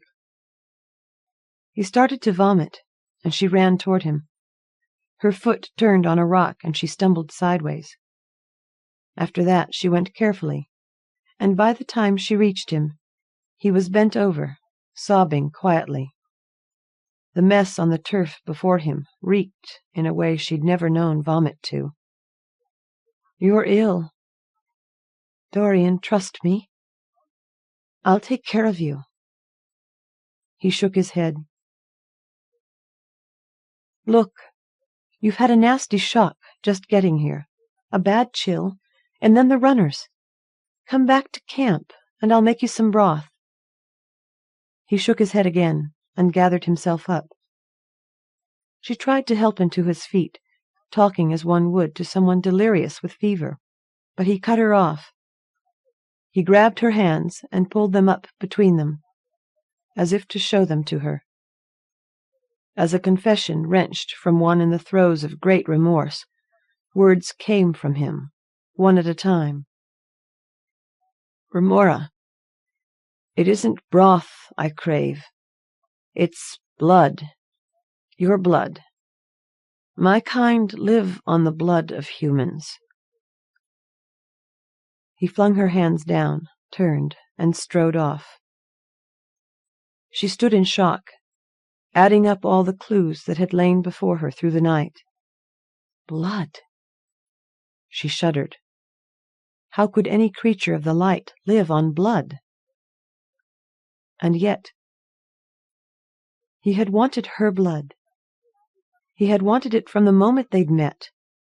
He had been hungry when he came through the gate, and he had never, ever made one move to take what he hungered for. She remembered the look on his face when he'd swallowed the water. He'd hoped that, too, was over. "Dorian!" She ran after him. "Dorian, stop!" She caught him at the edge of the cup that held the circle. Pulling him to a halt, she made him turn to face her. "I owe you my life. Is it my life that you want?"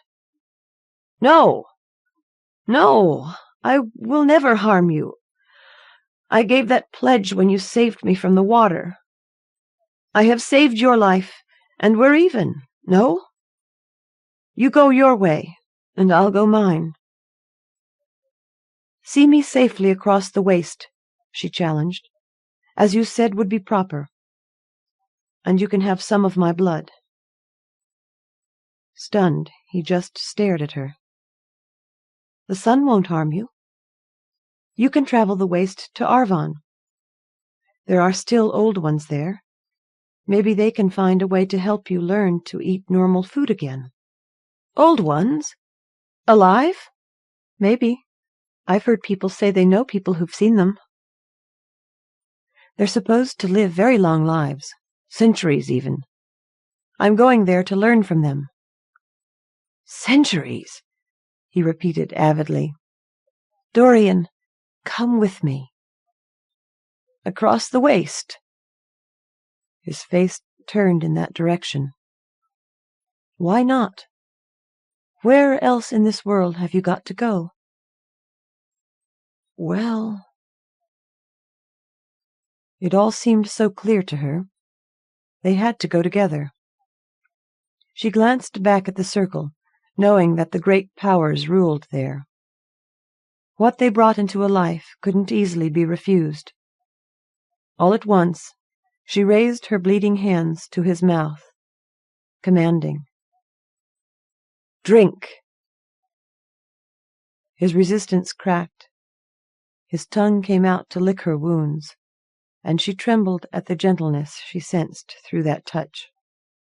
His hands rose to hers, and his eyes came to focus on her own. Warm thrills coursed through her nerves, promises too sweet to ever be fulfilled. But this time, there was no raw compulsion behind it.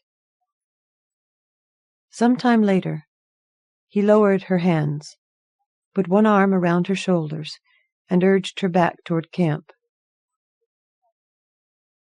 "Not like this. Come, and I'll show you how it's done. You won't be disappointed, Remora. I promise." Afterward. I chose to tell of the first vampire to be swept into the witch world, because at the time Andre asked for the contribution, I was ruminating over a vampire novel. I was reading and studying about the phenomenon, much taken with Yarbrough's Saint Germain and other good vampires in the current literature. I had selected for my novel a particular theory of vampirism, which allowed for a war between the good and bad vampires on Earth, but that by no means exhausted my ideas. When André finally confirmed her interest in the basic idea, providing that the individual I chose to bring to her universe were of the good persuasion, I gleefully wrote Through the Moon Gate, and had a rousing good time figuring how the laws of the witch world, reality, might affect the curse of my vampire. I think he's going to like living, in this new reality, and I expect he'll survive a good many thousands of years there. I doubt he'll make many new vampires, but I imagine he will eventually affect both the lore and the politics of the witch world. I'm eagerly waiting to see if any other writer will want to use Dorian St. John, or whatever he decides to call himself, keeping in mind that all my good vampires have a strong tendency to fall passionately in love with only one human at a time, and of course, always, at the most inconvenient time possible. Jacqueline Lichtenberg. Dream Pirate's Jewel by Brad and Cynthia Linaweaver. The days following the fall of Sulcar Keep were the darkest known by these proud sea folk. For most of them, it was a time of heartbreaking sorrow. The Sulcar were a wandering people, but they knew the pangs of longing, and their prows often turned to home port, where awaited her comforting arms. With their mighty city destroyed, the vast Sulcar fleet wandered aimlessly. The destiny of many of these ships would never be known to kith and kin, for many took to exploring unknown places. Other Sulcar crews took their ships for hire to foreign lands, where there was great need for sure sea skills and sturdy vessels. The remaining few chose to rebuild what they had lost. Yet the attempt to do so on the site of the old city left many of these hardy folk dead, and even more sick unto death. For a strange force emanated from the rubble of the destroyed port, soon making of it a place accursed. After this failed hope, 2 of the Sulcar ships separated from the rest. These 2 mighty titans of the shipbuilder's craft, the Moonshell and White Spray, withstood the elements, taking their crews across the great ocean to the shores of High Halleck. The barren shoreline offered no comfort to the weary sailors, yet they searched as one does for a hidden treasure, studying the mountain cliffs for signs that would guide them. Near sunset, the cry rose to set anchor. 2 small boats went from the mother ships toward a small opening in the range of mountains that dropped straight as a wall to the ocean. Entering the narrow passage, the crews of the boats were amazed at what they beheld. The day's waning light revealed a bay spread before them, large enough to rival Sulcar Keep herself. This bay was surrounded by rocky cliffs on all sides, save an inner shore to starboard that boasted a thin, sandy space before a gradual rise to more mountains. To most, this would not seem a likely harbor. For Sulcar, it was such as they dreamed of. These folk were master builders as well as sailors. Their ways of shaping stone to their purpose were not well known, yet all who had visited Sulcar Keep would never forget the magnificent evidence of talent and beauty. This bay rekindled hope for raising a new keep, the settlement that was to be named Osberek, in honor of a fallen leader of Sulcar Keep. Amid shouts of joy, the explorers returned with the glad tiding, and at dawn's light of the next day they began to widen the opening to admit the huge ships. A study of their maps placed the bay in southern High Halleck.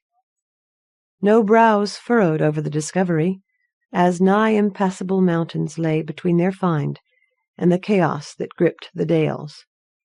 Any threat from the sea would first have to pass their harbor gate, a task not easily done when that opening was guarded by Sulcar marines.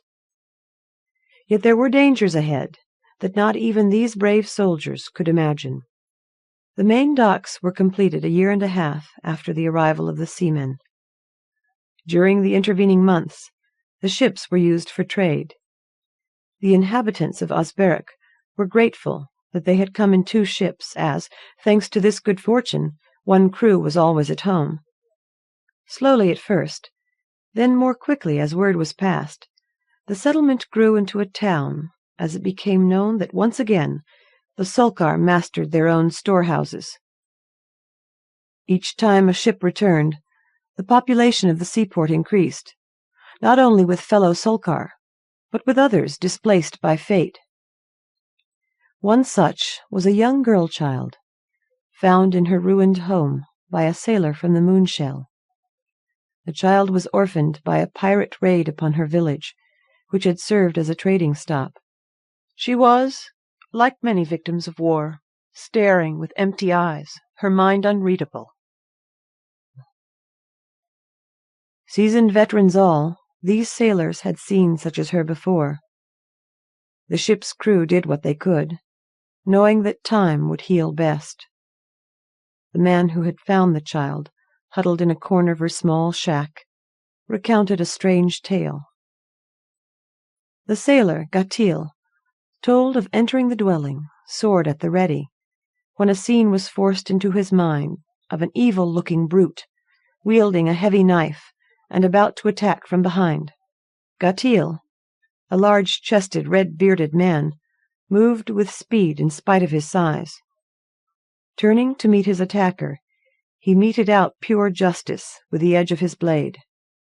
As Gatil lifted his gaze from his fallen enemy to the wall beyond, he met the large grey eyes of the girl-child, and he knew 'twas she who had saved him. The foeman was a straggler from the raid. People of the Solkar were well acquainted with the witch powers of the women of Estkarp, having allied themselves with these formidable ones in times past. Gatil's tale meant that the foundling was of witch blood. It was suggested that she be given over to the witches as one of their own. For reasons he would not voice, Gatil refused to let the child be taken. His shipmates thought that such resolve bespoke his gratitude to she who saved his life.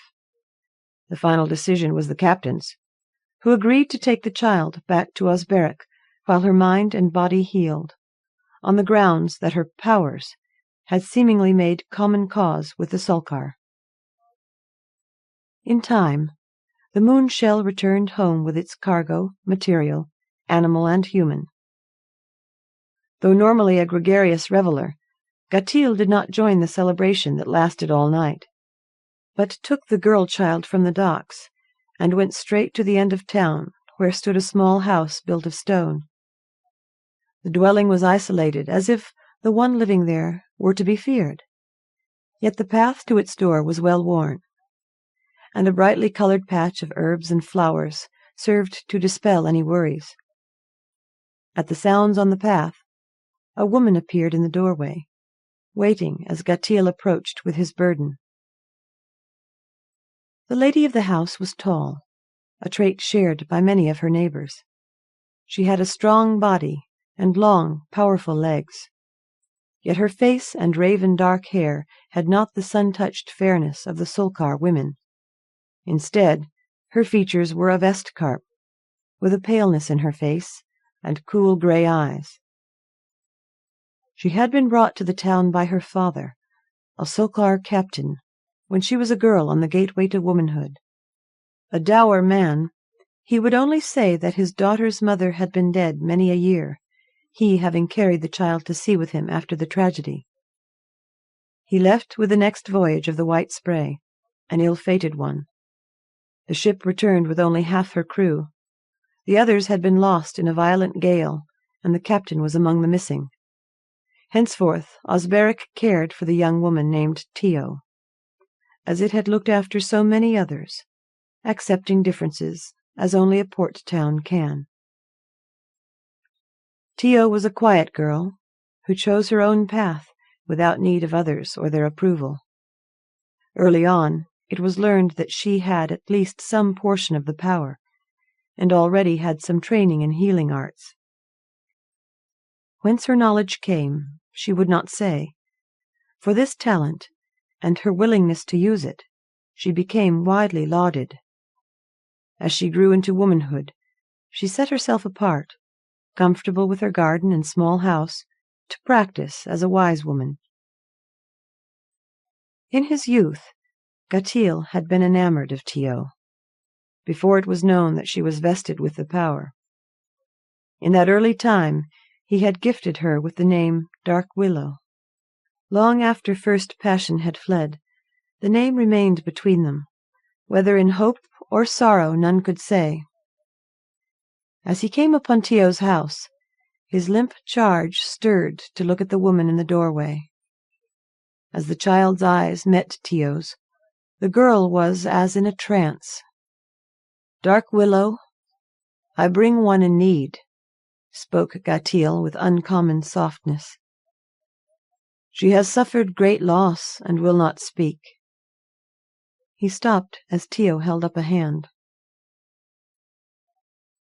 "I know that she is of witch blood, and the power sleeps within." Touching the child's brow with all the gentleness at her command, Tio said, "She is already more gifted than I." Gatill studied Tio's face. "You will care for her?" he asked. Tio nodded, taking the child from his arms. Gatill followed as Tio entered the hut, and without waiting to be asked, he recited the tale once again of how the child had warned him against danger. Tio nodded as she sat the little girl in the smallest chair in the room. "The thing which you speak of is not uncommon in fully instructed wise women. Yet for a child it is extraordinary. You bring a treasure to my house, Gatill. She will be so treated." "Worry not on my stead," said Gatill strangely. "Empty-handed I am not." With this cryptic parting, Gatill left the lodging. Tio reflected that he had seemed nervous. It was not long before the news spread. Osberic had a new member. In a short time the child volunteered her name to Tio. It was Myrna. That was a most important first step. Once fully in the healer's care, the child prospered, and before a full passing of the moon, she was chattering as suited one her age. Yet of her past nothing was to be revealed, for all the girl recalled was her birth name. In time, Myrna became as a daughter to Tio, learning what she could of healing arts, and of that small talent of which Tio had control.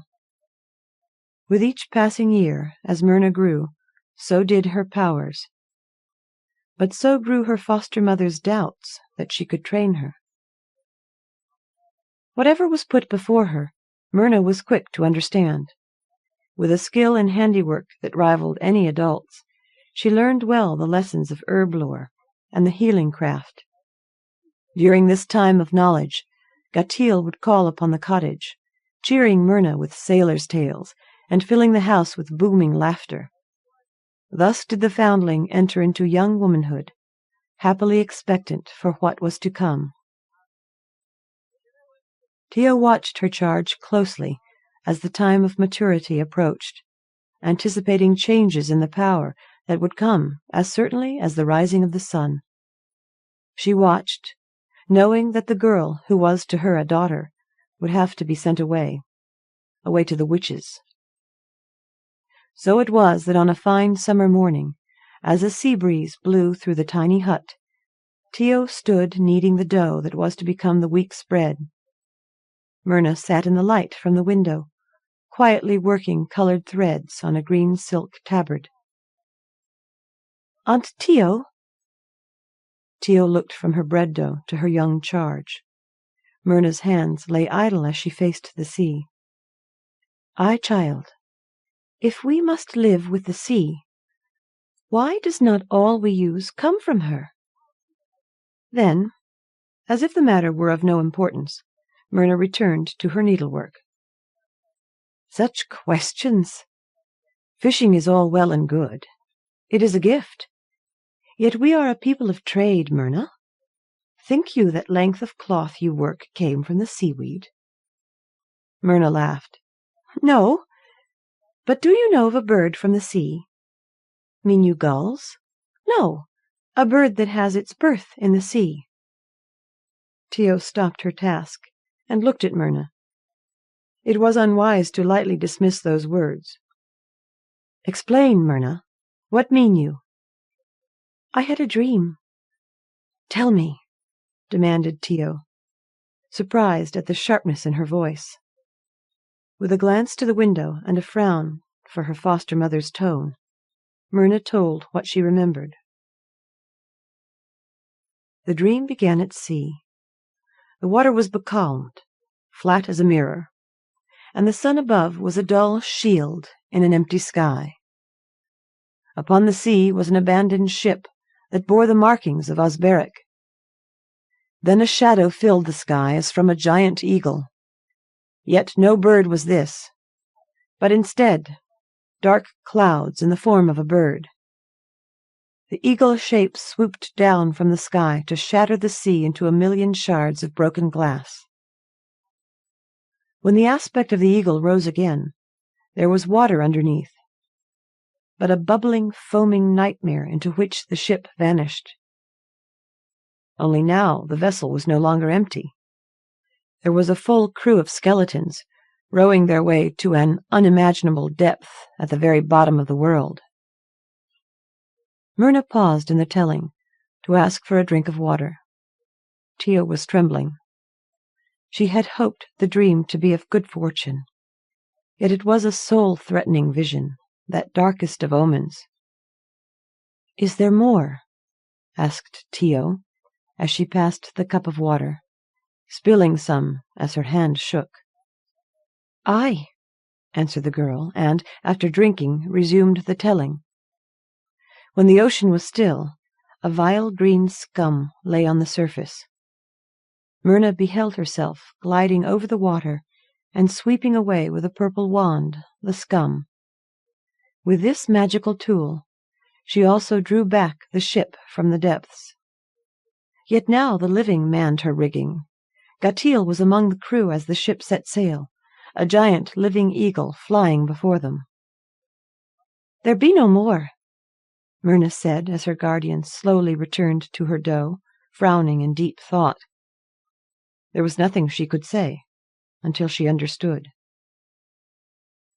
May I go to the shore? Asked Myrna. Tio nodded silently. A terrible thought had entered her mind, unbidden. Gatil had not told everything the day he brought the child. Tio had learned long ago never to disregard such sendings. When Myrna had been gone a while, Tio went in search of the man. Gatil, she was to learn, had asked to remain behind when his ship left port. As Tio searched on, she found that he had last been seen, the hour after his fellows set sail, walking at the farthest limit of the beach. Nobody had come across him since. As the day reached its end, and the sun lit up the horizon with red fire, Tio found herself by the shore where Myrna was collecting shells. The first stars came out, mysterious eyes to watch the affairs of frightened men. Tio shivered in dread that something was amiss. Witch powers or not, she usually felt this way only before the coming of a violent storm. Yet there was not the least sign of ill weather. Come, young one, it is time we think of the evening meal, she called out. Her long legs carried her over rocks and boulders to the beach, just short of running. Thus was she hugging the girl with all her might, and hurrying the two of them home, as if in one motion. This was to the good. In the night, the monster came. The first sign that anything was wrong in Osberic was the fate of two fishing boats that went out at dawn. A good league from the harbor had appeared 3 black pyramids, 2 in a straight line from each other, a quarter-mile apart, the third farther out, making the tip of a triangle if seen from the way the boats were approaching. A man aboard the second boat complained of a stench from rotten fish, but no one else noticed it. Despite failure on the part of this fisherman to raise an alarm, the second vessel was well behind its sister. The first boat sailed between the two pyramids. The sailor, afflicted by the foul odor, let out with a shout as he saw the black things rising from the water. Cries from the first ship could be heard over the louder sound of wind rushing through a water-filled horn. Then, as the water swirled, the first boat was moving in a circle, caught betwixt the pyramids. Within seconds, a whirlpool had sucked them down, as the pyramids extended to reveal that they surrounded the open mouth of a behemoth. Other pyramids appeared as the monster rose. It was gigantic.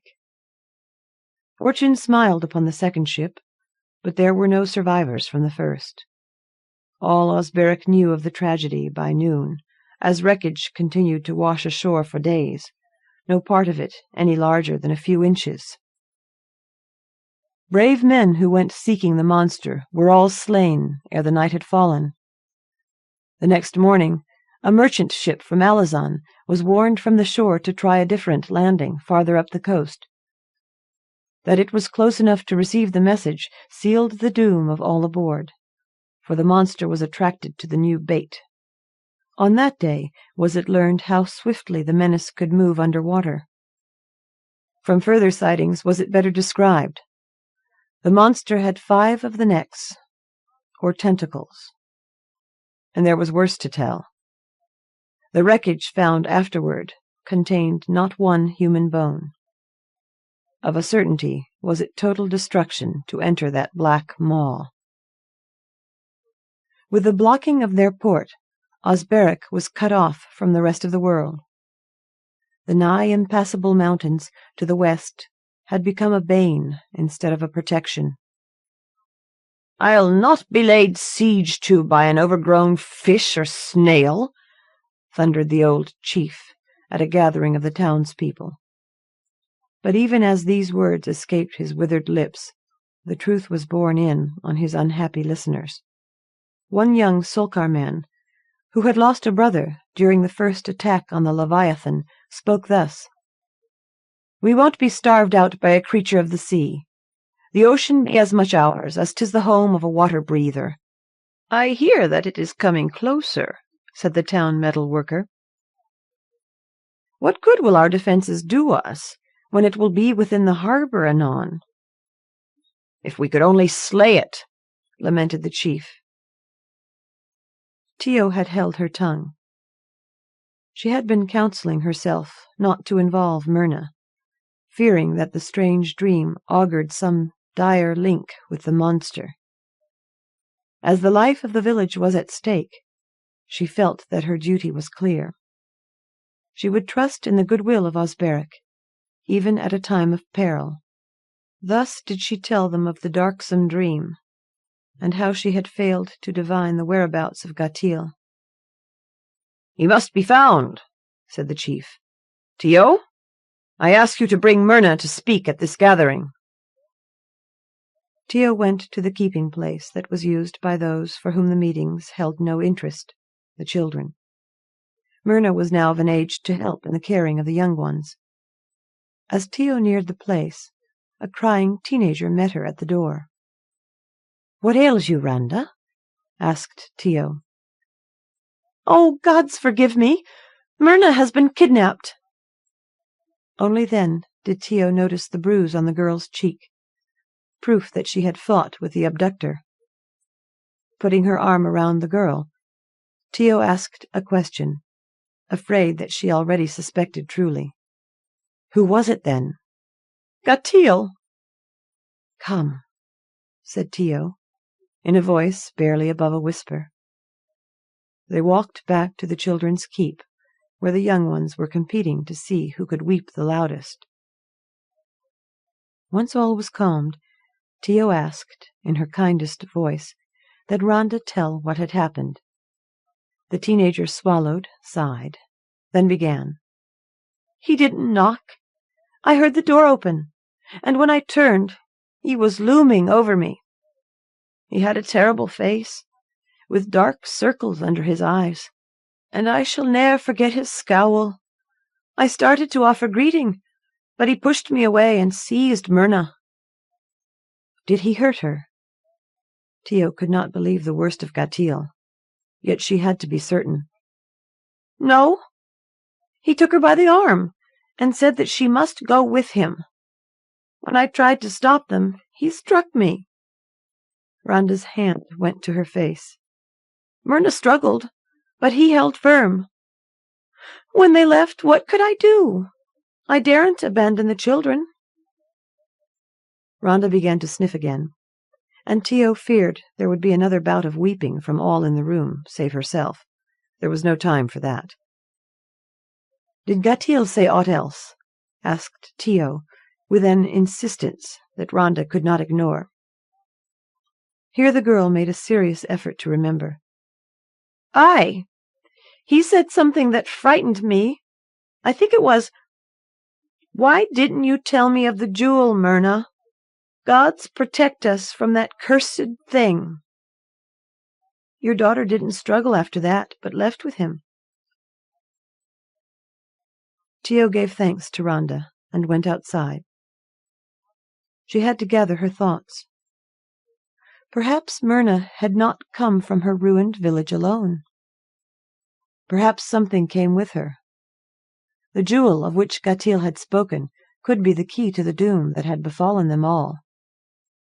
She was troubled that there had been no jewel in the dream.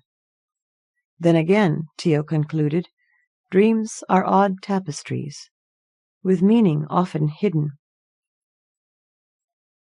The task was to find Gatil and Myrna. Where could they be hiding? Suddenly, Tio shouted in joy. Rhonda nervously peered outside the children's keep and inquired about the older woman's health. Tio laughed for the first time in many a day. Send a boy to the elders, she commanded. Tell them to send men to the cave at the top of the cliffs, near the guard post. I will go ahead. She who had once known Gatil's mind so well should have remembered his favorite secret hiding place in the days of his youth. Once again, Tio was thankful for the exceedingly long legs with which she had been blessed as she made haste over the craggy terrain. Her route brought her within view of the harbor, the expanse of blue-green water giving no indication of the sea-spawned nightmare lurking just below the waves. And then she beheld a sight that made of her a statue, helplessly watching a small boat rowed by Gatil, whose shock of red hair she would recognize anywhere, heading toward the mouth of the harbor. Sitting in the stern, wearing the green silk tabard, was she whom Tio loved. A voice was calling out a name, again and again, and every time this voice was louder, until the name had become a scream. Somewhere, behind fear-glazed eyes, Tio knew whence the voice came. It was she who was screaming, Myrna! As the last sound died, that brightly garbed figure, so far away, so small, seemed to respond by waving, but the boat did not turn back.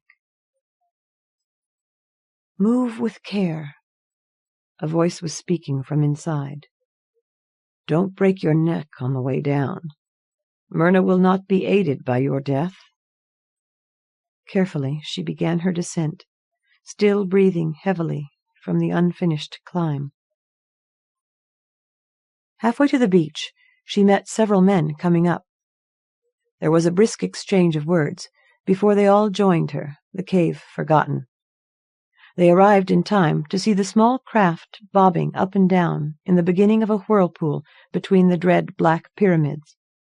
Running into the waves, mad with fear, Tio had to be restrained by one of the men. Although the people on the beach could do naught to stave off the monster's hunger, this was not true of Myrna. She stood up in the boat and held an exquisitely shining object above her auburn locks. Gatill was occupied with trying to keep the skiff afloat, yet never took his eyes from the girl. And then opened his mouth in surprise as she threw whatever it was in her hand into the roiling water. A funnel of dark cloud spun down from the heavens and hung over the harbor. In that instant, as the storm seemed to wait, Gatill was able to pull free of the suction of the whirlpool, straining every muscle that this should be so. When the skiff had moved just out of range of the terrible portent threatening above, only then did the sky fall upon the spot where they had been. A bellowing cyclone it was, a rending of natural order that smashed into the sea, making a white frothing in which there were sounds of piping and wheezing, the death song of a sea monster. Lunging through the spray, coughing out salt in the bargain, Gatill reached Myrna and held her in his arms, just as a big wave crashed over them and filled the tiny craft, sinking it.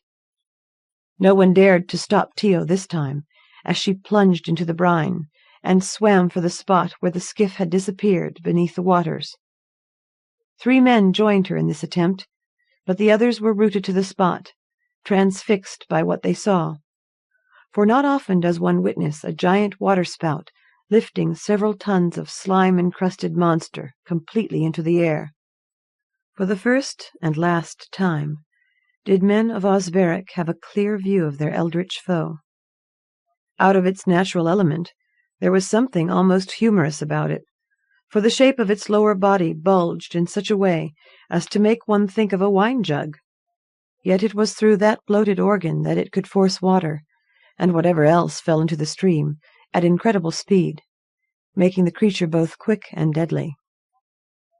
No weapon of iron or steel could prevail against such as this, but the power released by Myrna was of a higher order, and now the funnel of air whipped back into the sky, carrying with it the sea-thing, as if a leaf caught in a playful breeze. Waking as from a trance, the men on shore turned back to a sight of the normal, and then were ashamed that they were not helping Tio, who was returning to the beach, fighting the swells and towing Myrna behind her. But Tio! They could hear the girl between gurgles of water as they dived in to be of service to the women. I can swim all by myself. Naturally, the events just past had turned the once placid harbor into churning madness, and good-sized waves breaking on the shore made it more challenging a task for everyone to clamber onto the welcoming sand.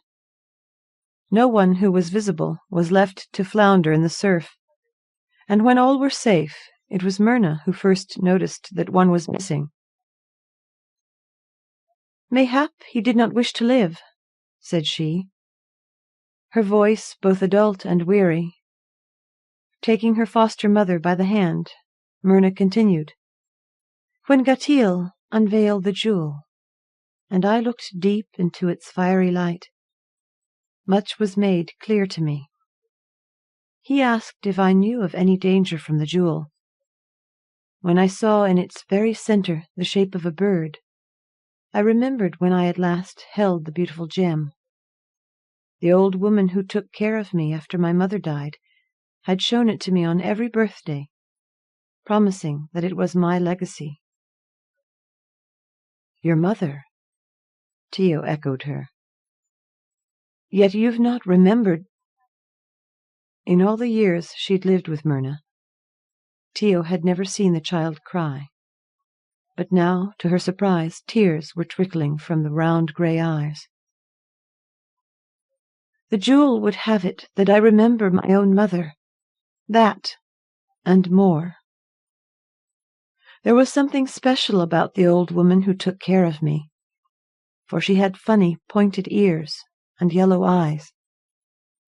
She had come from the old country to the east to nurse me after my mother died, in childbirth.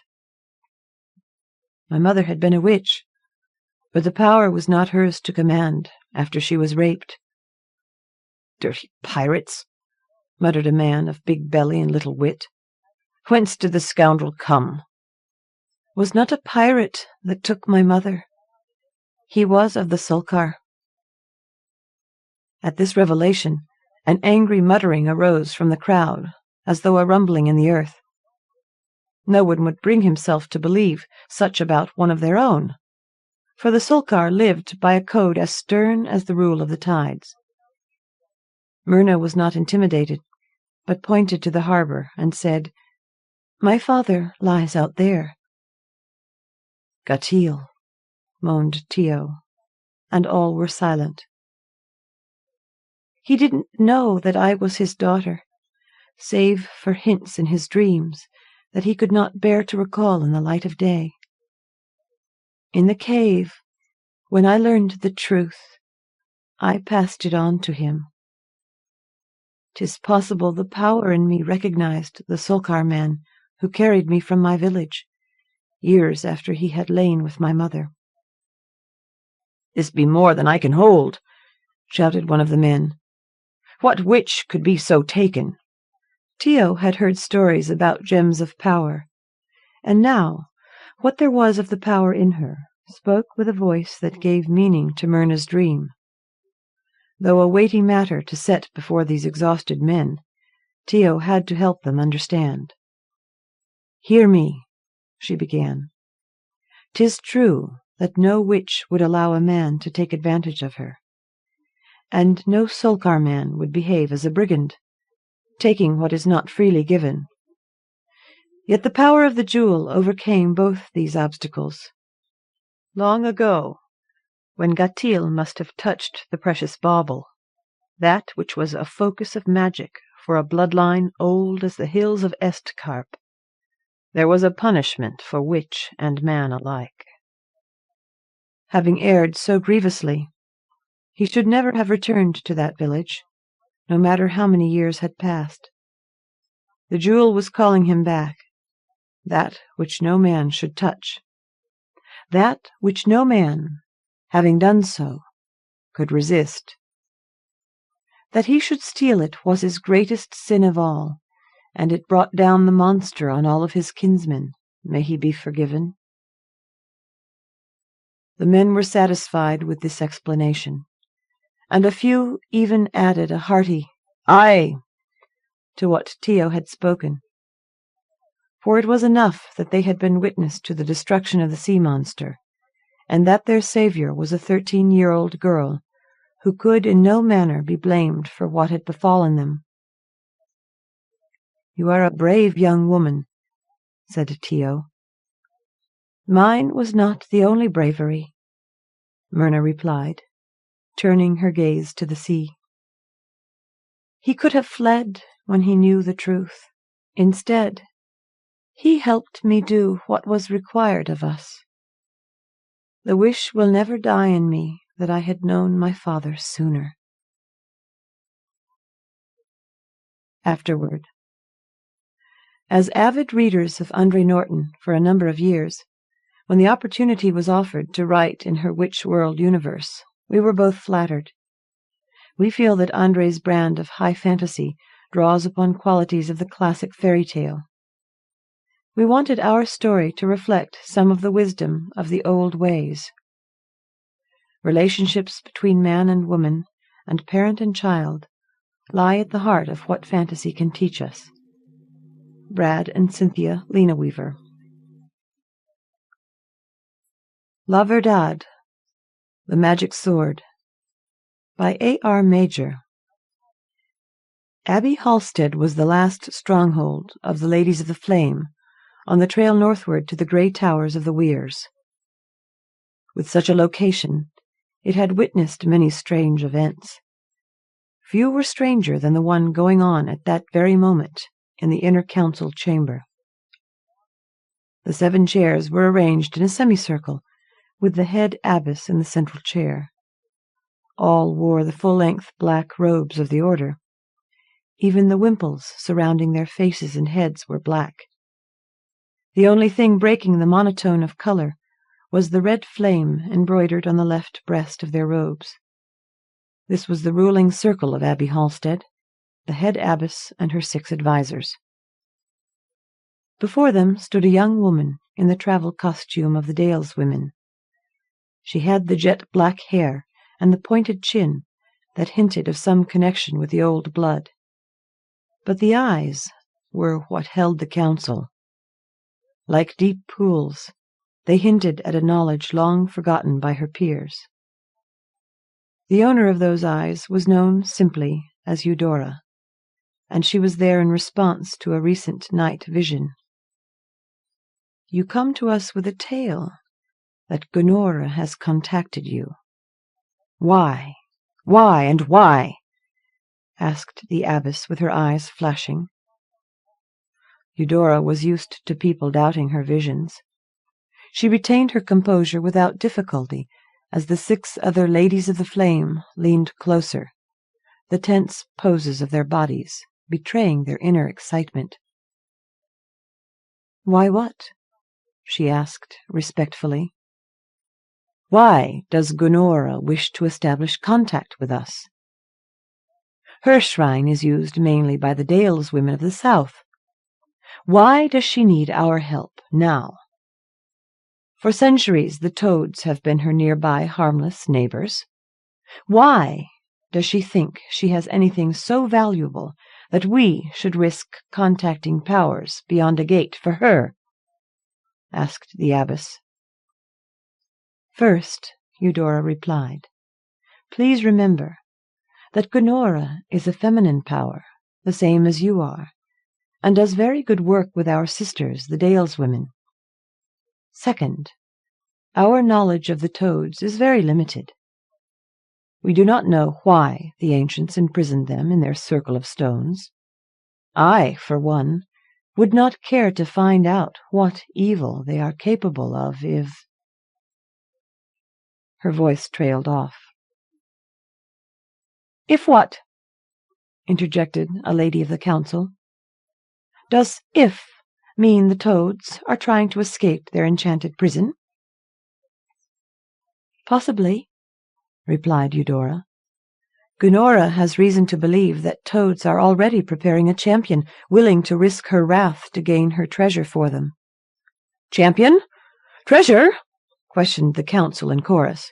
Why does not Gunora strike their champion and end this nonsense if her treasure is so valuable to her?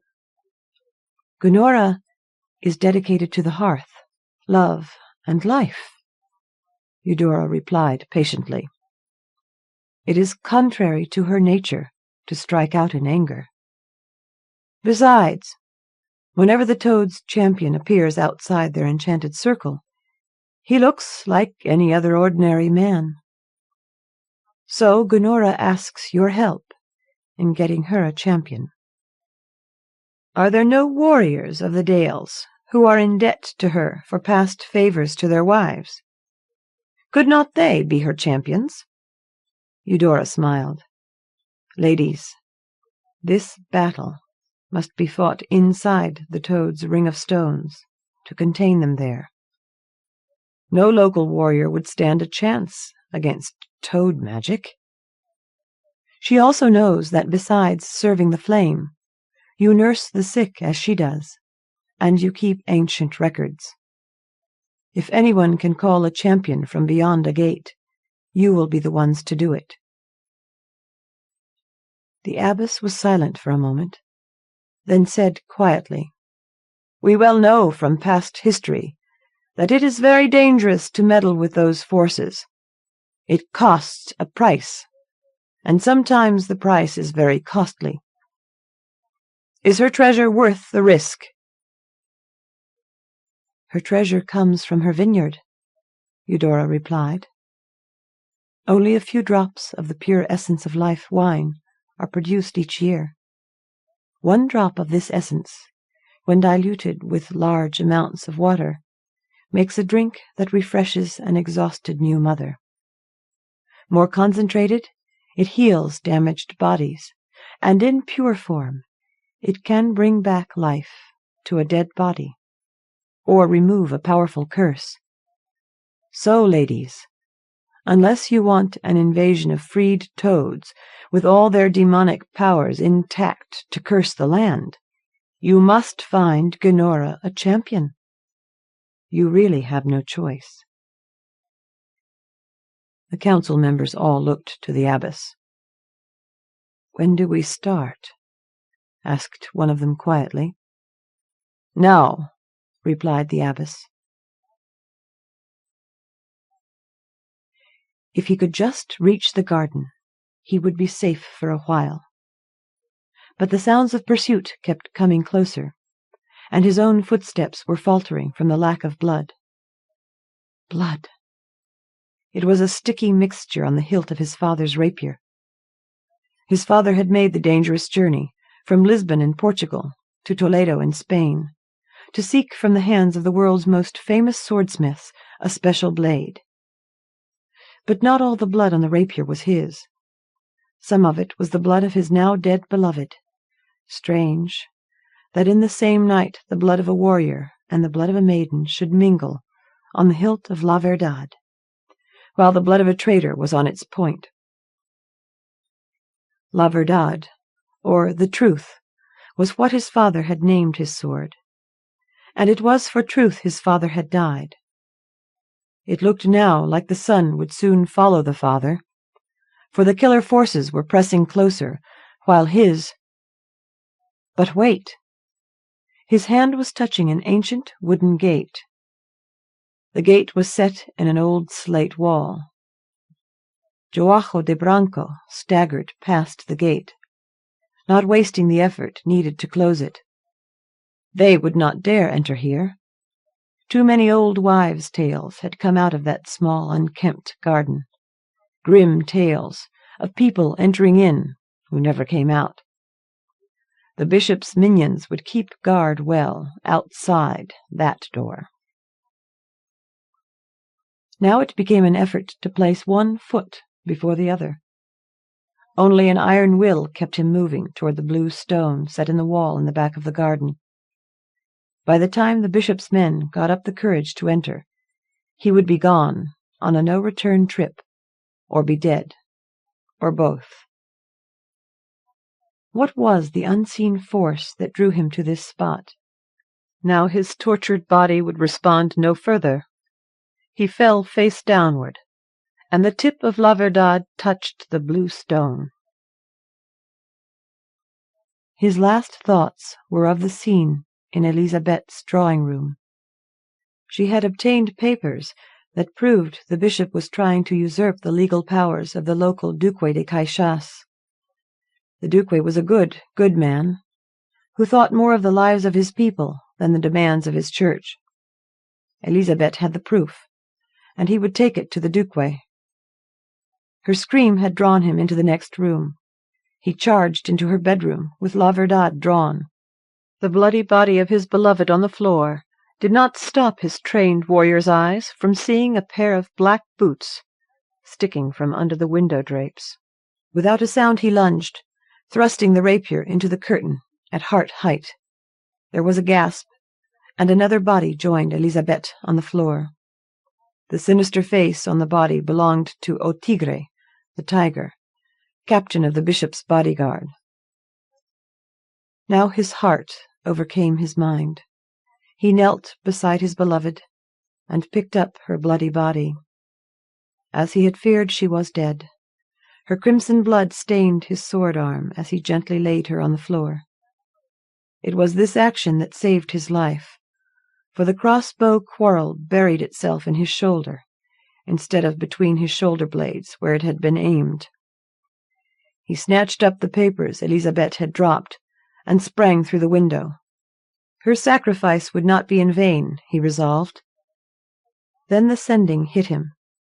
He must get to the strange garden at the end of the Rua dos Mortos, the Street of the Dead.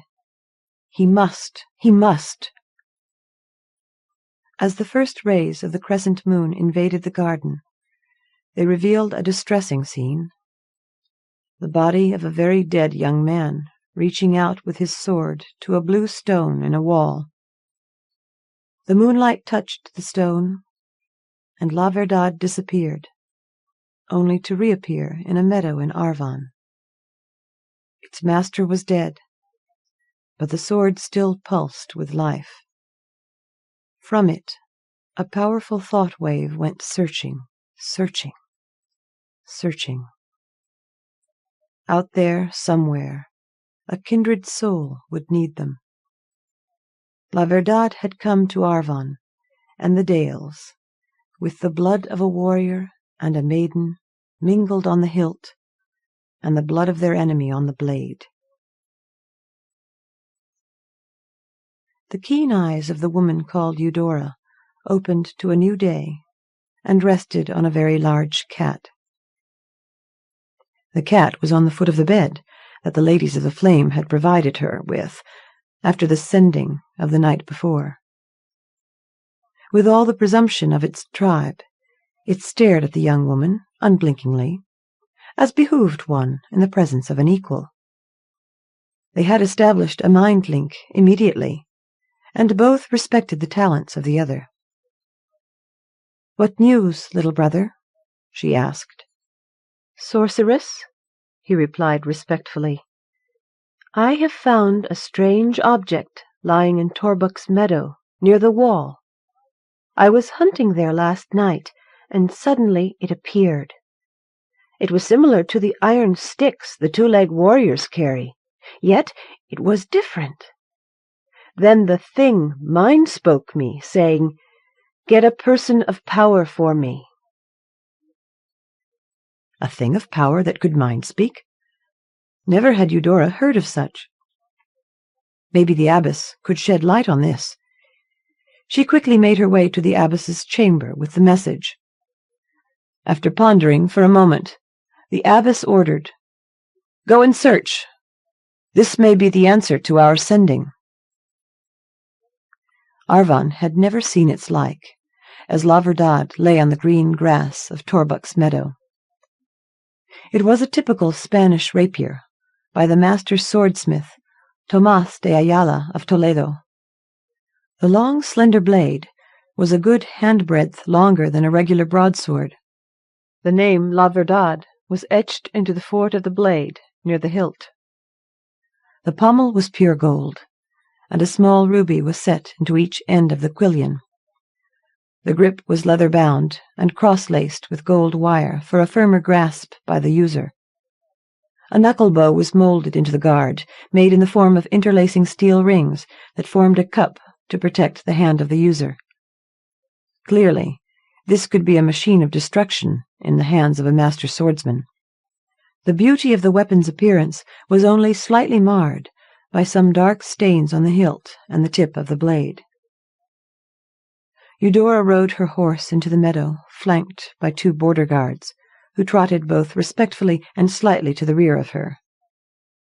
"It's still here, just like you said it would be," said the older of the guards.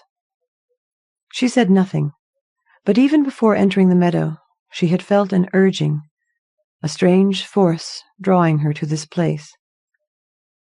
The younger of the borderers spoke disdainfully. "What kind of a child's toy is this?" Before she could answer, he had vaulted from the saddle and stooped to pick up the sword.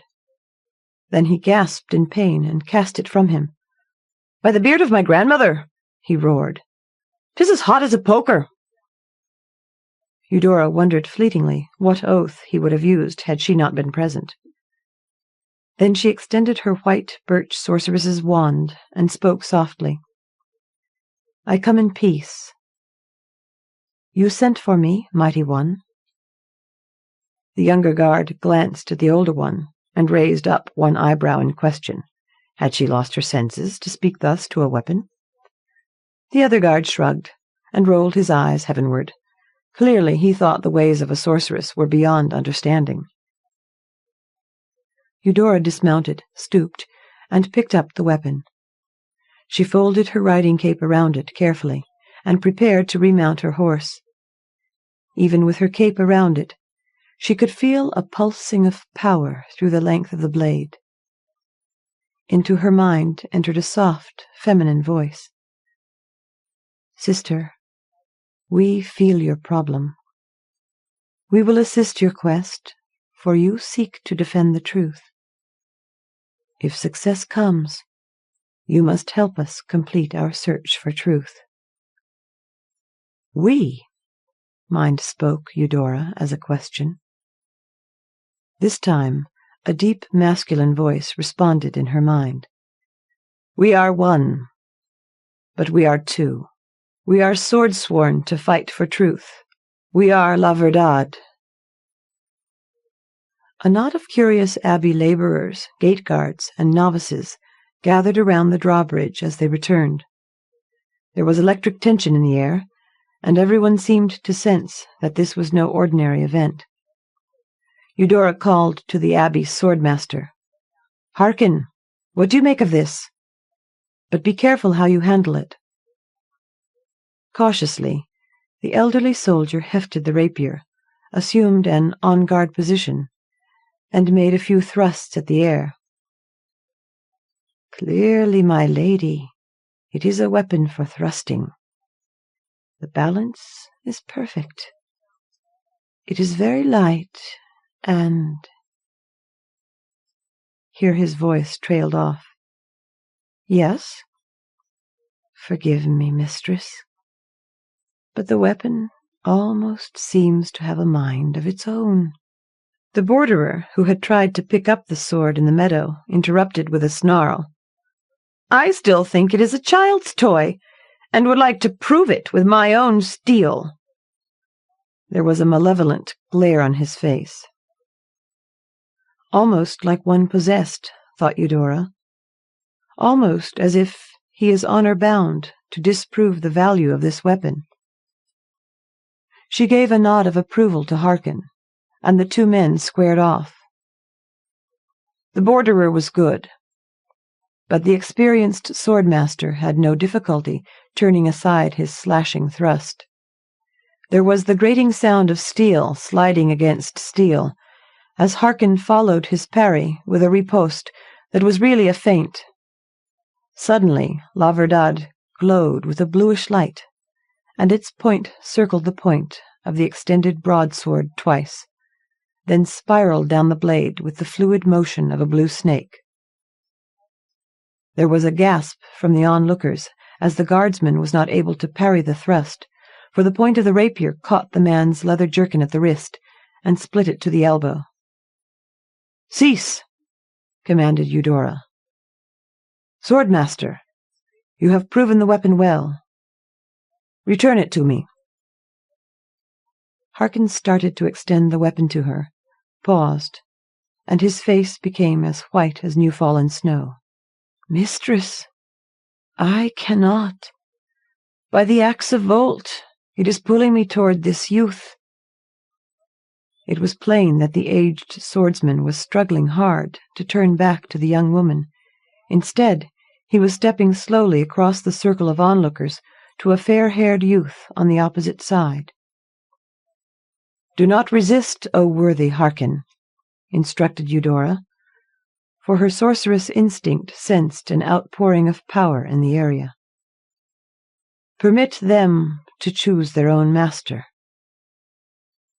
No one seemed to notice her use of the plural, them, or if they did, thought it a slip of the tongue. Caldon, the youth seemingly selected for the honor of owning the sword, accepted the rapier reluctantly.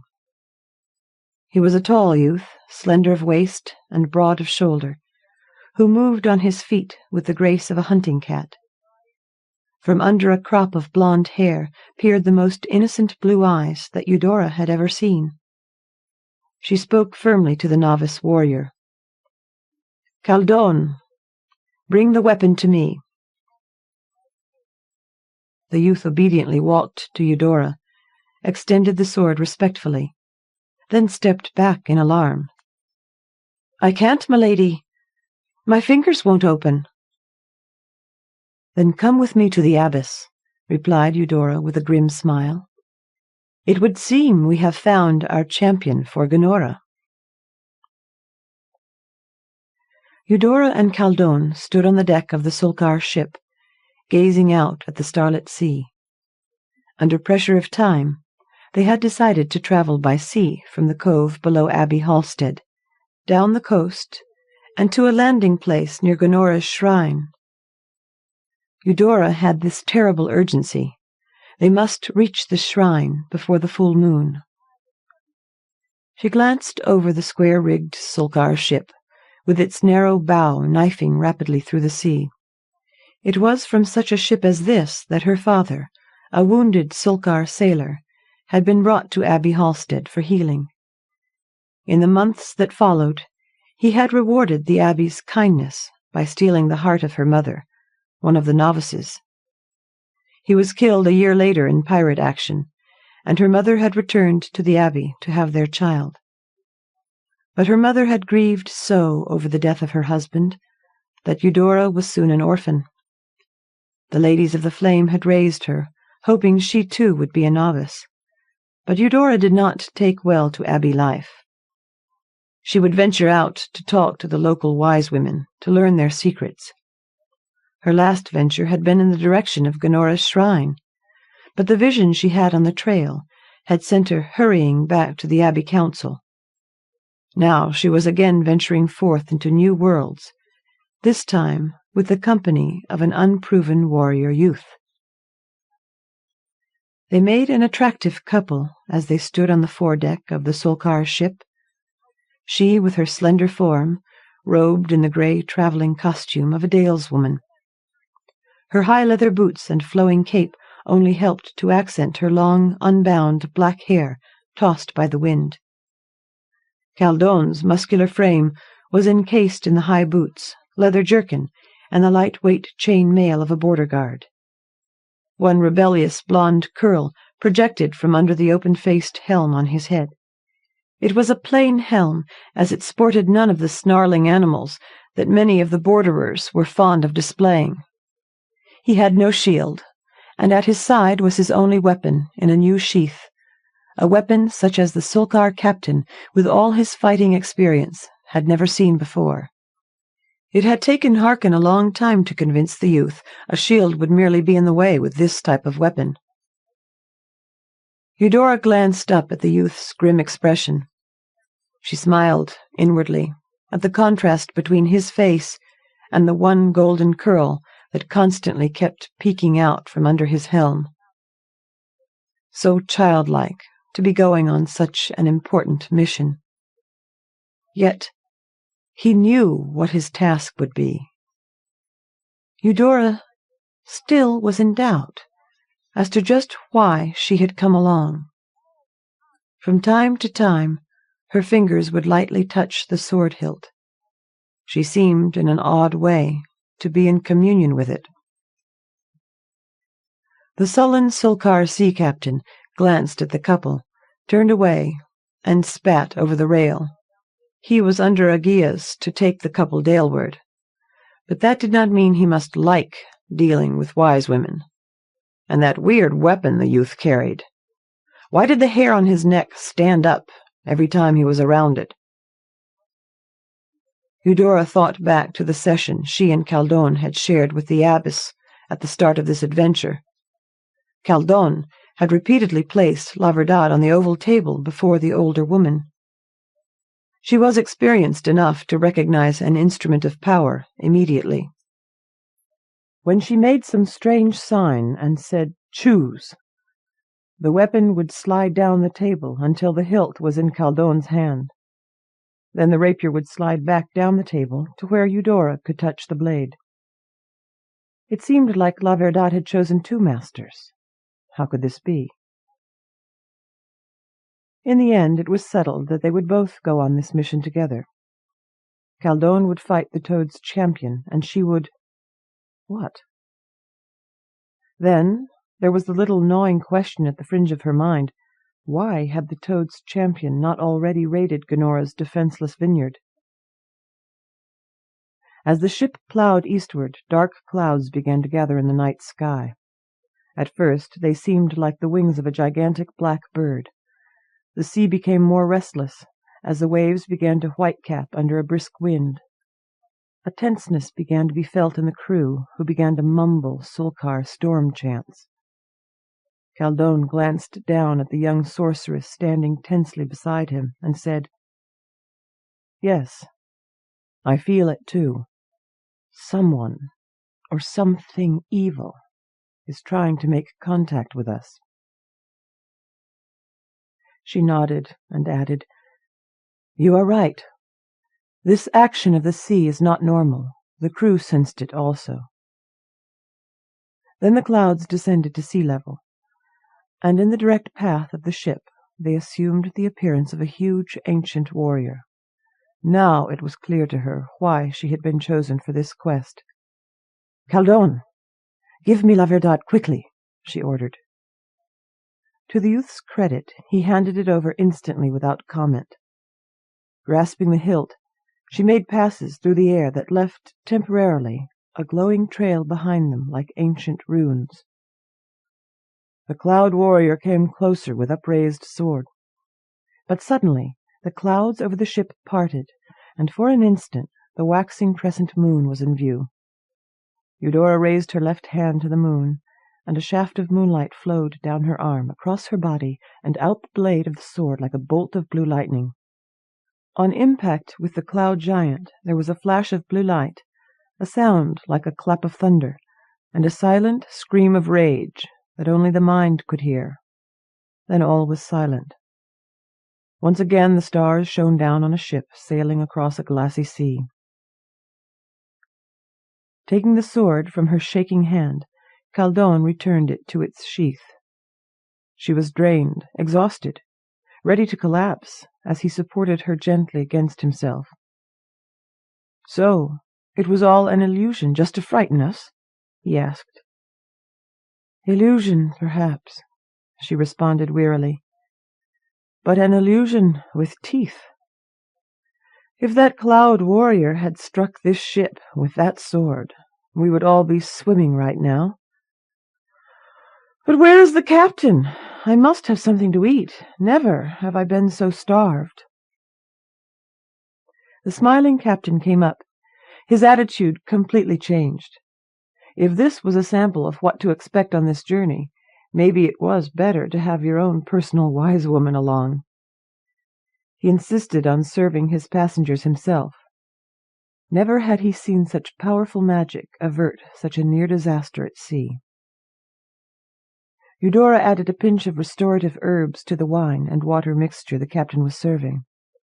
She stopped in mid-bite on a piece of journey cake she was eating, and said softly to Caldon, "For just an instant in that encounter, I was in contact with the mind of the Toad's champion.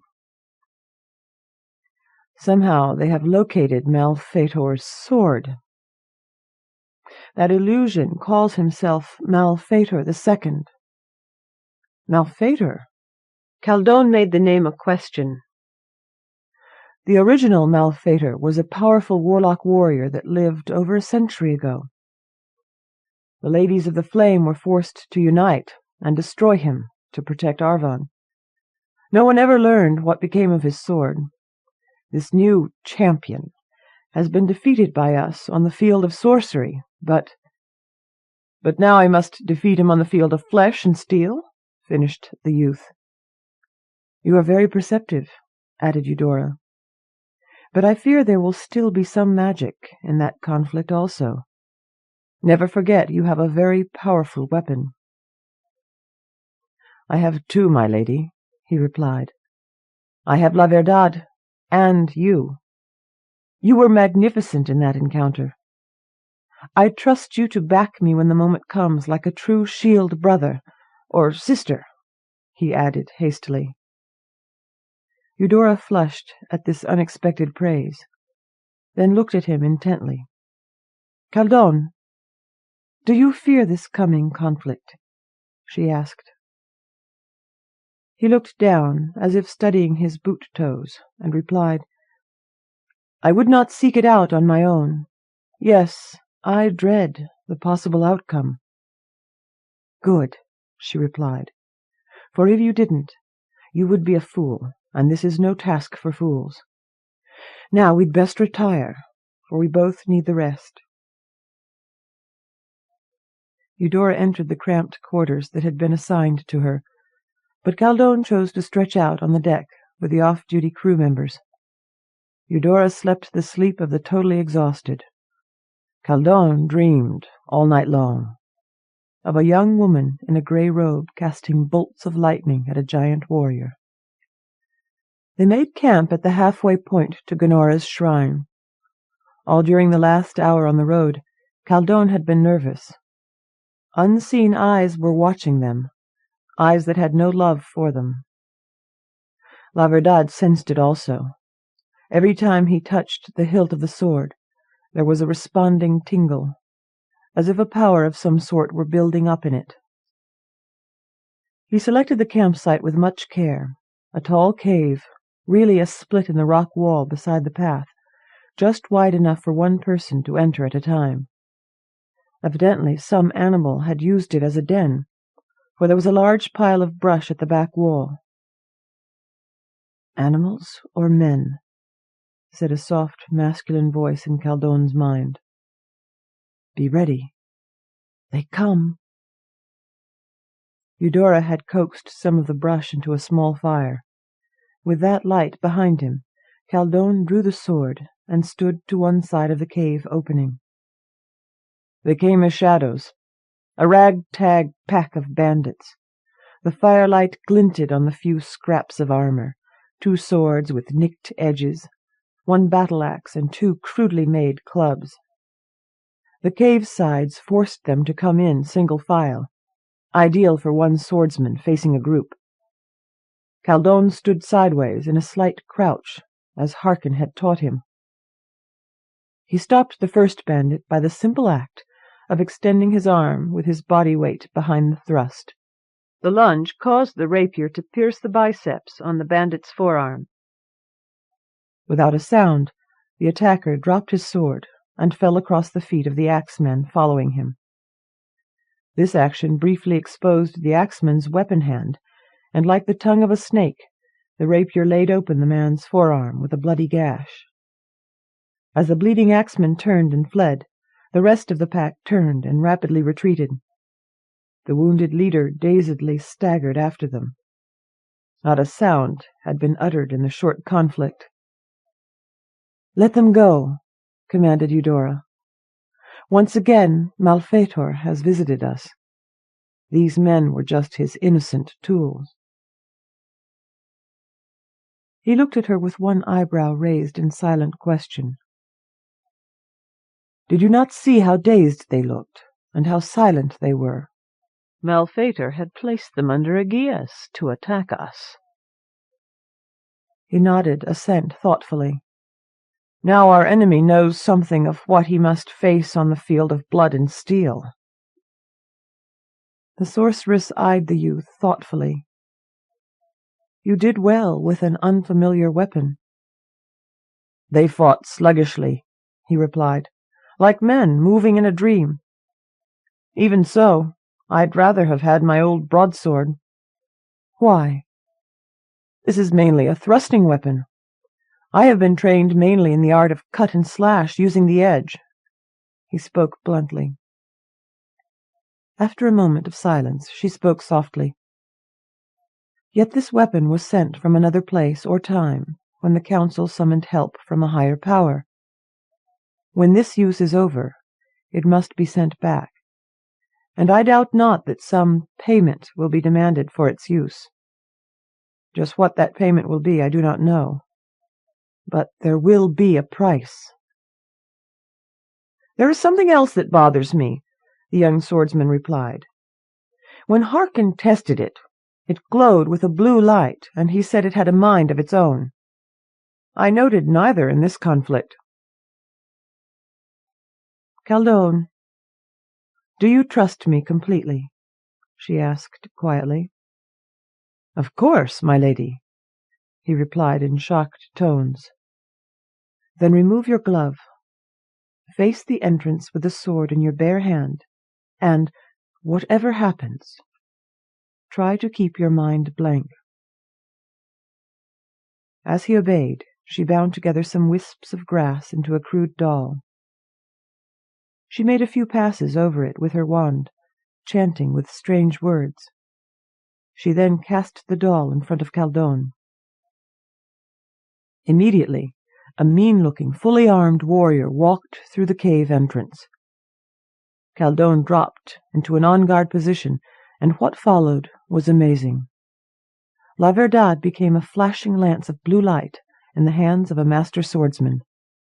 Attack after attack of the veteran warrior were met with the youth parrying each one easily. Then the rapier caught the descending blow of the enemy's broadsword, and with a flick of the wrist moved it harmlessly aside. With the smoothness of a slithering snake, the rapier lashed into the attack and pierced the other's throat. Instead of a scream, there was a puff of smoke, and Caldone stood with his sword, piercing a grass doll. Your opponent was more than an illusion.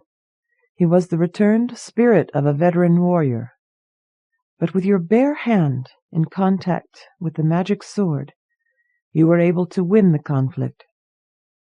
The coming battle with the Toad's champion will be more than just one of blood and steel. The end will be in the world of reality, but the conflict will also have much of high sorcery. That is why you will need a sword, not of this world. And that is why you need me. While you fight Malfetor, I will try to keep the Toads occupied. Now, we need rest. I will set guards against Malfetor's magic. We must both be in good shape for what tomorrow brings. Eudora set some blue cubes at the four corners of the campsite, and they rolled up in their sleeping rolls. But Caldone slept the light sleep of a soldier in a combat zone, with his bare hand on the hilt of La Verdad. They made an imposing couple as the young sorceress and the recently proven young warrior stood before the shrine of Gunora. The ancient building with its round windows and the door with the heavy bell pull seemed both to attract and repel them. "What means this symbol, sorceress?" asked Caldone with a hushed voice, as he pointed to the emblem of ripened grain entwined with a fruit-laden branch. "It is the symbol of Gunora, that of new life," she replied. As she pulled the bell rope, she wondered why it rankled her when he called her by her title instead of her name. Why could he not see her as a person instead of just a profession? A voice as soft as the spring breeze said surprisingly, "The house of Gunora welcomes all three of you, men and maidens. Welcome, champion. Welcome, sorceress. Welcome, La Verdad, living sword." They entered a narrow hallway, lit by 2 lamps, one on each side, and set on columns. They passed from the hallway into a large room that had a table set for 2 people. Food and some green drink in goblets graced the table. "Refresh yourselves," the soft voice said, "and I will inform you while you are eating." The 2 young people had healthy appetites, and the food was appreciated after days of journey rations. As they ate, the voice continued, "I observed your encounter with Malfetor's astral image and his minions on the road here. He grows bolder, and as his power increases, he will soon attack this very place. Until now he has been contained inside the Toad's ring, for when he leaves there, he must assume his true form as an inferior wizard. But he is learning from the Toads, and when the full moon begins to wane, my power will be unable to keep him in the magic ring. The new Malfetor must be stopped this very night, at the entrance of the Toad's prison. If my champion can hold out until moonrise, I will do all I can to aid him. Remember, this is an all-out effort by the Toads for freedom. I will destroy this shrine before I permit that to happen." "If Caldone fails," said Eudora with a catch in her voice, "you would destroy this place to stop the Toads?" The soft voice continued, "The Toads must never get the Vineyard of Life, lest the entire of Arvon be taken over by dark forces. That is why I called on you and your sisters for help. The ladies and I walk different paths, but in this we have a common cause." Then to Eudora, "Come to my inner chamber. I would talk to thee alone." Another curtain fluttered, and Eudora passed through to an inner chamber. Galdon was left to his thoughts. How did she know the name of the sword? He mused.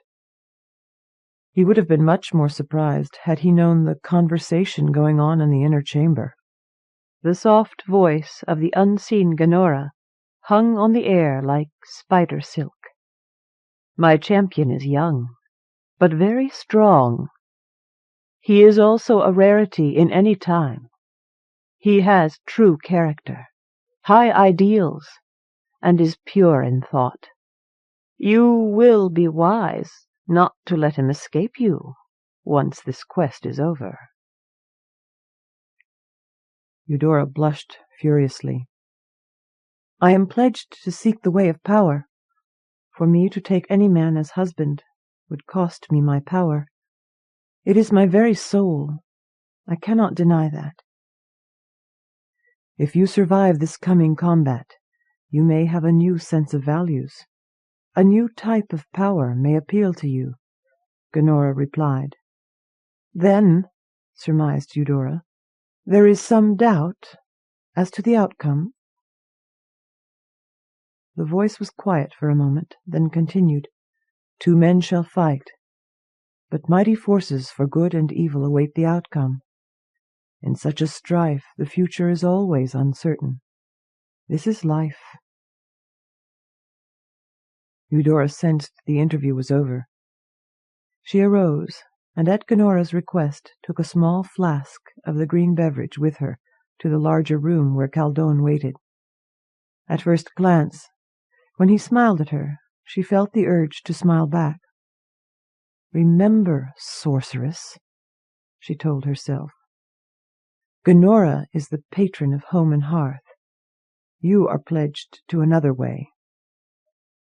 He was handsome, though. When Galdon stooped to pick up his helm, he noticed a change in it. No longer unmarked, it had a golden sheaf of wheat intertwined with a fruit-laden branch on the front of it. Gunora had accepted her champion. "Thank you, my lady," the youth whispered. It was a much more confident swordsman that placed his newly marked helm upon his head. Once again they hoisted their packs and left the shrine. They made the inn at Grimmerdale by dusk. The small group of hangers-on had taken one look at the sombre maid, her grim companion with his off-world weapon, and silently left the hall. The innkeeper was a slight, stooped man with a patch over one eye. Galdon spoke to him sternly. "Your evening meal, sir. But let me warn you, we know you have powerful neighbors who bear us ill will. My companion is a powerful adept who knows when food has been tampered with." Meekly the innkeeper replied, "Yes, my lord. As for my toad neighbors, I bear them no love. They took my eye as a price to stay here in business." Eudora spoke to the man after he served them the simple but nourishing meal. "Place our baggage in 2 separate rooms until we come back tonight." So saying, she handed him a small gold coin. He bowed in gratitude and said, "My pardon, my lady, but if you go out there tonight, you may not come back." "Then," Galdon rumbled, looking up from his plate, "you had better start running and don't look back." Without another word, the innkeeper took their baggage and disappeared up the stairway. Eudora opened a small flask and poured 2 drinking horns with equal amounts of a light green liquid. "We had both better sip some of Gunora's gift while we may," she murmured. "We will need all the strength we can get." Without further words, the 2 of them left, Galdon holding the unsheathed sword, and she her peeled birch wand. As they moved up the mountain trail in the gathering dark, they could feel a surge of strength from Gnora's offering. They could also feel a tingling of gathering power in the darkening atmosphere. Large standing stones lined the pathway on either side, and they knew they were entering the toad's prison. Reddish-yellow light appeared on the edges of the stones as they spiraled inward to a hexagon-shaped center. Here, before 5 bloated, toad-like creatures sitting on blocks of stone, stood a tall figure, clad in the armor of past centuries. In one hand he held an oval shield, and in the other an ancient broadsword. Here stood Malfetor in the flesh, champion of the toads. "Study your enemy closely," said the still, quiet voice of La Verdad in Caldone's mind. "Look for weaknesses and openings." Malfetor's body was encased in a heavy leather jacket that had large bronze plates fastened on it. A kilt of overlapping metal strips reached from his waist to his knees. Bronze greaves protected the front of his legs from ankles to knees. Wide steel cuffs defended his wrists. An open-faced helm was on his head.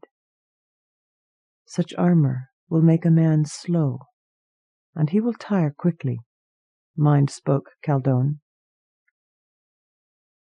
"His target areas are his biceps, face, the backs of his legs, and between the bronze body plates," replied the voice. "Make him move around. Try to get behind him, play for time, and wait for the inevitable opening." The voice that bellowed from the armor-clad giant had a hollow echo in it. "Who walks the path to Malfetor's castle?" "What castle exists in a stone pile, ruled over by 5 ancient prisoners, so weak they must depend upon a slave to intercede for them?" taunted Caldone. "You well know, traitor slave, that the champion of Gnora is here to end this travesty on honesty." The taunt had the desired effect. With a roar, the giant charged, waving his sword in great figure-of-8 slashes. But the light-footed youth easily sidestepped the sluggish giant and gave the back of his leg a quick thrust. The wound was slight, but enough of them would drain a man's strength. With a roar of pain, Malfetor spun to face the youth, and in so doing, for an instant, exposed his shield arm. There was a flash of blue light as the rapier pierced the shield arm. The light faded as Caldone danced rapidly away. Then the wave of force hit him, his legs became sluggish, and Malfetor moved in, cutting and slashing. Quickly Caldone went on the defense. The rings that made up La Verdad's guard rang repeatedly as the youth's parries turned aside the giant's vicious slashes. High, right, left, low. How long could he hold out? Then, suddenly, he was free. Once again he could retreat and break off the attack. From across the hexagon he caught a glimpse of Eudora, aiming her witch's wand at the pillars the toad sat upon. So blood and steel and high sorcery were involved, just as Gnora had predicted. How long the attacks and counterattacks lasted, Caldone had no way of knowing.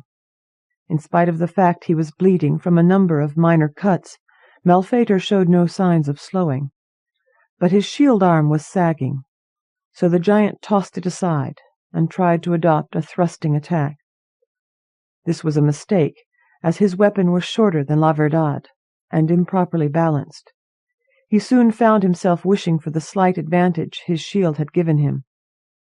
But once again the seemingly immobile toads entered into the conflict.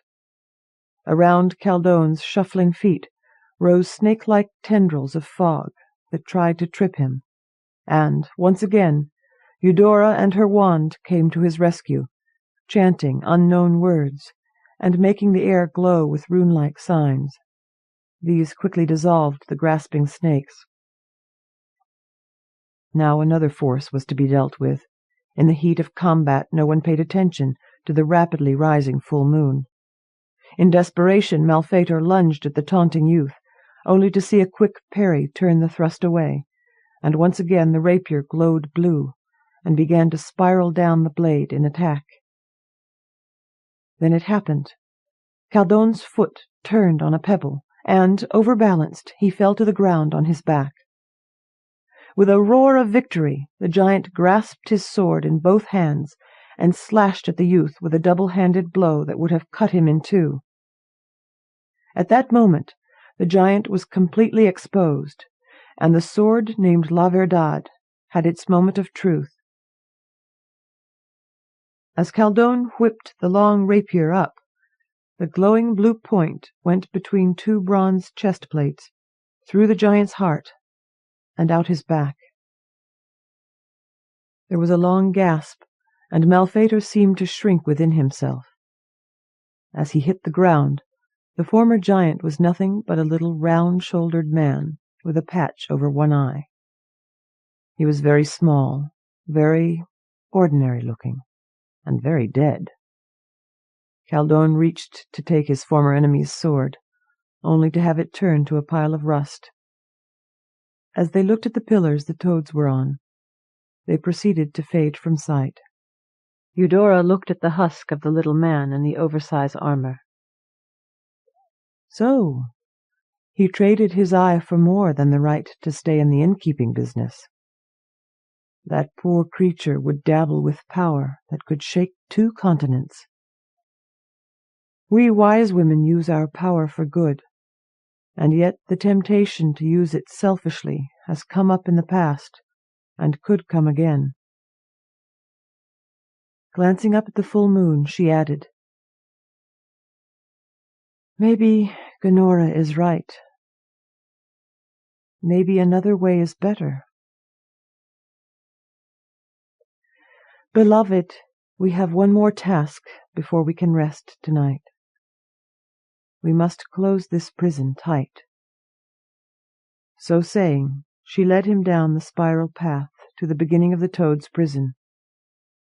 "Place both of your hands on my shoulders while standing behind me, and let your strength flow into me." While facing the toad ring, she held her wand up to the full moon with her left hand, and, with her right, aimed the sword at the stones that had fallen over. "I call on the power of the maiden," she chanted, "to remove this evil once and for all." Slowly the fallen stones raised themselves to their proper positions. The menace of the toads was over. Proven warrior and proven sorceress, they stood side by side in the moonlight in Torbuck's meadow. As gently as if she were handling a newborn baby, Eudora placed La Verdad in the exact position she had found them. Both she and Caldon felt they were saying farewell to beloved friends. Then she opened a small flask and placed 1 drop of the dark green contents carefully upon the hilt of the sword. This flask contained the pure essence of life from Gunora's vineyard, and was the price exacted for the use of the sword by the higher powers. Eudora carefully closed the small flask, then tied it with a bit of cord to the hilt of the rapier. As they stood back, a ray of light from the crescent moon struck the blue stone in the wall. Both the sword and the flask it contained vanished from Torbuck's meadow. Arm in arm, they slowly turned and walked back to their horses, not as warrior and wise woman, but simply a boy and a girl in the moonlight, very much in love. A very wise man once said, "One day is as 1,000 years, and 1,000 years as one day." Time between the witch world and our world of Joajo de Branco is very different. While weeks had passed in Arvon, it was the same night in Joajo's small garden off the Rua dos Mortos. The bishop's men had long since given up their watch over the gate of the garden, content to let someone else take care of the dead body it contained, in the daylight. Suddenly, a shaft of light from the setting moon flashed onto the blue stone in the garden wall. There reappeared in Joao de Branco's dead hand, once again, his beloved sword, with Gunora's gift of life on its hilt. As the pure essence of life was absorbed in his body, he groaned and shook his head. What a dream he had been having! Then he realized it was no dream. Carefully, he removed the tiny flask from the hilt of the sword. Then, clutching the flask that contained Elizabeth's very life within it to his bosom, he carefully walked to the home of his beloved Elizabeth. Afterward. My association with Andre Norton began about 15 years ago, when my then teenage son tossed me a book with a cryptic, "You ought to read this." This turned out to be a copy of Web of the Witch World, which I read at one sitting. I have been an avid devotee of that world ever since. Especially have I found the ring that imprisoned the toads perplexing. What would happen if that power grew weak, and they were to entice someone to come to them with the express purpose of becoming their champion? What would they want more than release from their ancient prison? Who could have a potion so strong they could gain complete freedom? And, finally, where could you find a champion to defend the witch world? Once these questions were answered, I had my story. Except Joao de Branco let me down. He died too soon, so that only his father's sword went through the gate. That meant a new hero had to be found in the witch world. Once he was found, the story wrote itself. A.R. Major. Darkness over Mirhold by Patricia Shaw Mathews. The wars between Karsten and Estkarp were over, leaving behind its orphaned, landless wreckage, living on the charity of our new Duke, Louvain. At least the boys were being trained as men-at-arms. For dowerless maids of little beauty, there was only the stifling daily round of weaving, spinning, sewing, and making ourselves useful, while we waited to see how Louvain would dispose of us. At times the hope of escape made my heart beat high, but at times that same heart pounded wildly in terror of what might lay ahead. In better times, many of us would have been for the shrine of Gunora, but now the abbeys were full of girls with no place to go, and the good dames were refusing those who had any place at all, however drear. I sat by the window that overlooked the garden. By straining, my eyes could see beyond the walls to the world outside. I stifled a yawn before refilling my spindle. A gasp and a squeal behind me told me our Lord Duke had come into the room. His housekeeper, Annis, who had charge of us, bustled up to me, beaming. "Well, dearest, you'll be smiling soon enough, I'll wager. The Lord Rovach of Mirhold by the sea has come seeking a wife, and it's you he asked for especially.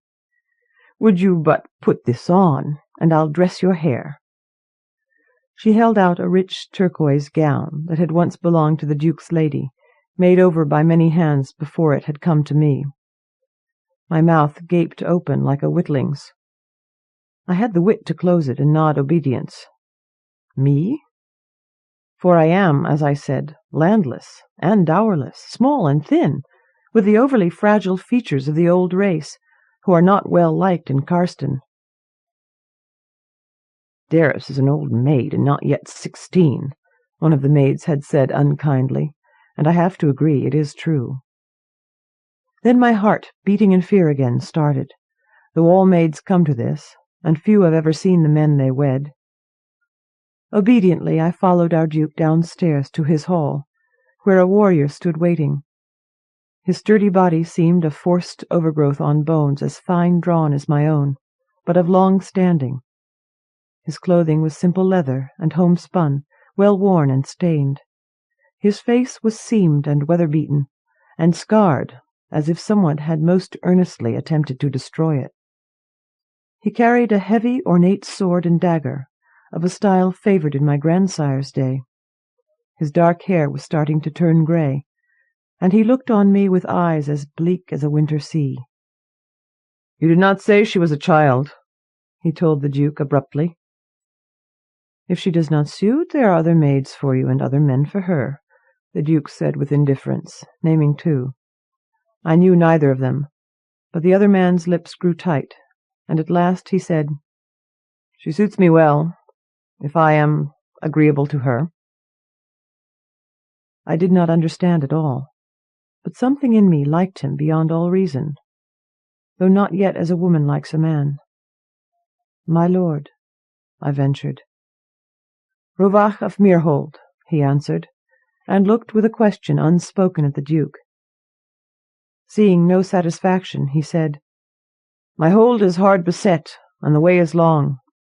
Let us saddle my lady's horse and pack her things, and see it done." A man of few words, this Rovach, but those to the point. I opened my mouth to say I had no horse, and owned nothing but what I wore at the time. Annis trod heavily on my toe, and Rovach gave me a glance of warning. So I stood silent while a bundle was fetched, and an aging but sturdy mare brought from the stables. The Duke led us before a priest. We clasped hands. The words were quickly said. Annis threw a grey-hooded cloak around my shoulders and kissed me once for luck. I was bundled into a rickety horse litter, and we set off.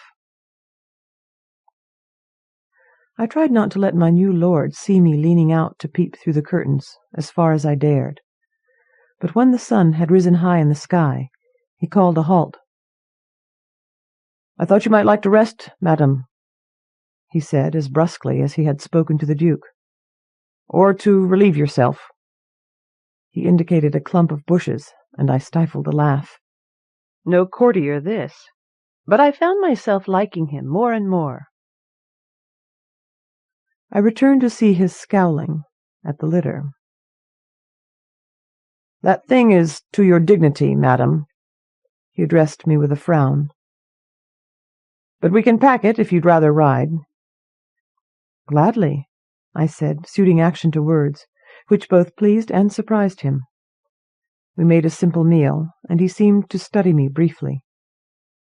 Then, with a face so dour my heart sank, he said, "I am not noble, but a wandering blank shield, base-born. I came upon Mirhold one night, seeking only shelter. It was bravely but poorly defended by a band of housefolk and farmers. After much talk we struck a bargain, my sword for their shelter. Within a week they were calling me their lord, but the hall had no lady. Look you," he continued directly, "many a man would take the woman he liked best to wife and be done with it. Or if any woman there, kitchen maid or herdswoman, had taken the reins in her own hands, she would have been lady there, even as I am lord. There were none. Though," he added with a semblance of a smile, "a few thought themselves fit for the office once I was established, and tried to gain it through my favour." Which was not the phrase he used, but one so coarse and yet so vivid, I could not conceal my laughter. Now he must be sure I was no proper maid. Yet for all his rough words, his grammar and diction spoke of gentle rearing somewhere. "So I rode out, hoping to gain a sensible widow with poor eyesight," he added, so harshly it took a while to realize it was a jest, if a bitter one. "You asked for me," I said then. "Why?" "I could see those others serving, breeding, and keeping what other men would have considered their place. With you it seemed a waste. Then I thought you might be one to rule a hold in ruins." He cleaned up every scrap of his leavings, and his horse came over to nuzzle me. I patted the great roan stallion, and said carefully, "If there is anything else I should know, Lord Rovach, best I learn it now, and have time to think on the matter." "How ruined?" "Utterly. You will be expected to rebuild it," he said. And I could not tell if he jested or not. "Lads are scarce. If you wish heirs, you may need to hold your nose and ask your husband to your bed. And," now I knew he was utterly in earnest, "I have lived by the sword all my life," he said bleakly, "and there is evil on my soul." "Evil?" I asked, remembering how little I knew of him. Quietly he said, "I am of the berserker kind, and if ever you see a rage coming on me, do not wait to see if foam comes from my mouth. Run for your life." I fought terror that afternoon, over and over. A ruined hall, jealous women, and a husband subject to fits of madness. Almost I longed for the stifling safety of Louvain's walls. Then I would look at him and feel no more fear, but only a wish to take away the pain that lined his face. But he closed his silence in about himself, and said no more. As twilight came on, and we looked for a place to stop, he said abruptly, "Are you child or woman?" "Woman, though still maiden," I said, trembling. I knew what marriage was about, if only from being told, and would do as I must in this as in all things. But he seemed lost in thought, and at last said, "I doubt they taught you in Carston to defend yourself. But this is the border. There is a bow and a short sword in my pack. After supper let me begin to teach you." So we spent the evenings at arms practice, as if I were a lad, or his shield-mate, and then he spread out a bedroll and lay down on half of it without a word. But he dreamed ill dreams that night, crying out in horror and anguish. Then he stiffened, jerked a little, and fell back senseless into the furs. I slept poorly that night, watching for fear he might have a fit of madness and lash out, or that one of the small convulsions that had raced through him might become great. But no more happened. At dawnlight, when he woke, he growled, "I beg your pardon, madam. I have bad dreams." A stone in the hilt of his sword glared a baleful, shifting yellow. His thumbnail picked at it, as at a sore. I begged a look. Somewhat amused, he handed over the weapon. The stone was carved into the distorted semblance of a human face, and I disliked it on sight. Rovach saw my scowl and matched it, the scars turning him into a gargoyle. "Ugly," he agreed. "Madam, you would do well to get used to ugly. How does manslayer feel in your hand?" Men, and their names for things. It took 2 hands to give it back. "An heirloom of your house?" I asked, then remembered he had called himself base-born, though his speech and manner too often belied it. Sheathing the sword deftly, he answered me, "It belonged to the first man I ever killed, and when we meet in hell I shall most assuredly ask him, for I have wondered too." He began to roll up the furs while I packed our other belongings. Then, his voice still raw with ancient outrage, added, "There was a lord who humiliated and terrorized the houses round about, including my mother's. I was very proud of riding out, a wild and angry boy, to teach him a lesson. Rebellion caught like fire and wild grass, and we rode home in triumph." He covered the ashes of the fire and stared off at the hills that lay before us, a faint blue line on the southern horizon. "She acted as if I'd sealed my own damnation that day. Years later, a shield-mate asked if that had been my father's sword, and suddenly all was clear." I stared dumbfounded. "You did not know?" I blurted out. He nodded and saddled his horse Blood, saying only, "We shall not ride through Falconer country, but eastward." For myself, I was enjoying even the hard and lumpy ground on which we had slept, the plain coarse food, the unaccustomed soreness in my muscles, and the cold wind that had begun to scour my face. Like a child released from the schoolroom to run and play, I watched eagerly to see what was around the next bend in our path, or behind the trees that grew in sparse clumps in this grassland. Birds flew above us in the skies, seeking their trees. Small wild animals crossed our paths. Then the wind turned to rain, which soon began to pour heavily. We were drenched before we reached a grove of sheltering trees. Lightning flared all around us, and thunder crashed about our heads. He spread his cloak to cover us both, and I did the same. Thus, double-shielded, with his arm sheltering me, I felt an unaccustomed warmth. Who, since I was small, had held me so? At the same time, I was very much aware of the man's smell of horse and leather, road grime and sweat, hints of metal and old blood and wine. It was both disturbing and reassuring. Why? I could not say. We stood there until the rain softened and the clouds grew lighter, then rode on. The moment passed, and I found myself missing it. Small birds began gossiping again, and grasslands gave way to foothills and bushes. We rode higher and higher into the mountains, pressing on hard and long, and slept that night as we did before. Then, on the next day, the animals, who I would expect to be weary, quickened their pace so eagerly I was not surprised when we came late that night to a hold as ruined as Rovach had said it was. By moonlight and hastily brought torches, I could see where stout timbers braced the walls of about half the old hall, now freshly thatched. Huts and bowers lined the inner walls of the keep. The place was better defended than built.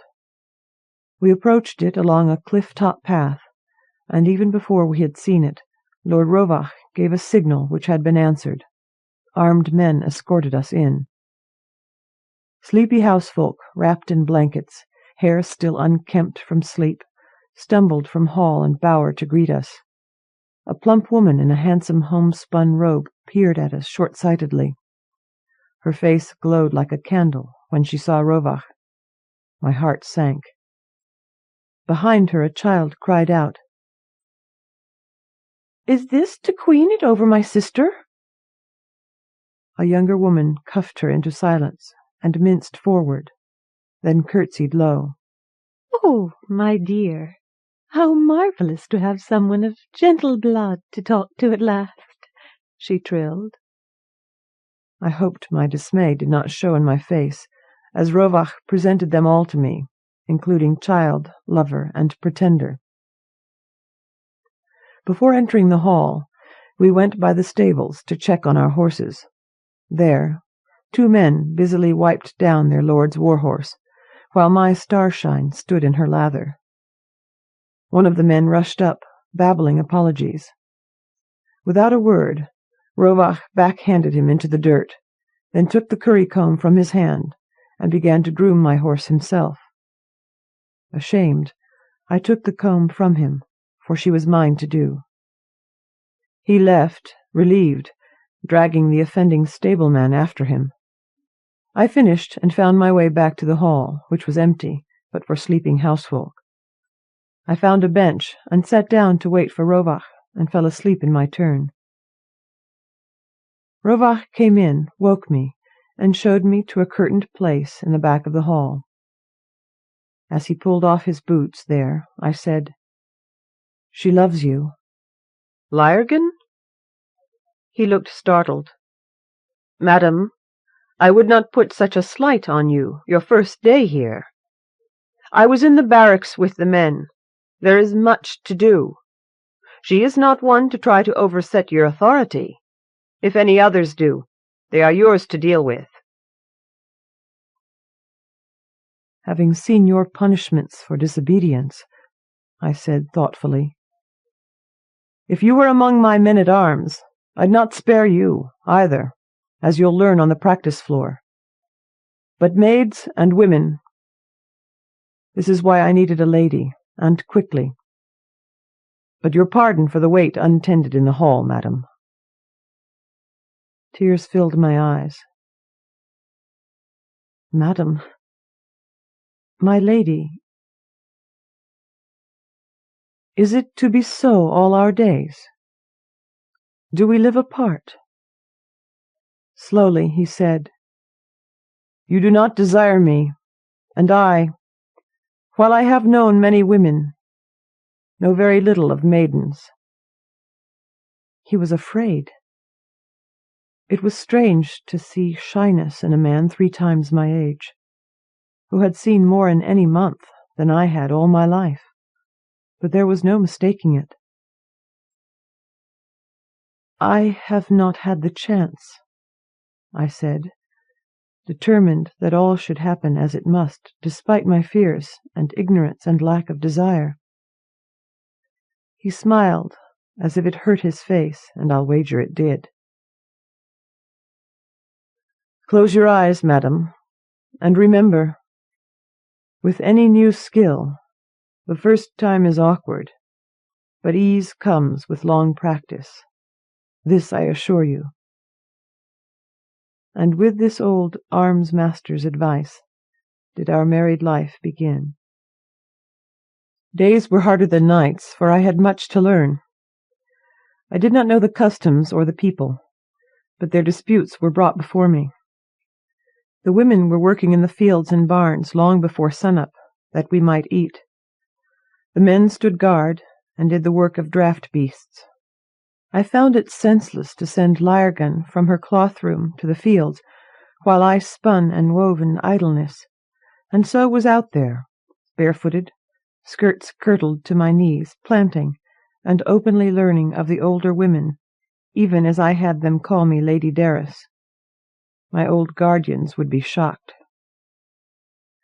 They would have been even more shocked if they had seen my mind in our rough bedchamber, for Rovach had been true to his word. The first time, he had simply held me when the thing was done, a comfort to a frightened maiden. Slowly we grew bolder, until I had at last acquired a most unmaidenly taste for what we did. But that, too, had its darker side.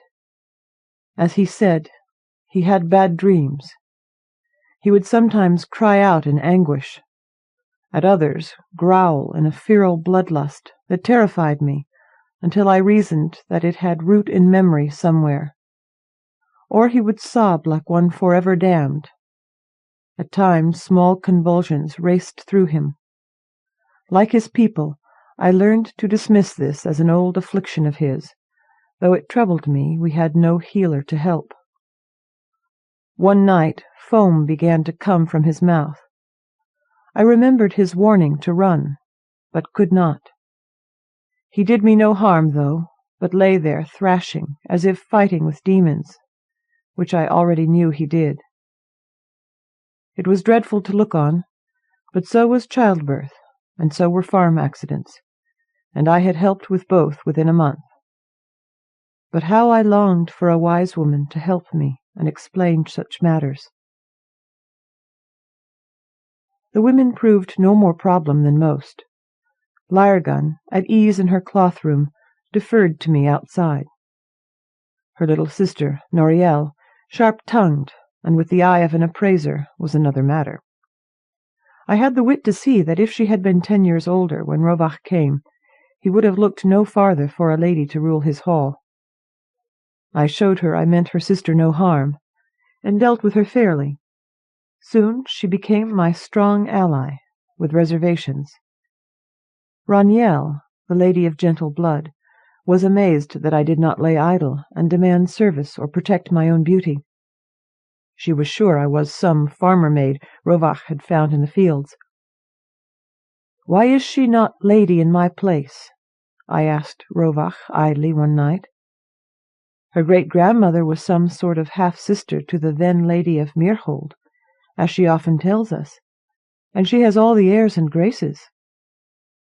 The commander must be seen as such, or his men will not obey when needed. But when raiders came, she would hide in the back and scream. How very like her. How like him, too, to judge her as a soldier first. Besides, he added with a snort, no lady of her refinement could desire an uncouth wanderer, reeking of the barracks, with a face to frighten children. She ran screaming from my bed when I took up her ill-considered offer. She does not understand your affliction, I said flatly. Neither do I, and could wish I were healer trained. He all but turned to stone. The gods have punished me for deeds done in blood, and I endure it. Good night, madam. I had seen no deeds done in blood beyond the common. It was a lawless land. Vagrants and thieves abounded. Many were only starvelings wanting a meal. Those we fed and sheltered if they would work. Once, soon after I came, one of Rovach's own men was caught stealing from our stores. He begged not to be driven away. Rovach put him to the lash and gave him stable duty, then went around all day in a bleak and dour mood. I could not put hungry children to the lash. I could solemnly assure them by my oath they would all be fed, even as we were, if nobody stole their rations, and take their oaths in return to no longer steal. Those who still did were too often those who knew all about hunger, but nothing of trust, except that it was always betrayed.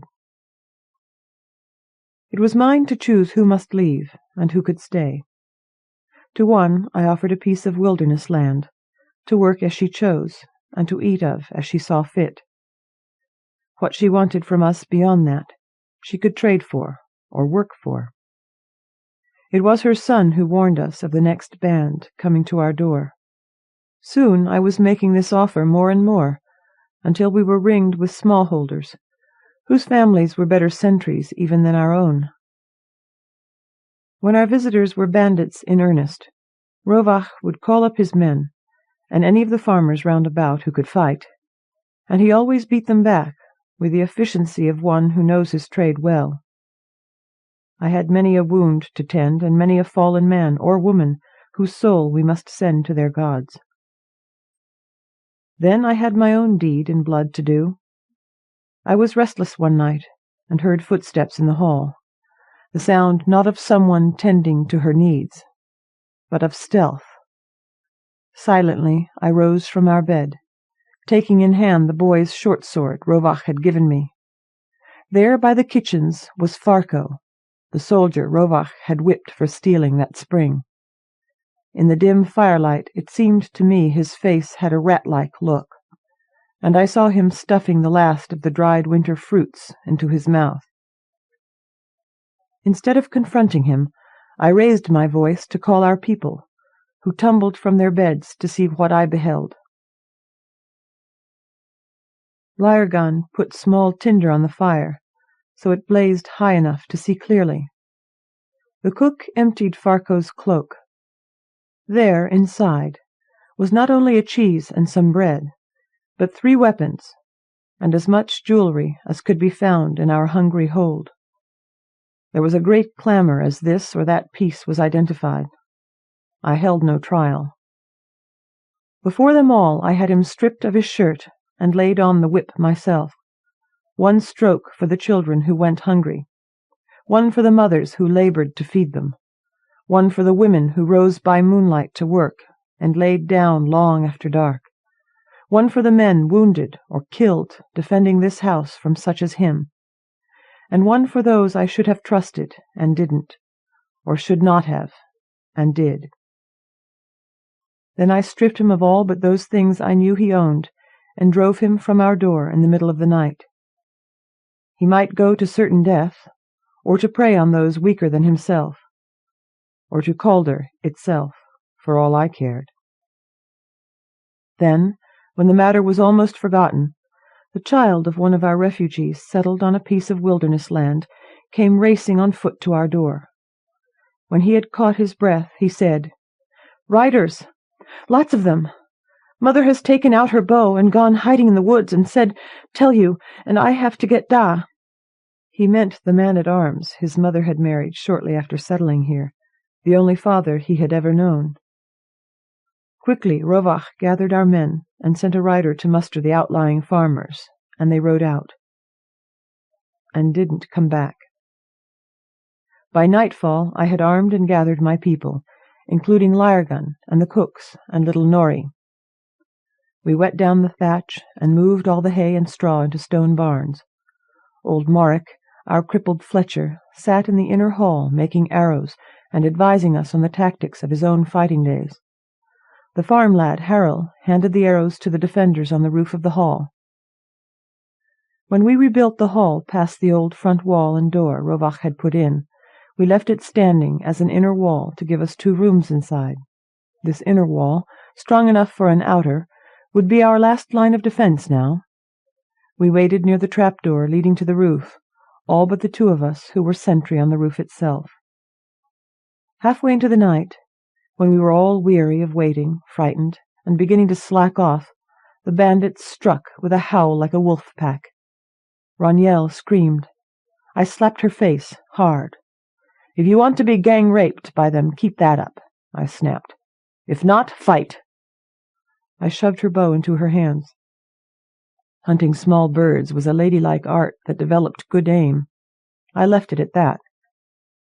There were several dozen of the raiders, as ragged and filthy of person as any vagrant, foul-mouthed and malicious in their taunts. All but 2 were men. Those 2 had a wild-eyed and misused look that made me shudder.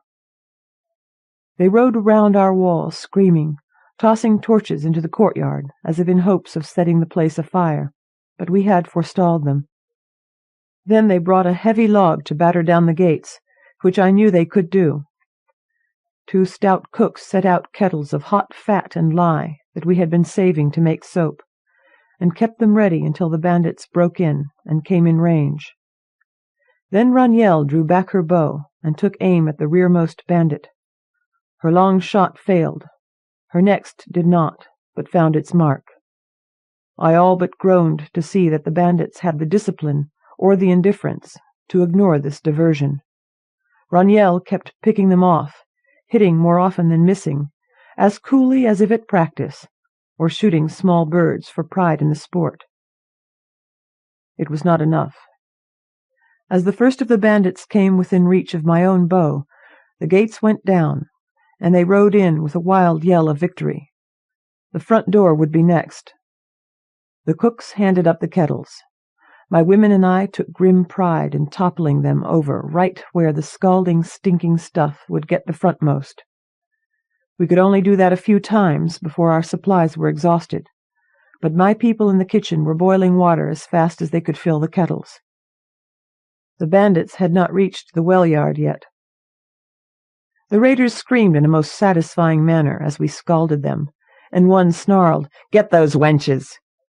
Raniel, outraged, found a loose stone of great weight on the roof and dropped it on his head with a sickening crash. He fell instantly. Now we were all shooting our arrows as rapidly as a child could hand them to us, and many of them hit their mark that night for all our fear and inexperience. The raiders brought their huge log into place to batter down the front door of the hall, while the cooks carried off Raniel with an arrow through her thigh. Poor Raniel, who cared so for her skin and her beauty. Then I thought of Lyregun, armed with sword and spear in the inner room, too short-sighted to be of use as an archer, and of all the other artisans and servants who were forced to be warriors this day. It was heavy on my mind. We used the last of the hot water on the raiders, and by now too few of them were left outside to be worth shooting at. I dropped my bow and took sword in hand and dropped through the trapdoor to the hall below. Somewhere in the night came the unmistakable sound of a war horn, answered by another, as if 2 groups were closing in. I knew too much to be heartened by it. One of Rovach's favorite bluffs was the pretense that reinforcements were on the way. The raiders knew it, too, as they hewed their way in past our few defenders in the outer hall toward the inner. We could open the back door and let them batter down the front to find nothing, and their momentum might carry them outside entirely. Risky, but we had practiced this maneuver since the day the second wall went up. Reluctantly, I gave the order. 2 women opened the back door. Riders poured through it. I had gambled and lost. Sick at heart, I picked up my sword, only to begin to dimly realize that the fighter who had come up behind me was a woman in a ragged homespun skirt. Then I heard Rovach's voice over the din, an odd and frightening note in it. In the darkness, his gargoyle stone set in Manslayer's hilt glowed an uncanny yellow. With a roar such as I had only heard before in his dreams, he fell upon 2 men who were grabbing Norrie.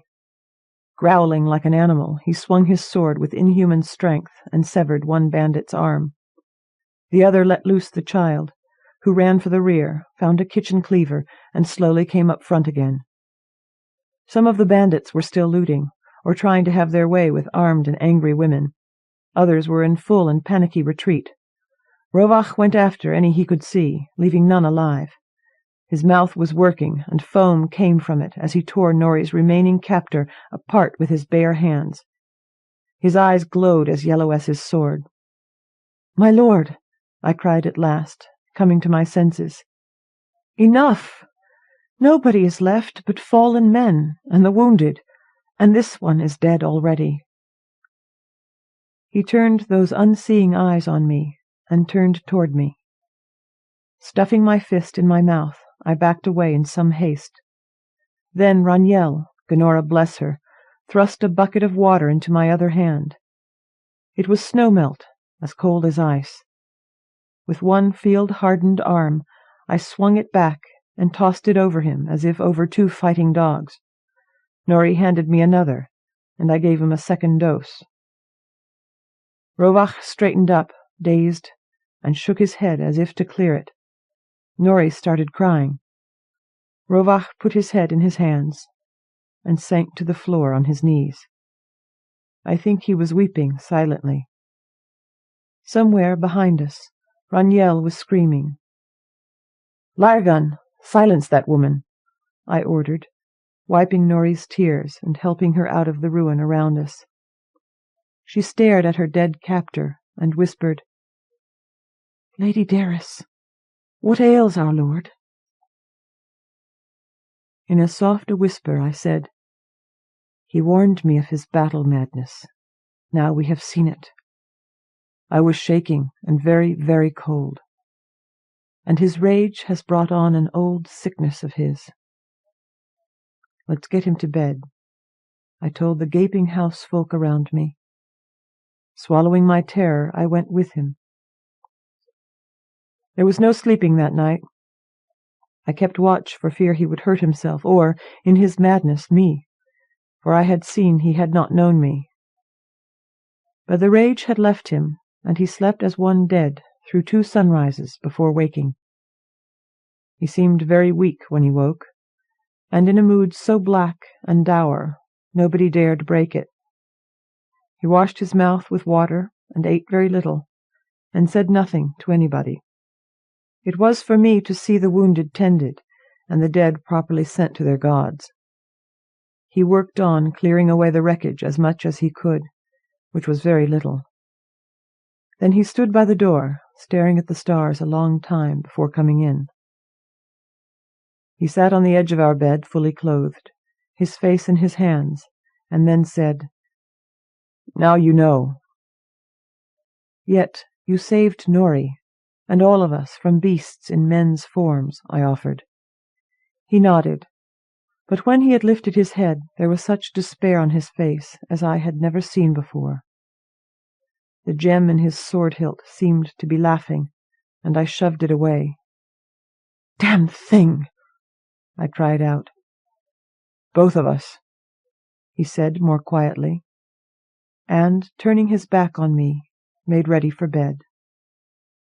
He cried out in the night, that night, those sobs of hopelessness I had not understood before. Now I had some small idea where they came from, but there was nothing I could say or do. This was between himself and the shadows of evil that had haunted him before. I went to a grove on the edge of our land that had always been a peaceful, welcoming place to me, and there took my troubled heart. Ginora, protector of women, I prayed with tears under my eyelids, take this trouble from my husband. Ease his heart, and by this ease mine. I stood waiting for an answer, but heard only the stern order, go back and be lady. I was doing that now. I walked back to our hall, and there a lone rider waited. He seemed to be a slender youth, beardless, clad in mail and leather, armed with a sword suited to his size and weight. His face was pallid, and his hair silver white. His eyes were fogged grey. An ancient buried memory screamed a warning of fear and hate. Yet the lad himself seemed only haggard and driven, like so many these days. The people named me to him. He showed no surprise at my simple clothing and sunburned face, but said, Lady Darras, tell Lord Rovach that Samiel of 7 Hills is here to collect a debt. I found Rovach in the stables. When I told him, his face turned to ashes. Yet I could swear a great and terrible relief was on it. Send him in, he said, pulling on a shirt and washing his hands. To the hall.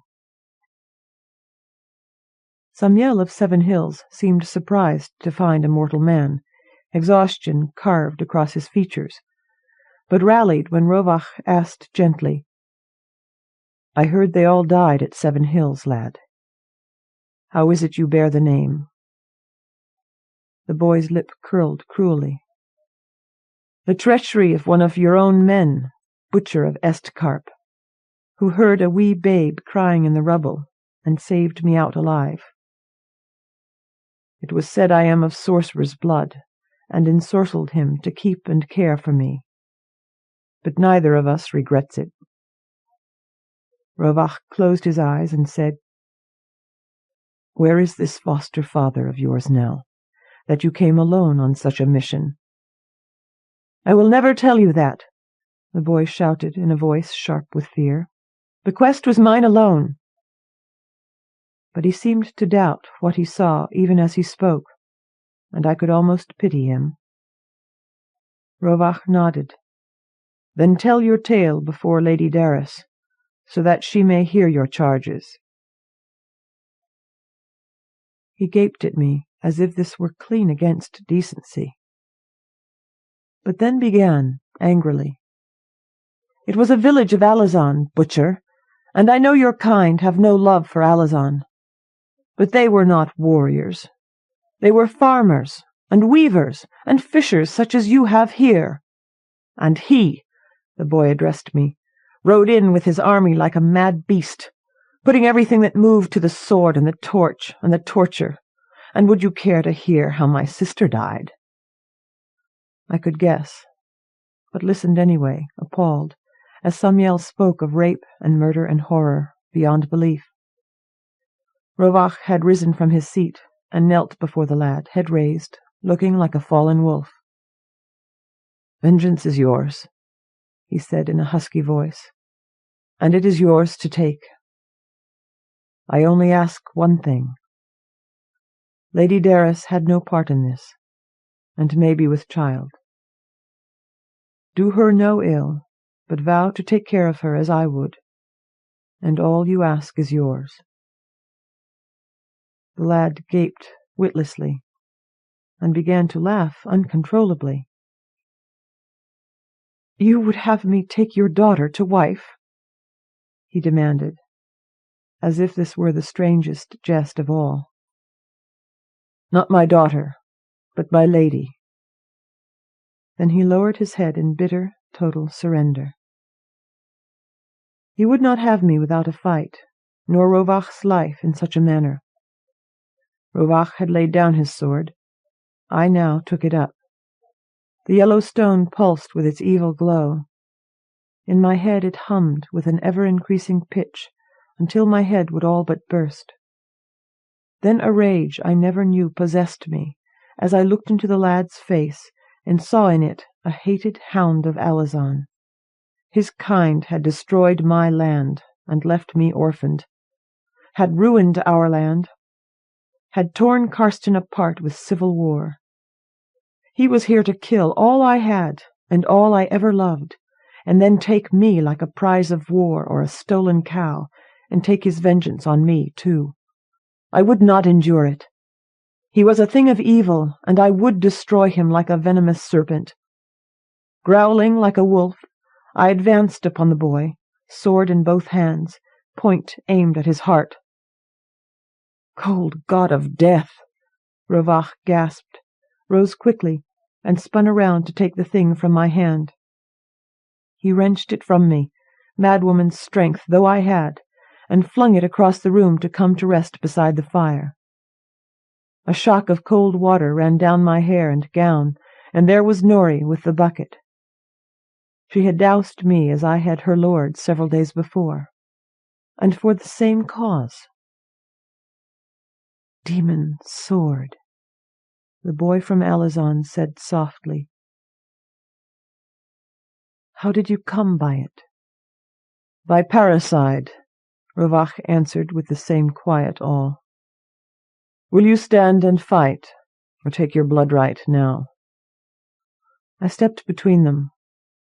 "There will be no blood shed here until we settle this matter of his sword." They stared at me, as if our old mastiff, Sudden Death, had issued a command. In the voice of authority Rovach had taught me, I snapped, "Am I lady of this hall or not? Sit down, both of you. And you, Samiel, what do you know of demon swords?" "It is no secret that my lord has been possessed for some time. No, Rovach, is it more shameful than massacre in cold blood?" "Samiel of sorcerer's blood, can you loose whatever spell binds him?" Samiel breathed deeply. "It is a powerful and dangerous thing, and might kill him." I snorted rudely. "The life you were ready to take on sight, and he was willing to lay down with such relief. Is not that precious to either of you? Can you?" Samiel nodded and took off his helmet. Long silver hair spilled out from under it. He took off his mail shirt, and a softer form appeared under his worn linen shift. No wonder he had laughed at the thought of taking me to wife. The sorceress in boy's clothing took a blue stone from under her robe, while I had Lyergan clear the hall. The wind began to blow, and thunder crashed outside the hall. The sword hummed and glowed. "If you have silk, wrap it," Samiel said in a faraway voice. There went my wedding shift. I did so gladly, careful not to touch the hilt. She called for a flagon of rainwater, a brand from the fire, a stone from our land, and a holder for the herbs she would burn. "If this works," she warned me, "it will not change a cruel man to a kind one." "Who said he was cruel, outside of his madness?" I demanded. "The man you whipped from your door in midsummer," she said, frowning at the herbs she poured into a silver vessel. I used a phrase I did not know the old soldier had taught me. "He was a thief and a liar, and half the house caught him with his hands in our rations for the winter," I replied. "Go to it!" Samiel raised her hands upward and approached the sword. It glowed and writhed like a snake trying to escape a bird. She laid out the elements in a square before it, then drew a circle thrice around the sword. Slowly she walked the circle 3 times herself. "By the earth that gives us bread, by the fire that gives us life, by the air that gives us breath, by the water that cleanses all, be gone, be gone, be gone," she chanted. and then went into an obscure tongue I did not know. She stared into her blue stone, which glowed and pulsed like the yellow one in Rovach's sword. Thunder came closer, and lightning flashed outside our roof tree. Rovach came closer and closer to the sword, as if it drew him to it. His eyes were glazed over, and his motions jerky, as a poorly made puppet. I saw his lips begin to work, as in his madness. Samiel stripped the silk from the sword and pressed it into his hands, then with great courage took those hands in her own. "Be gone," she said again. A wall of blue flame shot up to encompass us. Yellow light came flooding from the sword stone in a spreading wave, and where the blue light met and matched it, both died away together. Then the blue light flared around Rovach's head, and he fell senseless to the ground, body stiffened and eyes unseeing. Samiel breathed out softly and added a pinch of another herb to her censer.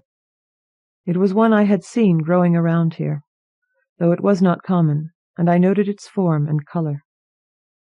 Streaks of lightning flashed around him, and then were still. "Breathe deeply," she said quietly. "Breathe deeply." She sat beside him until he fell into a normal sleep, which he did with amazing speed. Like sisters, Samiel and I sat beside him and watched till dawn. "This was a spell stone," Samiel said at breakfast. It was skimpy, for we were still hard-pressed. Yet hospitality was still ours to give. She held the stone, now dead and quiet, that Norrie had pried out of the sword hilt with her tools after the banishing.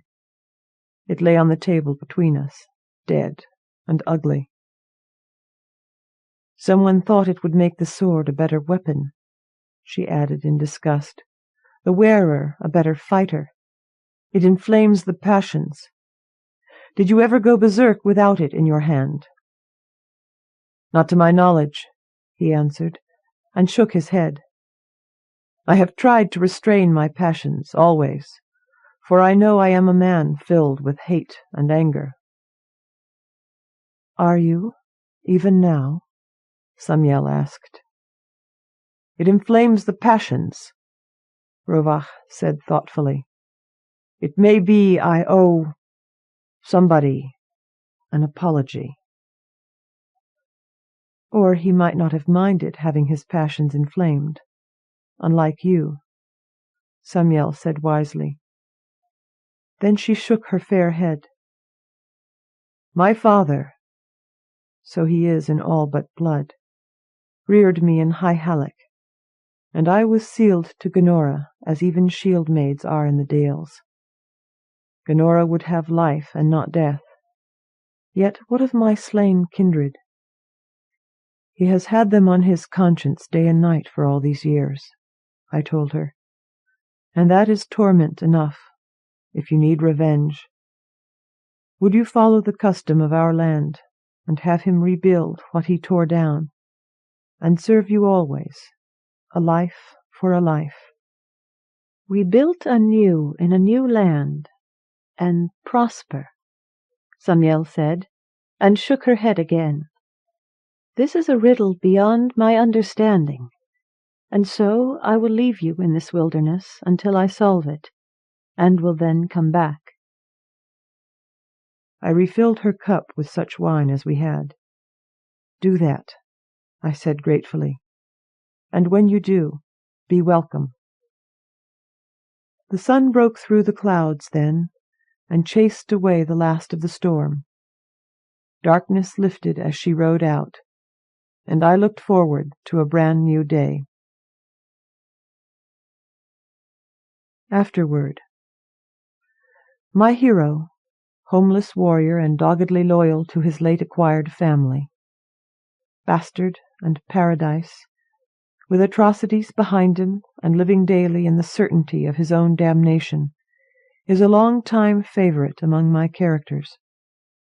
Part of him certainly comes out of Vietnam, as less tormented heroes have come from morally simpler wars. But is any war simple? The hounds of Alazan were vicious soldiers, and their government abominable. But did they spring from a vacuum? Somewhere children are born and reared, and farmers, fishers, and families live in villages very much like those across the border. But they are of Alazan, and enemies, and here's a man quite capable of wholesale slaughter, but not of living with it. He was bred from infancy to look to his lady for leadership, even if she were a child, and he a king's war leader. But if such a man were given a maiden bred to be an obedient wife, how would he deal with her? And how would she deal with his expectations? Especially in a war-torn land, where strong leadership is as vital as daily bread, and a house mouse would be utterly lost. Thus, Daris. From those two characters came Mirhold by the sea, long may it prosper. Samiel's tale and the massacre of 7 Hills is told elsewhere. Patricia Shaw Mathews. Peacock Eyes by Shirley Meier. My name is Shariann. There is a story to be told, to be heard and written down, and of late I find myself more disinclined to human things, so must tell before I forget what it is to be human.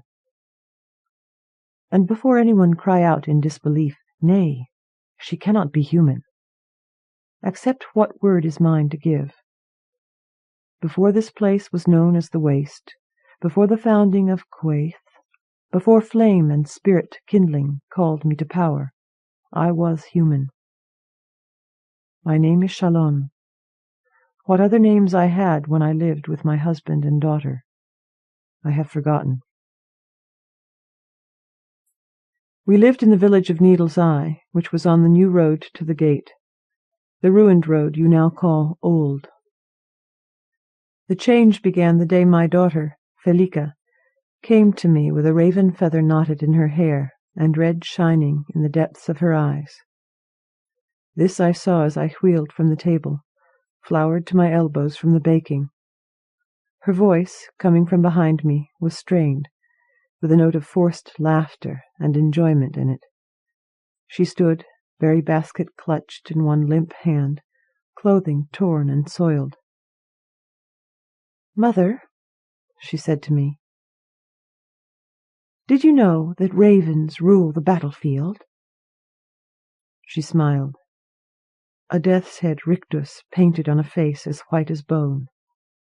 Her movements were stiff and controlled, like a stringed puppet. She had bitten her lip till the blood flowed, and a bead trailed on her chin. I took her in my arms, but she stood stone-hard in the circle of them. "Child, what ails you?" "Battlefields. Who has been filling your head with such things?" She smiled at me, licked the drop of blood from her lip, and the feather in her hair stirred. I seized it, wresting it loose, though she fought me and shrieked, fit to bring Neave, my husband, and Wold, my youngest brother, on the run. The foul thing stung my hand, and when I flung it in the fire it writhed, clawing its own way free, to burn on the hearthstone. A shrivelling spider. Then Felica threw herself into my arms and cried, babbling of ravens and evil and being trapped, and it hurt so. And her uncle. My brother Tyrick had gone some 6 seasons ago. We were strangers in the village, having come out of Arvon, and I, being eldest, had settled the 3 of us, Tyrick, Wold, and myself, here. He had objected to me leading, and to all I did. We were always at odds, even then. He resented Neave, who ran the small roadhouse in Needle's Eye, and my taking of the cup and flame in marriage to him. Tyrick hated the way the other folk never accepted us. He protested and grumbled, and began to hate everything about this place. Hate long and growing and deep. For all that I had married one of their own, I, as much as anyone, felt the eyes on my back, and the ceasing of whispers when I joined the other women sewing or spinning. They feared me as a stranger, for all my quiet words and soft-spoken ways. I was careful of my tongue in those days. But they feared me more for my eyes. My mother, before her change, had told me of a bird the first dalesmen spoke of from beyond the gate, a tropical bird with eyes of blue and green in its tail. A peacock it was. In her tongue, Chalon means blue-green. My eyes are brilliant blue all around the edges, while the center shines gem-green. In darkness, the line of black that runs through them, like the buckle of a belt, shows wide. The villagers feared me for my strange eyes. For some years we had lived in peace, hearing only rumors of the powerful ones in Arvon, and Tyrick grew more bitter. We argued more and more often. "You resent power," he shouted at me once. "You're afraid of it, and are content to act like one of these pitiful villagers, denying everything that could be yours. And you deny it to me." He would not hear me when I said that the change takes time, that I was not blocking him in any way, and that once he could decide, he was free to. My words were lost to him. He heard only my rejection, and believed what his heart told him. At last he could stand it no more, and left, saying that since he was a stranger, then he would be a stranger in the place of his own choosing. From what I know, the place chose him. It was one of the dark places, where there has been so much spilling of blood and pain that the rocks are soaked with it, a place that has been in the dark almost since the rock cooled from the world's birthing, a place that awaited only the spirit and will of humankind to rouse it. This was where he awoke, when Tyrick came. Then the one day Felica cried herself into hysterics, until we took her to Ishal, who knew some heel-craft, and put her to sleep. In her sleep the tears still ran. The next day was when the ravens came. They came in a mass like summer thunderheads billowing in the sky, black and thick. They broke the branches of trees with their weight. Our chickens were picked apart as they ran. What cattle we had were blinded, eyes stolen, and many of the ravens battered themselves dead against the shutters, striving to reach us. There were always more of them.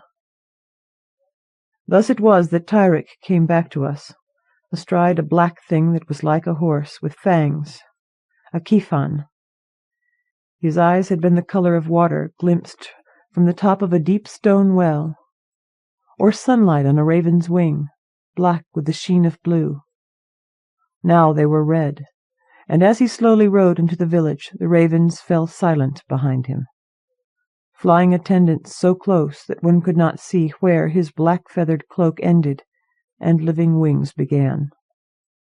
On his shoulders rode 2 fleshless ravens that chuckled and whispered in his ears, the bones showing white against his hair. He stopped before our door and called my daughter's name. She woke, starting up, and made as if to stand. I held her, and she fought me. Tears began again as she struggled silently, not by her will. I could not hold her. Wold caught her, and I held Neave by the elbow when he would have gone to the door. "No, love," I told him. "He's my brother. You he would kill without a thought. But please, Neave, let me try." So it was that I went to the door. "Unto the house greeting," Tyrick said, "and fair fortune."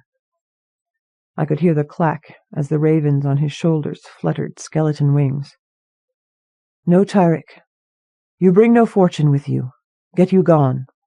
What, dear sister? Such a poor welcome for your estranged brother. I bring you very good fortune indeed. My lord commends himself to you. The mark on my hand from the raven's feather burned. Your lord, and to me, I answered. Tyrick, as my brother, please listen to me.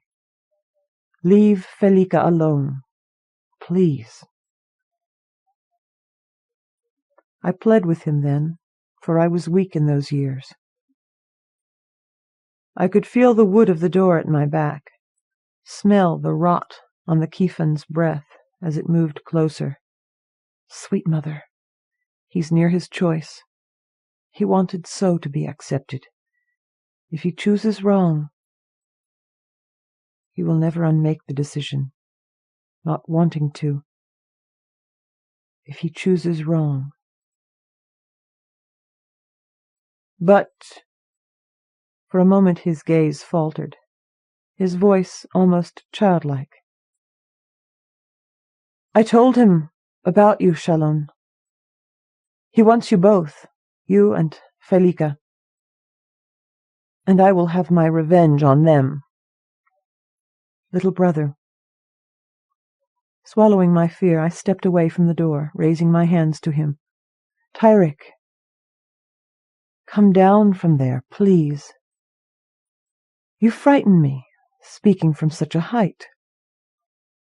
He made as if to get down, and paused. Only an instant did he hesitate, his eyes flickering from red to black.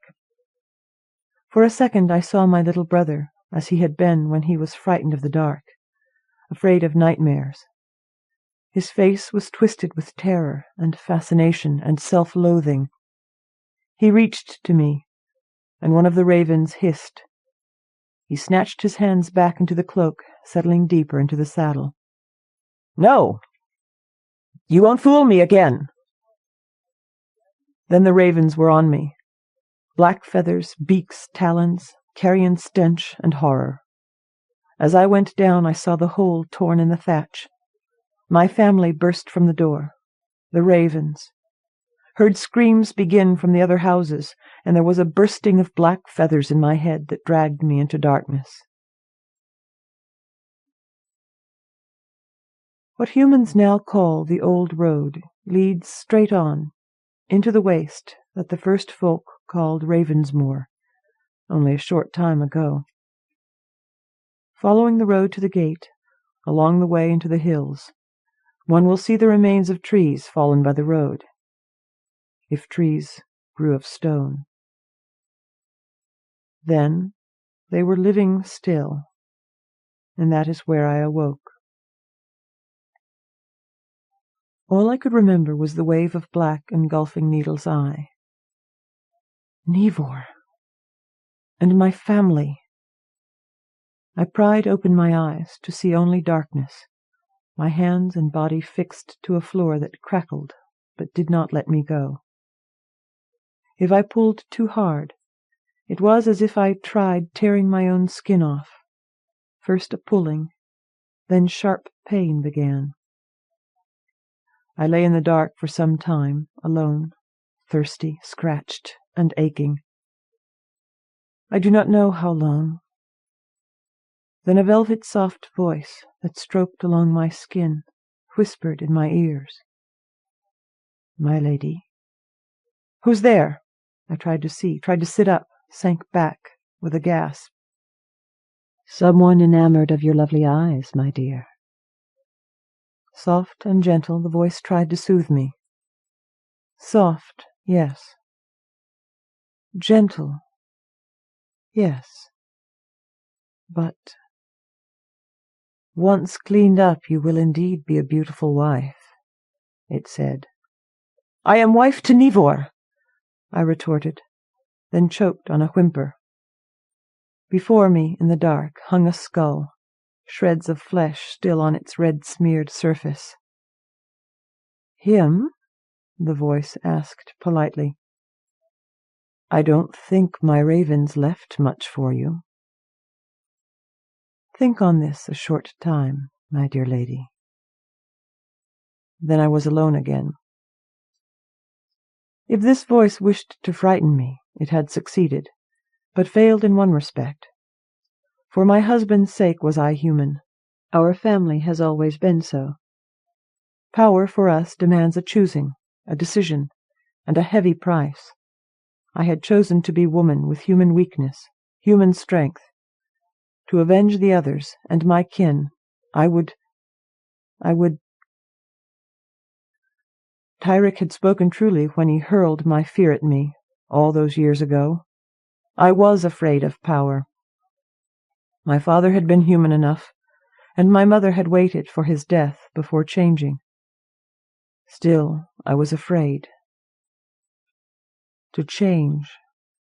One chooses to die in part, making room for the new to be born. With the choice of power comes choice of wisdom. What to do with it, good or ill?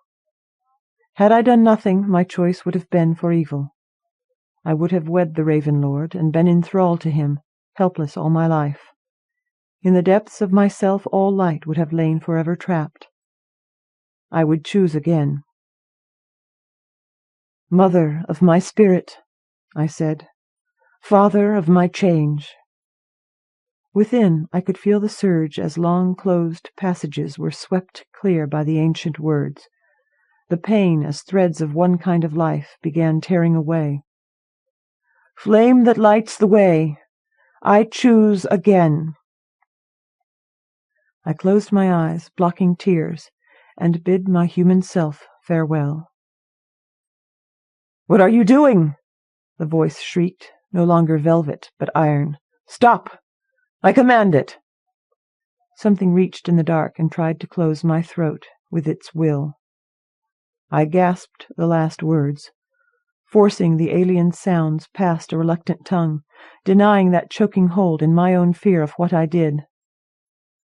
Svokos, Eniag, I choose power. I was blinded for a moment with the light pouring through me, streaming from within, shining as if I burned on a pyre of my own making. I smelled incense and camphor, pine, and the sweetness of flowers on the hillside, while the flame and the mother gave what I asked, taking their price. As my soul unfurled its wings, in the flame's light, I could see her smile.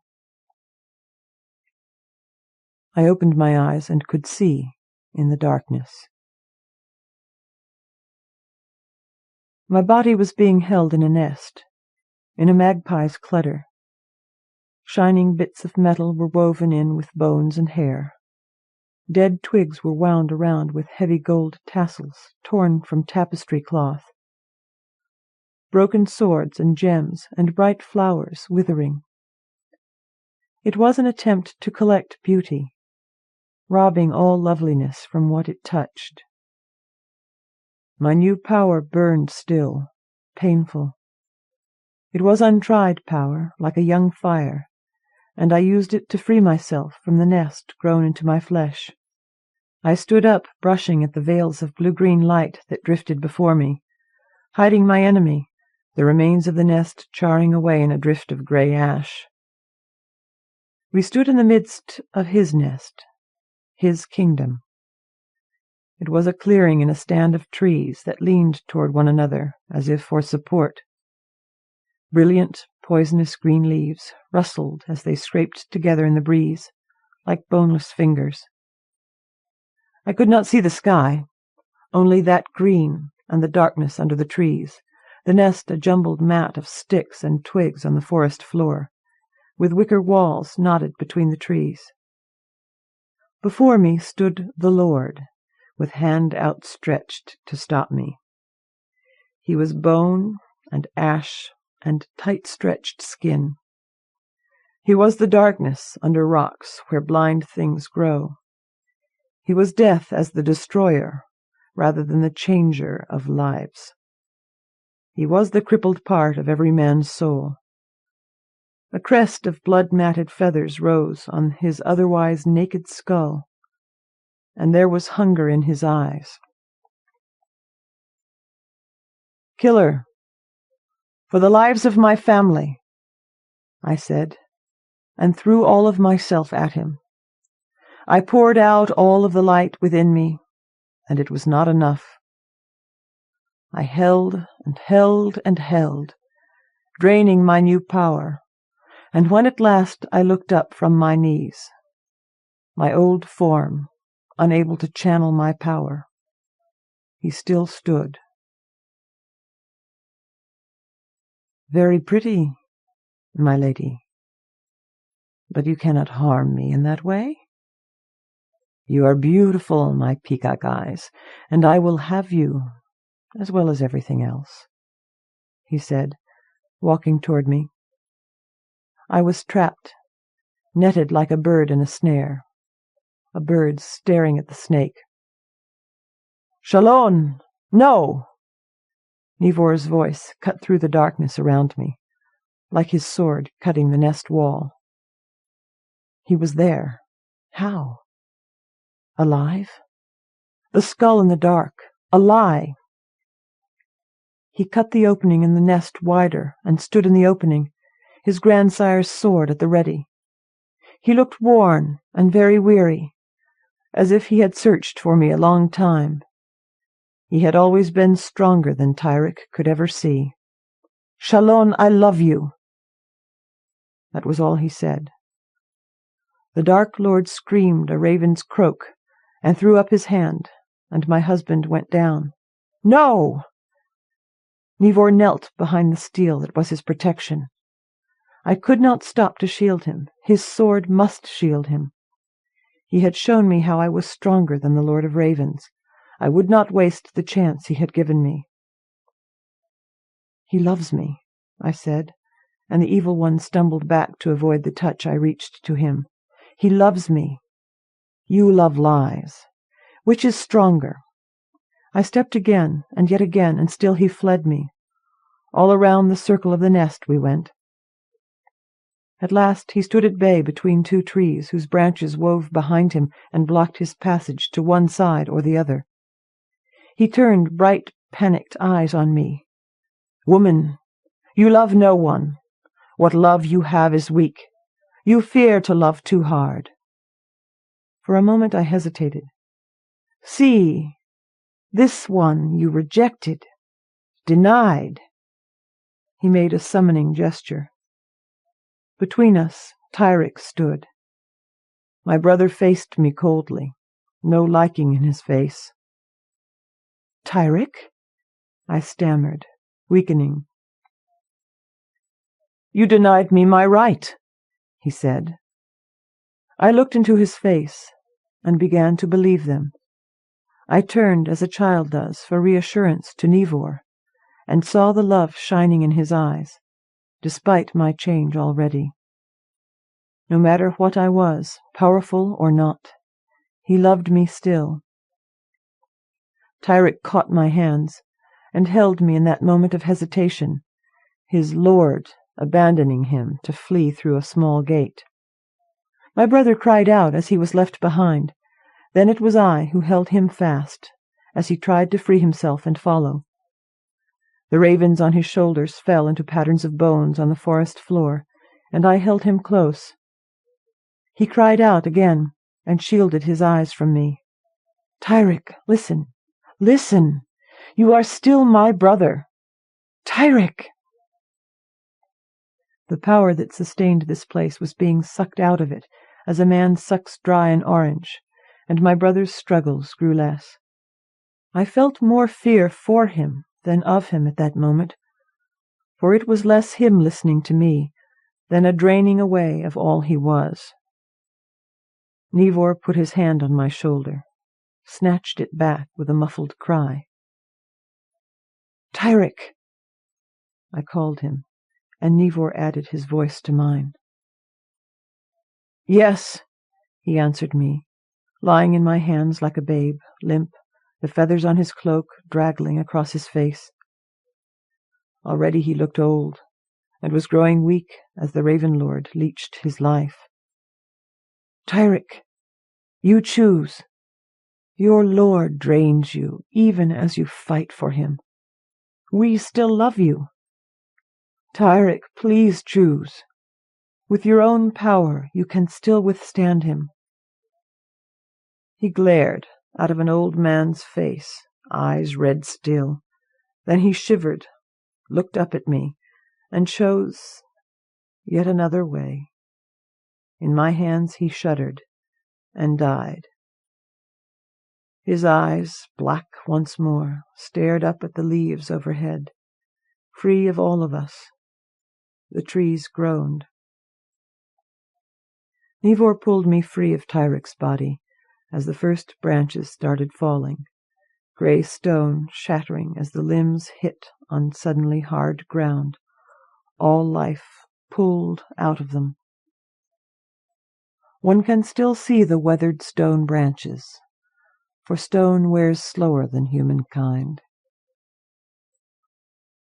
So it was that I became not human. The change was slow, as bones shifted and my feathers itched, I recall, when they began to grow, blue and green like my eyes. Neave and I have pursued the Raven Lord across this land. For what my brother awoke, I must finish. We cannot allow him to leech life from this world. I and the others who have made the decision, growing hourly in power, have had to learn quickly what our ancestors learned in long years of study. We do not have him yet. Neave, who is full human and has no choice, is learning as well. He says that he will stay with me. I do not know. I love him still, in a strange, quiet way, for I do not feel as I once did. We will defeat him, now or in the future. We have time. Felica chose for humankind so long ago, and Wold, or Volt, as you now call him, has yet to make his choice. We will contain him. So will I impress this tale into the stone, that any who have the spirit to hear will some day hear and remember the Raven Lord. Despair. I tire of this. Hush. Do you hear them, stars singing? There. There is my name. I have no more time or memory for this. They call me. I am Shallon. Afterward. The first thing that happened when I agreed to write a story in Witchworld was that I went completely blank. After all, I've been reading everything set there as soon as I could get my little hands on it. What, I asked myself, could I possibly add? So I sat in front of my keyboard, stared at the screen, stared at the walls, stared at the peacock feathers on the walls. There is an old wives' tale that I heard from my mother, that a peacock's eye feathers are bad luck, and I've always thought it was a silly idea, but people used to associate them with the evil eye. Pity a person afflicted with eyes like a peacock feathers. Such thoughts led on. Please don't ask how. It's a long, involved string of random associations, to ideas about ravens. They have just as many strange stories about them, both good and bad, from the ravens of Odin, through Morau's crows, to Alfred Hitchcock's birds. It seemed to me that the important thing wasn't the bird or its color, but the choice to do good or evil. And I found myself writing not only about that choice, but about mortality, power, and pride. I found myself trying to explain how Witchworld felt to me on the inside. I bogged down because I didn't have anyone's story to tell. So I shoved all the ideas to the editor in the back of my head and left the writing alone for a couple of days. Then I dreamed of something, someone, standing in the middle of a forest of ruined stone trees. Shallon herself grew out of a single sentence. Why, I wondered, is the simple declaration of a name so powerful. Why am I thinking of ringing challenges and prices paid for power? Why is the voice I'm hearing in my head not really human anymore? She is the part of me that counts the cost of every act and chooses to do what is necessary, no matter the price asked. There is pride in that, and joy, as well as tragedy. Shirley Meier.